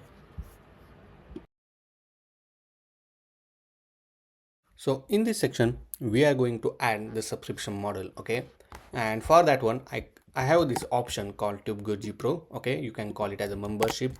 And here I give the two options. User can enroll for the monthly subscription or the yearly subscription. Okay, so obviously it's a subscription model, not a one-time payment. Okay, that's what we are going to do. And once user click on this get started button, obviously we are going to make payment, or we will connect our application to the payment gateway. Okay, so for that one, we are going to use Razorpay. Okay, so Razorpay is an Indian payment gateway, and it's very easy to use and easy to integrate. Okay, and it also available for the international currency. Okay, not only for Indian currency, but it also available for the Indian currency, and it is available for the individual user as well. Okay, if you don't have business, don't worry, this is okay for you. Okay, this is you just need to sign up, upload some documents, and that's all, you are done. Okay, so right now I'm in the dashboard, and if you see, this is the dashboard. Okay, and if you observe, right now I'm in the test mode. Okay, once you're done with your implementation and everything, you can go into this live mode as well. Now here what we need to do, as you know that we are going to add the subscription model. Okay, so to add the subscription model, you need to click on this option called subscription. Okay, and then here first thing you need to do is to add a plan. Okay, now here you can add monthly plan, yearly, or depends on you. Okay, how you want to give, and you can give the value. Okay, so right now I give the Indian currency value, but obviously you can convert it into a dollar or anything. Okay, so if I click on this new plan, here you can add the plan name, or how frequently you want to charge. Whether right now we are doing for uh, 1 month, once a month. Okay, and the billing amount, and you can create the plan. Okay, so this plan ID we will need it later on. And then from our API and everything, we will create the subscription IDs, okay, the subscription IDs, okay, because from the subscription IDs for each user it will be unique, and every time it will be unique, okay. So obviously we need to create this, depends on our logic. Now this is the documentation for the Razorpay subscription model. I kept the link in the description so you can go and check it out, okay. So it's very easy to do it. First thing, if you see, you can select this option called Node.js over here, and then you will find this basic code, okay. So first thing, let's go to our application, and here install this package called npm install Razorpay, okay. So this will install this Razorpay dependency for you, okay, the package. And then inside the app folder we will create a new folder called API, okay, where we will keep our all the APIs. And then inside that I will create a new folder and we will call it as a create subscription, okay. So I created this folder called create subscription, and inside that we'll create a new page called route.js, okay. So create subscription is the API endpoint, okay, and inside that we will add the route.js, okay. Now here let's add the basic structure. So export async function, and obviously this is the post request, so I write post, and here we have request comma result, okay. And then at the bottom I will just return next response, okay. So this is next response dot json, like this, okay. So this is the basic structure. Now from the documentation, copy this instance and everything, okay, the Razorpay instance and key secret, and paste it here. Let me bring this down. Now we have the instance, okay, and I will copy this instance create as well and paste it here like this, okay. Now we can give only quantity as a 1, okay, and if you want what is the parameter and everything, you will find it here, okay. So total count you can give, depends on your choice and everything, okay. So right now I give total count 6. Start at it's not necessary to provide, okay. The default value will be the current value, current time. Add-on, I don't want to use any add-on, so we'll remove that one. And if you want to give notes, you can add the notes, okay, any value. So I will keep as it is for now.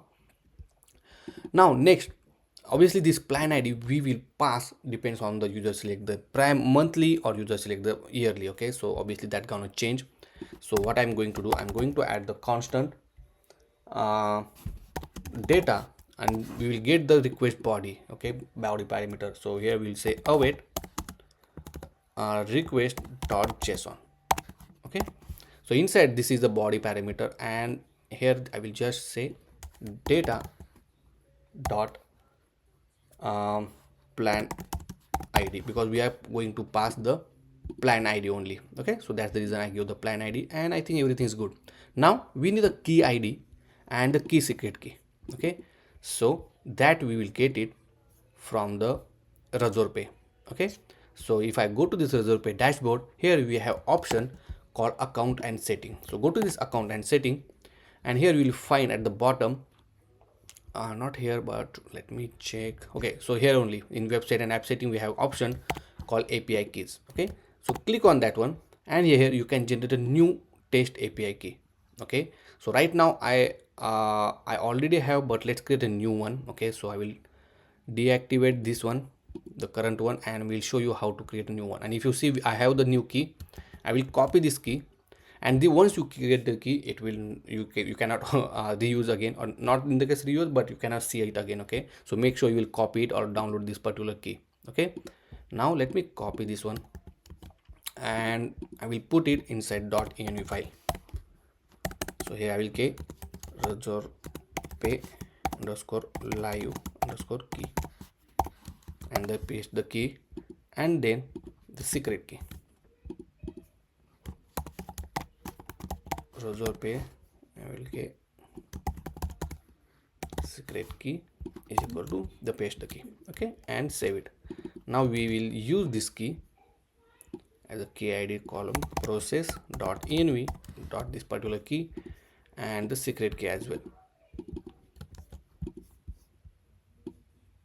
here process.env.secret key. Okay, and then save it.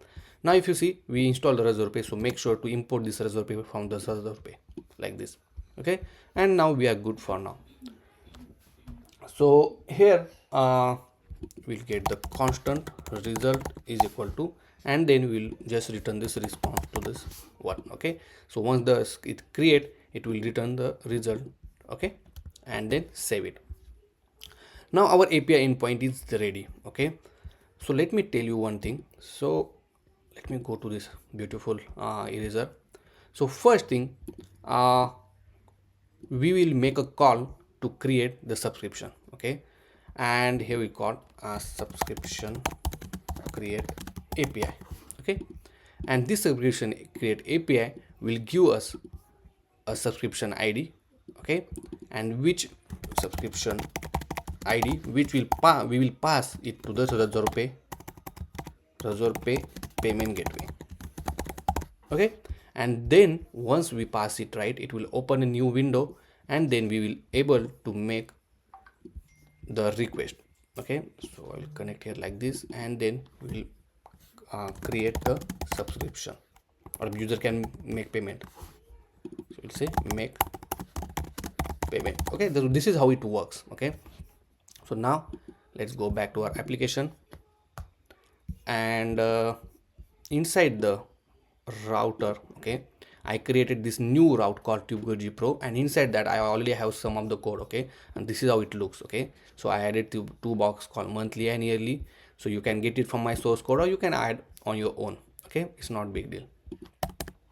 Now inside that one, we're gonna add one new method.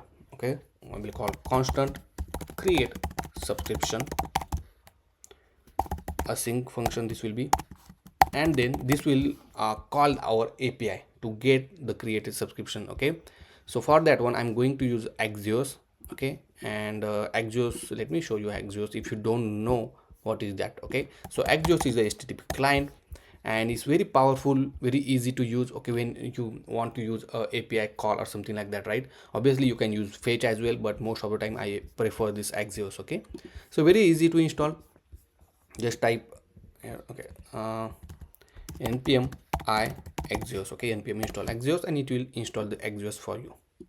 Okay, now over here we will make a post request. So Axios dot post, and here we need to give the path, which is API path called API slash create subscription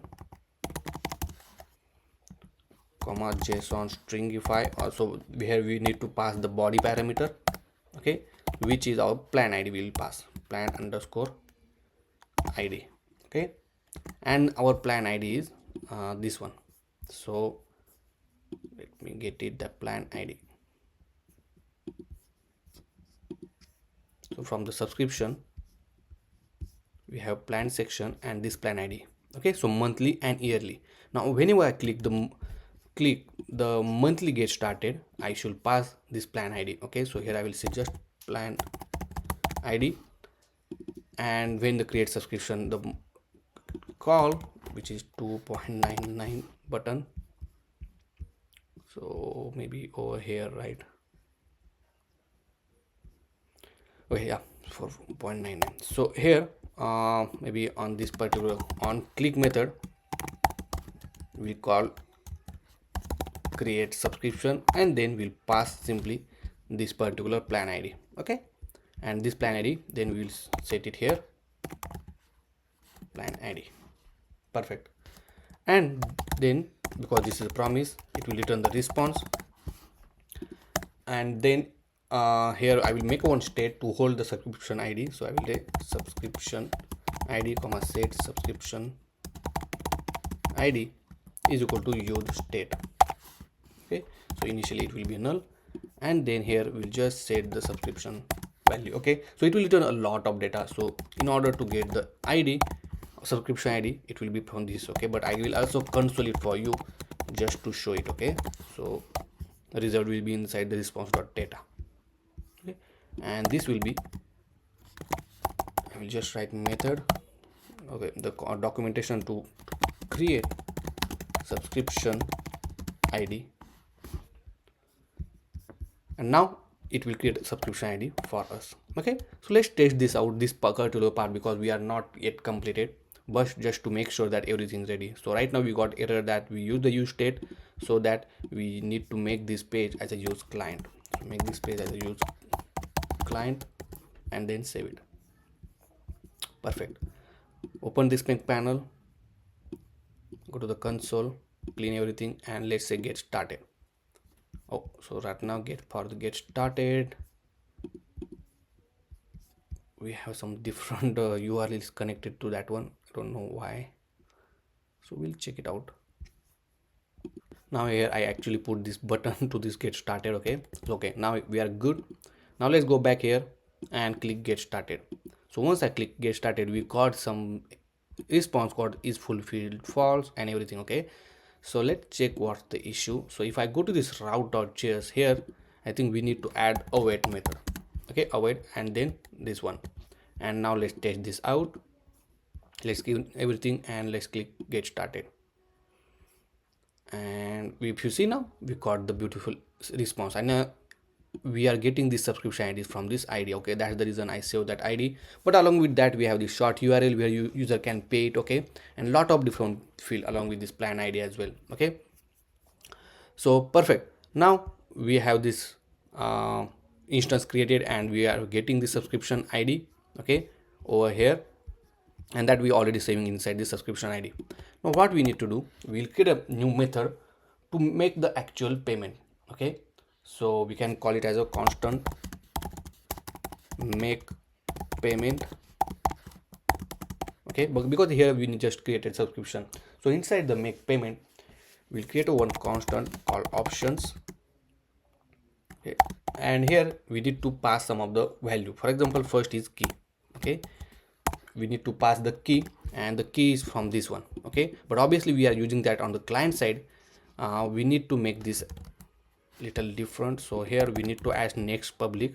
So next underscore public, it will be a public. Okay, and then copy this one, and here we will access it using process dot env dot this particular key. Then we will need to add the subscription ID. Okay, so we'll call subscription underscore ID, and which is the ID which we get it from the subscription ID, so this particular one. Okay, next we need to add the name of the company. So in this case I will add Tube Guruji Academy. Okay, then you will get the description. So let's write the description Guruji Pro membership. Okay, and even you can write the logo of the email, but we will add that on later. Okay, then here will be a handler. Okay, which is a callback method once the payment is successful or no error. Okay, we call response like this, and we just console the response for now. Okay, so here obviously once it's successful in this particular method, we will save the data. Okay, and if you want to add the theme, we can add the theme. For example, we just add a theme, and we add color over here. So color will be like you can add primary color. So I will get the primary color code from this global CSS, or not CSS, it's from the tailwind config.js. So this one hash. Okay, so everything is good. Now this make payment method we need to call, but before that, now we need to make we need to pass this option, because we just created the option. Here we call razor pay is equal to new window. Okay, dot razor pay, and then we need to pass these options. Okay, and simply we'll call razor pay dot open. Oh, this need to be this one. Okay, like this. Okay, and save it. Now one more important thing we need to do it here. We need to add a razor pay checkout script. Okay, so let me copy that one. So this particular script I will paste in somewhere here. Okay, and this need to be script. Okay, start with the S. Let's give some ID for this one. So let's give ID of, we can say, equal to resort pay checkout JS file. Okay, and obviously we need to import this script tag from this next/script. Okay, so if you see this one, okay, very important. And now from this new window resort pay, and it will open the resort pay and save it. Now once we have the subscription ID, then only we will make this payment. Okay, so either you can call it here, so let's call it make payment over here. Okay, or if you have the use effect, that there is also you can call it. Okay, let's call it here and check whether we are getting this correct subscription ID or not. Okay, so I paste it here. Let's test this out, clean everything. Let's say get started, and just wait. And if you see, we have it in test mode, and if you see, we have this beautiful amount to share, because obviously we are in the test mode. Okay, but if you see, we have this payment gateway ready. Okay, now let's add some details here. For example, let's add my number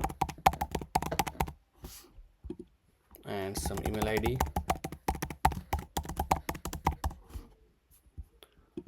Let me close this one now. Let's proceed it, and if you see, now we have all the option like wallet, net banking, pay later, card, and everything. Okay, so let's select some of the card information. Okay, and here I will add the test card for now. So on the documentation, you can just search for the test card. Okay, and for the testing purpose, you will get some card details as well here, like this. Okay, so if you are using international card, you can use Indian or kind of thing. Okay, so let me copy this master card for now. This is a testing purpose. Okay, I'm showing, I don't know. Okay, yeah, now let's add the card holder name, something like this. Okay, and click pay now.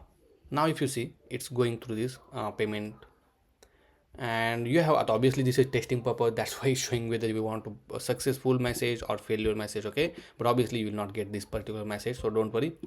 Once we click on success, okay, then it's saying payment is successful. And if I go back here inside the console, if you see, now we have this payment ID, okay, which is successful message, and which is in the page JSX 36. Okay, if I go to this page JSX 36, let me show you. So over here, okay, and this is the response what we are getting. Okay, so this is how it works. And now on this particular handler, you can make a call to save the membership information. Okay, so let's go to this Reserve dashboard as well, and we'll check whether we receive the transaction or not. Okay, and if you see, we have ₹1 of transaction is made, and it's authorized and everything. Okay, perfect. Okay, so this is how you can add the payment gateway in your application.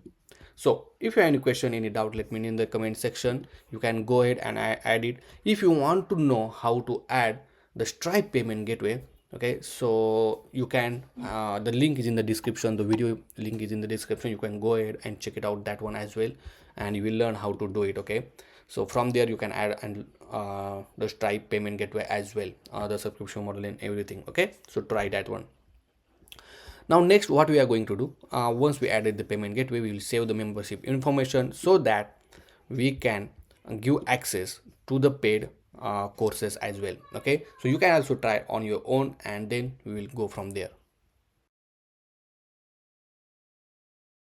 So as we know that we able to successfully integrate the Reserve payment gateway, and this is what we get when the payment is successful. Okay, so this three field: payment ID, signature, and the subscription ID. So obviously we are going to save this payment ID in our database. Okay, and obviously we will create a new record as well. So these are the this is the schema for the saving the membership information, like email, join date, active, and payment ID. Okay, now let's go to this API playground. Let me clean everything here, and let's add a new query. And obviously we want a mutation, so I'll click mutation. Okay, and here we want to create a membership. So here we have option called create membership, and in this case we'll create active obviously we want active, then we want to add email, join date. Obviously if you don't need a join date, that's fine, because created at will help us to make that. Okay, so we'll remove the join date. And the next is payment ID. Okay, so these are the information we needed, and it will return us the ID. Okay, the new created members ID. Okay, and now let me go back here and let's add some dummy data, for example abc@gmail.com, just to test it out. Okay, and payment ID 1234. Okay, and let's run this one. So I run it, and if you see, it's successfully executed and it returned the ID.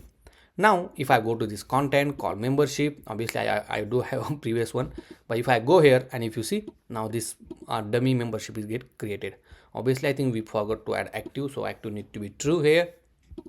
Okay, like this. Perfect. Okay, so this is how we are going to add the membership information. So copy this query and go back to our application. Inside the global API, here we're gonna add a new method called constant. We say add new member and constant query is equal to GQL, this tag, and paste it here. Okay, it needs to be a GQL. Then simply we'll make a request, and this need to be async, and some of the parameter we want to take. Obviously we will make this as a true, okay, by default. Then email address, obviously we need user email address and the payment ID. Okay, obviously we'll connect this payment ID over here, so let me add that one like this, and the email as well, email. Okay, now here is thing, right? The other way you can do it. Okay, so if I go to this schema for the membership, you can even reference or connect this to our users database. Okay, for example, if I go to this reference, okay, and add the reference to this user info, that also you can do it. So one-to-one see. Okay, and if I click continue, go here, and it will also add the user info. But right now we'll keep it simple. I don't want to confuse you guys. Okay, so that's the reason I keep that as simple as that. Now let's export this add new member here and save it. Okay, now we have this add new member ready. Now let's go to this route.js, sorry, the page.js. Okay, because we are done with the route.js, so I will close that one. And over here we have as I say, right, inside the handler we are getting the response. So let's better create a new method called constant add new member, and we call global API dot add new member, and here we need two value. First is email, so obviously we need to get this user information from the email. So constant user is equal to use user. Okay, and then let's go back over here, send the email address, so primary email address dot email address, and then next is payment ID. Okay, so this payment ID we will get it from this parameter. Okay, dot then response, and then it will return the response for us. Okay, now if the response is there, we'll simply toast the message. Okay, so we'll add the toast dot, or just toast message, something like that, payment successful. Okay, like this. Okay, we'll keep as simple as that. Now we have toast message once the payment is successful. We have the add member. If payment is not successful, we can show the error message as well, some toast that payment unsuccessful, or we just say some error happen. Okay, or internet server, whatever. Now this add new member we have to call inside this handler. Okay, so if I say if the response is there, then we will call this add new member, and inside that, as I say, response dot we're gonna send this payment ID. So response question mark dot this Razor Pay payment ID. Okay, this payment ID we will pass and we will save it inside this add new member. Okay, as simple as that. Now save everything.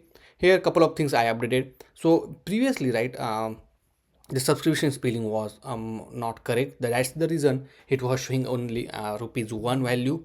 And also the image I added here, okay, which is the image for this payment gateway. I will show you in a moment, but for now I save everything. Let's try it out now. Okay, so say get started. Now if you see, right, this particular user is not a member. Okay, if I try to open this paid course, okay, it will ask me this to buy the membership, but I am not a member. Now let's go to this TubeGG Pro and let's say get started. Now see this kind of small effect I added. Okay, so browser is not supported payment in another browser. Okay, wait, so let me refresh this again. Now let's click it, and if you see, now it's open. Okay, now obviously previously we already added the our phone and email, right? So that this time we are not going to add it already recognize, okay, your existing customer. Okay, let's add a card detail. So I will copy this existing test card. Okay, so I will add this value, some information. Okay, we'll say save card for security. And if you see, now we are getting this option called to begin your subscription. A payment of 399 will be charged now, and will then charge 399 for every month. Okay, also if you see, we added this beautiful logo, okay, with that icon. And now we'll say pay now. Okay, and it's going through the payment gateway. And if you see, now it gets successful, and we have obviously this is test mode, so you have option to check whether it's want to success failure. Let's go with the success, and boom. And if you see at the bottom, it's saying payment successful. Perfect, right? And now let's see in our database. So let's go to the database in our content, and over here we have this tubegurji.com, and if you see, we have this beautiful payment ID. Obviously if you see, it is in the draft mode, right? So what we miss here, we have to add the option to publish this one. Okay, so better you can go here and just search for the publish membership, and where ID is. Okay, so whatever ID we are getting, we will just pass it here as well. Okay, or second option, you can go below and we'll say publish many memberships. Okay, so let me find that one. Okay, publish many memberships. Okay, simply that will do it, and nothing else you need to do, I think. Publish many membership, or maybe connect, this will be good. So, and simply we will call this. Okay, so let's add this publish many memberships inside our global API, so it will get published immediately. Okay, so you don't need to wait to change the from draft to publish. Okay, so this will take care of that one. Okay, and now for now what I am going to do, okay, I'm not making a new payment now, but inside the membership, obviously if you see this membership, no, this is the old one, I think. Let me go back. Oh, this one. So okay, so it's published. Okay, it's showing published. Perfect, let's make sure it's published. Okay, now as we have this membership, right, now what we have to do, whenever application load or user sign in to this application, we also gonna check whether this member or this user has already member or not. Okay, as there are two ways, as I told you. If you can connect to this user info, that will be good. Okay, otherwise you can get the information. So let's go to this layout.js file. Okay, and over here we're gonna call that method, or maybe not here, we'll call it inside the page.js file. Okay, where we have the user information. Okay, so I'll call constant check user membership, will say, and this method will help us to get the membership information. Okay, use to check user membership. Okay, and now obviously we need a API endpoint for that one. So let's go to this API playground, add a new query, and this will be a query, okay, to get the membership, and simply we'll call a membership, and not with the ID, but we'll call memberships from this email. Okay, and we'll get a, we need a where clause. If where, and we'll pass the email. If email is passed, then we'll call everything is good. Then we'll get id, we'll get payment id, and created at as well. Okay, so if I run this one, nothing will get. Let's add some value, run this one, and if you see, now we got this payment membership information. Okay, if obviously if this particular member is not there, obviously it will return an empty value. Okay, so copy this query, go back to our global API, and inside here we'll say method constant check for membership. Okay, constant query is equal to GQL stack, and paste it here. Obviously we need to pass email and make this async.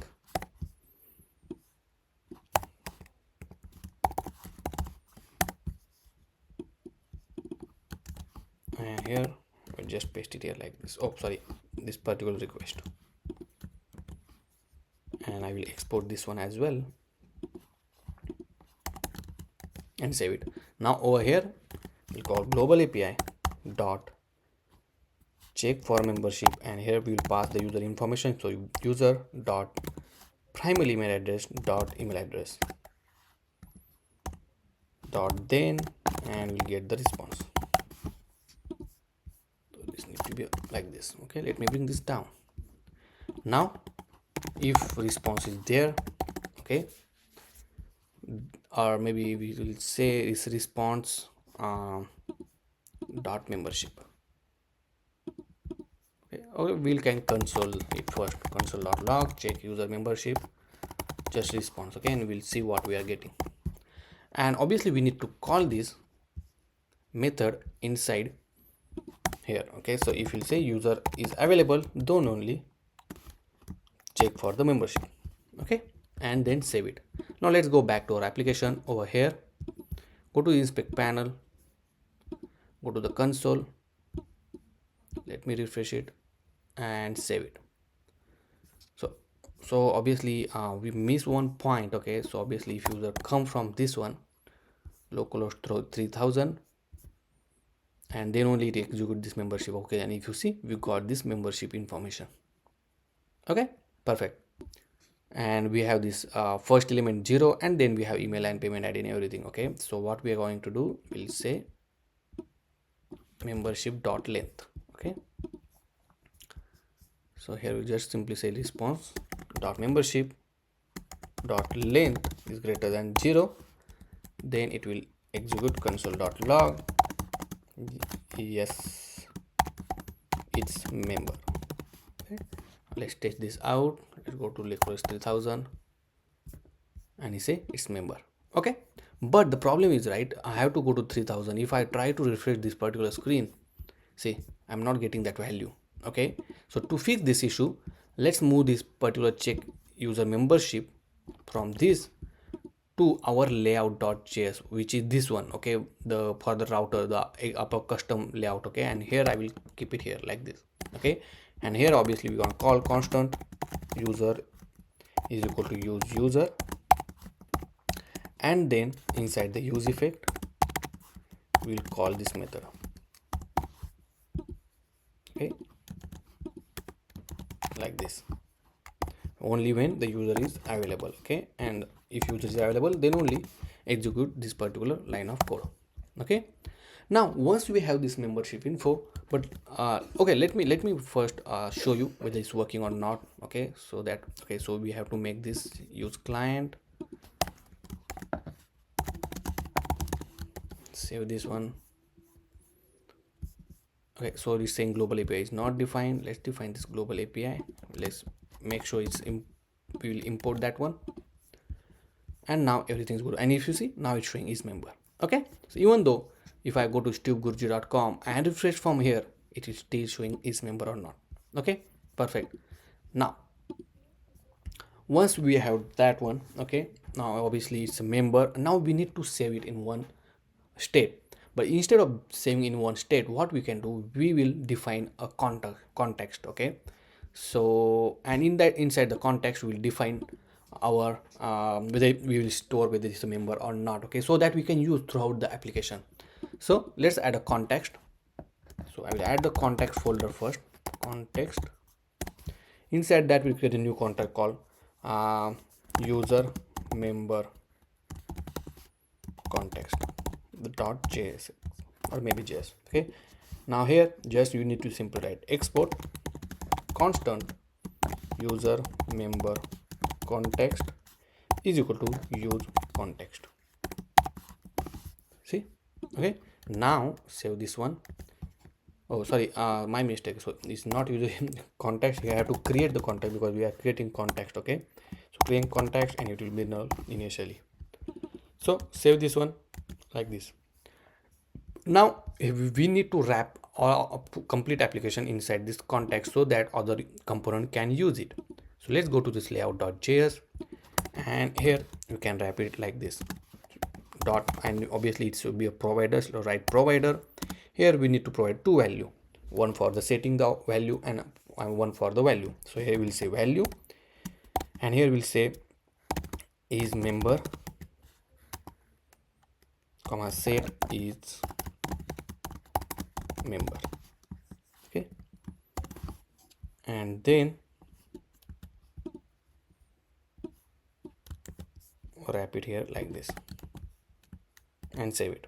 Okay, now obviously we need to save this state first. So constant is member comma set is member is equal to use state, and initially I will make it false. Okay, so initial value of this member and set member is false. Now what you need to do, you need to use that particular context. Okay, so for example let's save it here. So constant we'll say is member comma set is member, okay, is equal to use context and this context name. Okay, but if you see here in this case, because this is the context, I wrap this inside the curly braces and not the square bracket. Okay, so this is very important, otherwise you will get an error. Okay, now once we have this member and set member value, you can set it here. So here you can just set is member and set is true. Okay, otherwise obviously value is false. Okay, and once the member is true, obviously now wherever we are using this members context, it will be updated immediately. Okay, now what you can do, let's copy this context information and let's go to the course preview page. Okay, so inside the course preview page we have this course enrollment section. Okay, right now if you see this membership value we are setting manually. Okay, now let's use this over here. Make sure to import use context and use the member context, and now instead of using this membership hard-coded value, we can actually use is member params. Okay, so is member, and wherever we use membership, see like this, here we'll check is member, and I think that's all right. Let's check. I think that's all we use. Okay, perfect. Now save this one. Now if you see we have issue that hook only a call inside the body. So let me check what the issue. That issue in inside the layout.js file. Okay, so let's go to this layout.js, which is this one. We make this use client, then let's the issue is so what happened, we called is outside of this body, we need to call inside the function. Okay, and save it. That's what the error was. Perfect. And now if you see this is a member. Now let's go to this all course. Let me close this one, and now let's go to this paid course. Okay, because as we know we are member, it's supposed to change the, and if you see now it's changed to enroll now button and no more buy membership button. Okay, now you can able to enroll it easily, and see you can enroll the paid course as well. Perfect. So this is how, and if you see this course is information is showing on our screen now. Okay, and obviously now you have a member, you can change this layout. Okay, so this is task for you. Now you have the member, you can just change this to something like, okay, you already have member, enjoy something like that. Okay, and yeah, So that's all for this particular section. Also, now you can add the the store information, the newsletter. If you want to know how to build the store, okay, then you can go to this tubegurji.com, and here you have this particular chapter called full stack digital e-commerce website. Okay, go here, enroll it, and then you can able to see how to make the store. Okay, for the newsletter, if you want to add the newsletter, right, I will suggest let's go to with the hyper UI, okay, which is already there, and just search for the some forms. Maybe let's search form. Okay, see, and use this any of this form. See how beautifully it's designed, right? So use any of this form to make the newsletter. Okay, and be instructor, if you want to build that kind of be instructor dashboard or something like that. So if once we get this video 10,000 maybe 1,000 likes, then I will definitely extend this application much further so that anyone can upload the video on this particular portal. Okay, now let's deploy our complete application on Vercel, which is completely free. And if you did not or never use this Vercel to deployment, so I will definitely suggest to deploy all the Next.js React application on the Vercel, and it's a completely free. Okay, so to deploy it, obviously you first let's log in with your account. Okay, and once you log in, you can have all this project over here. Okay, but before that, there are two ways you can deploy. You can deploy with the Vercel CLI, okay, and one is using through the GitHub. Okay, so I prefer GitHub because I also want to store my all the GitHub all the my source code on a GitHub. Okay, and obviously whenever I push my code to GitHub, it automatically trigger the deployment with the latest code. Okay, so I will show you how to do it. First, let's open the GitHub account if you don't have any one, and here you have option to create a new repo. Okay, you can create from here as well. So if you see, we have the option called new repository. You can create either one of them. Okay, here I will say tube guruji, or we'll say only online video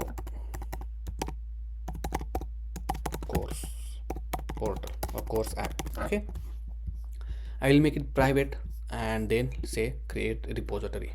Okay, so here you have option this particular one. Okay, so first make sure you point it to this remote origin. Okay, so copy this one, go back to our application, and very first thing you need to do git init. Okay, so it will initialize the git in your project folder, then add the remote origin. Okay, then you have to just add the git add dot. Okay, so it will add all the files. If you see right now, if you see, this is in the, it was on change mode, now it is in the stage mode. Okay, now here we will give you commit message final project changes, for example. Okay, and enter it, and now if you see, all the files or changes is get committed. Okay, now here you can just say git push. You might throw error, so in this case, as you are pushing first time, right, you have to use this particular command. So enter this command and push it, and if you see, now it pushing all of your source code to this GitHub. Okay, and you are done. Now all your source code is on your GitHub. Refresh this one and you will see the source code. See, okay, and if you see option, just now we pushed it. Okay, perfect. Now next thing, let's go to this Vercel. Okay, and on the dashboard, right, you might see a different little bit because you don't have project if you don't have one. Okay, and here you have option called add new and say click project. Okay, now here you have option to connect with the any GitHub account, or if you have GitLab, you can use GitLab. Okay, so right now obviously we have GitHub, so we connect with the GitHub, and then you will see your project name here, and just now we added, right? So if you see, just now we added, so it's saying that one, and then click import. So let's import that one. So here I will change to Tube Guruji Academy. Okay, then I will keep the root directory as it is. Here very important is to add the environment variable. Okay, so whatever we have inside this .env file, we have to add there. Okay, so let's, for example, let's copy this Hygraph API key, paste it here, this particular name and the respective value.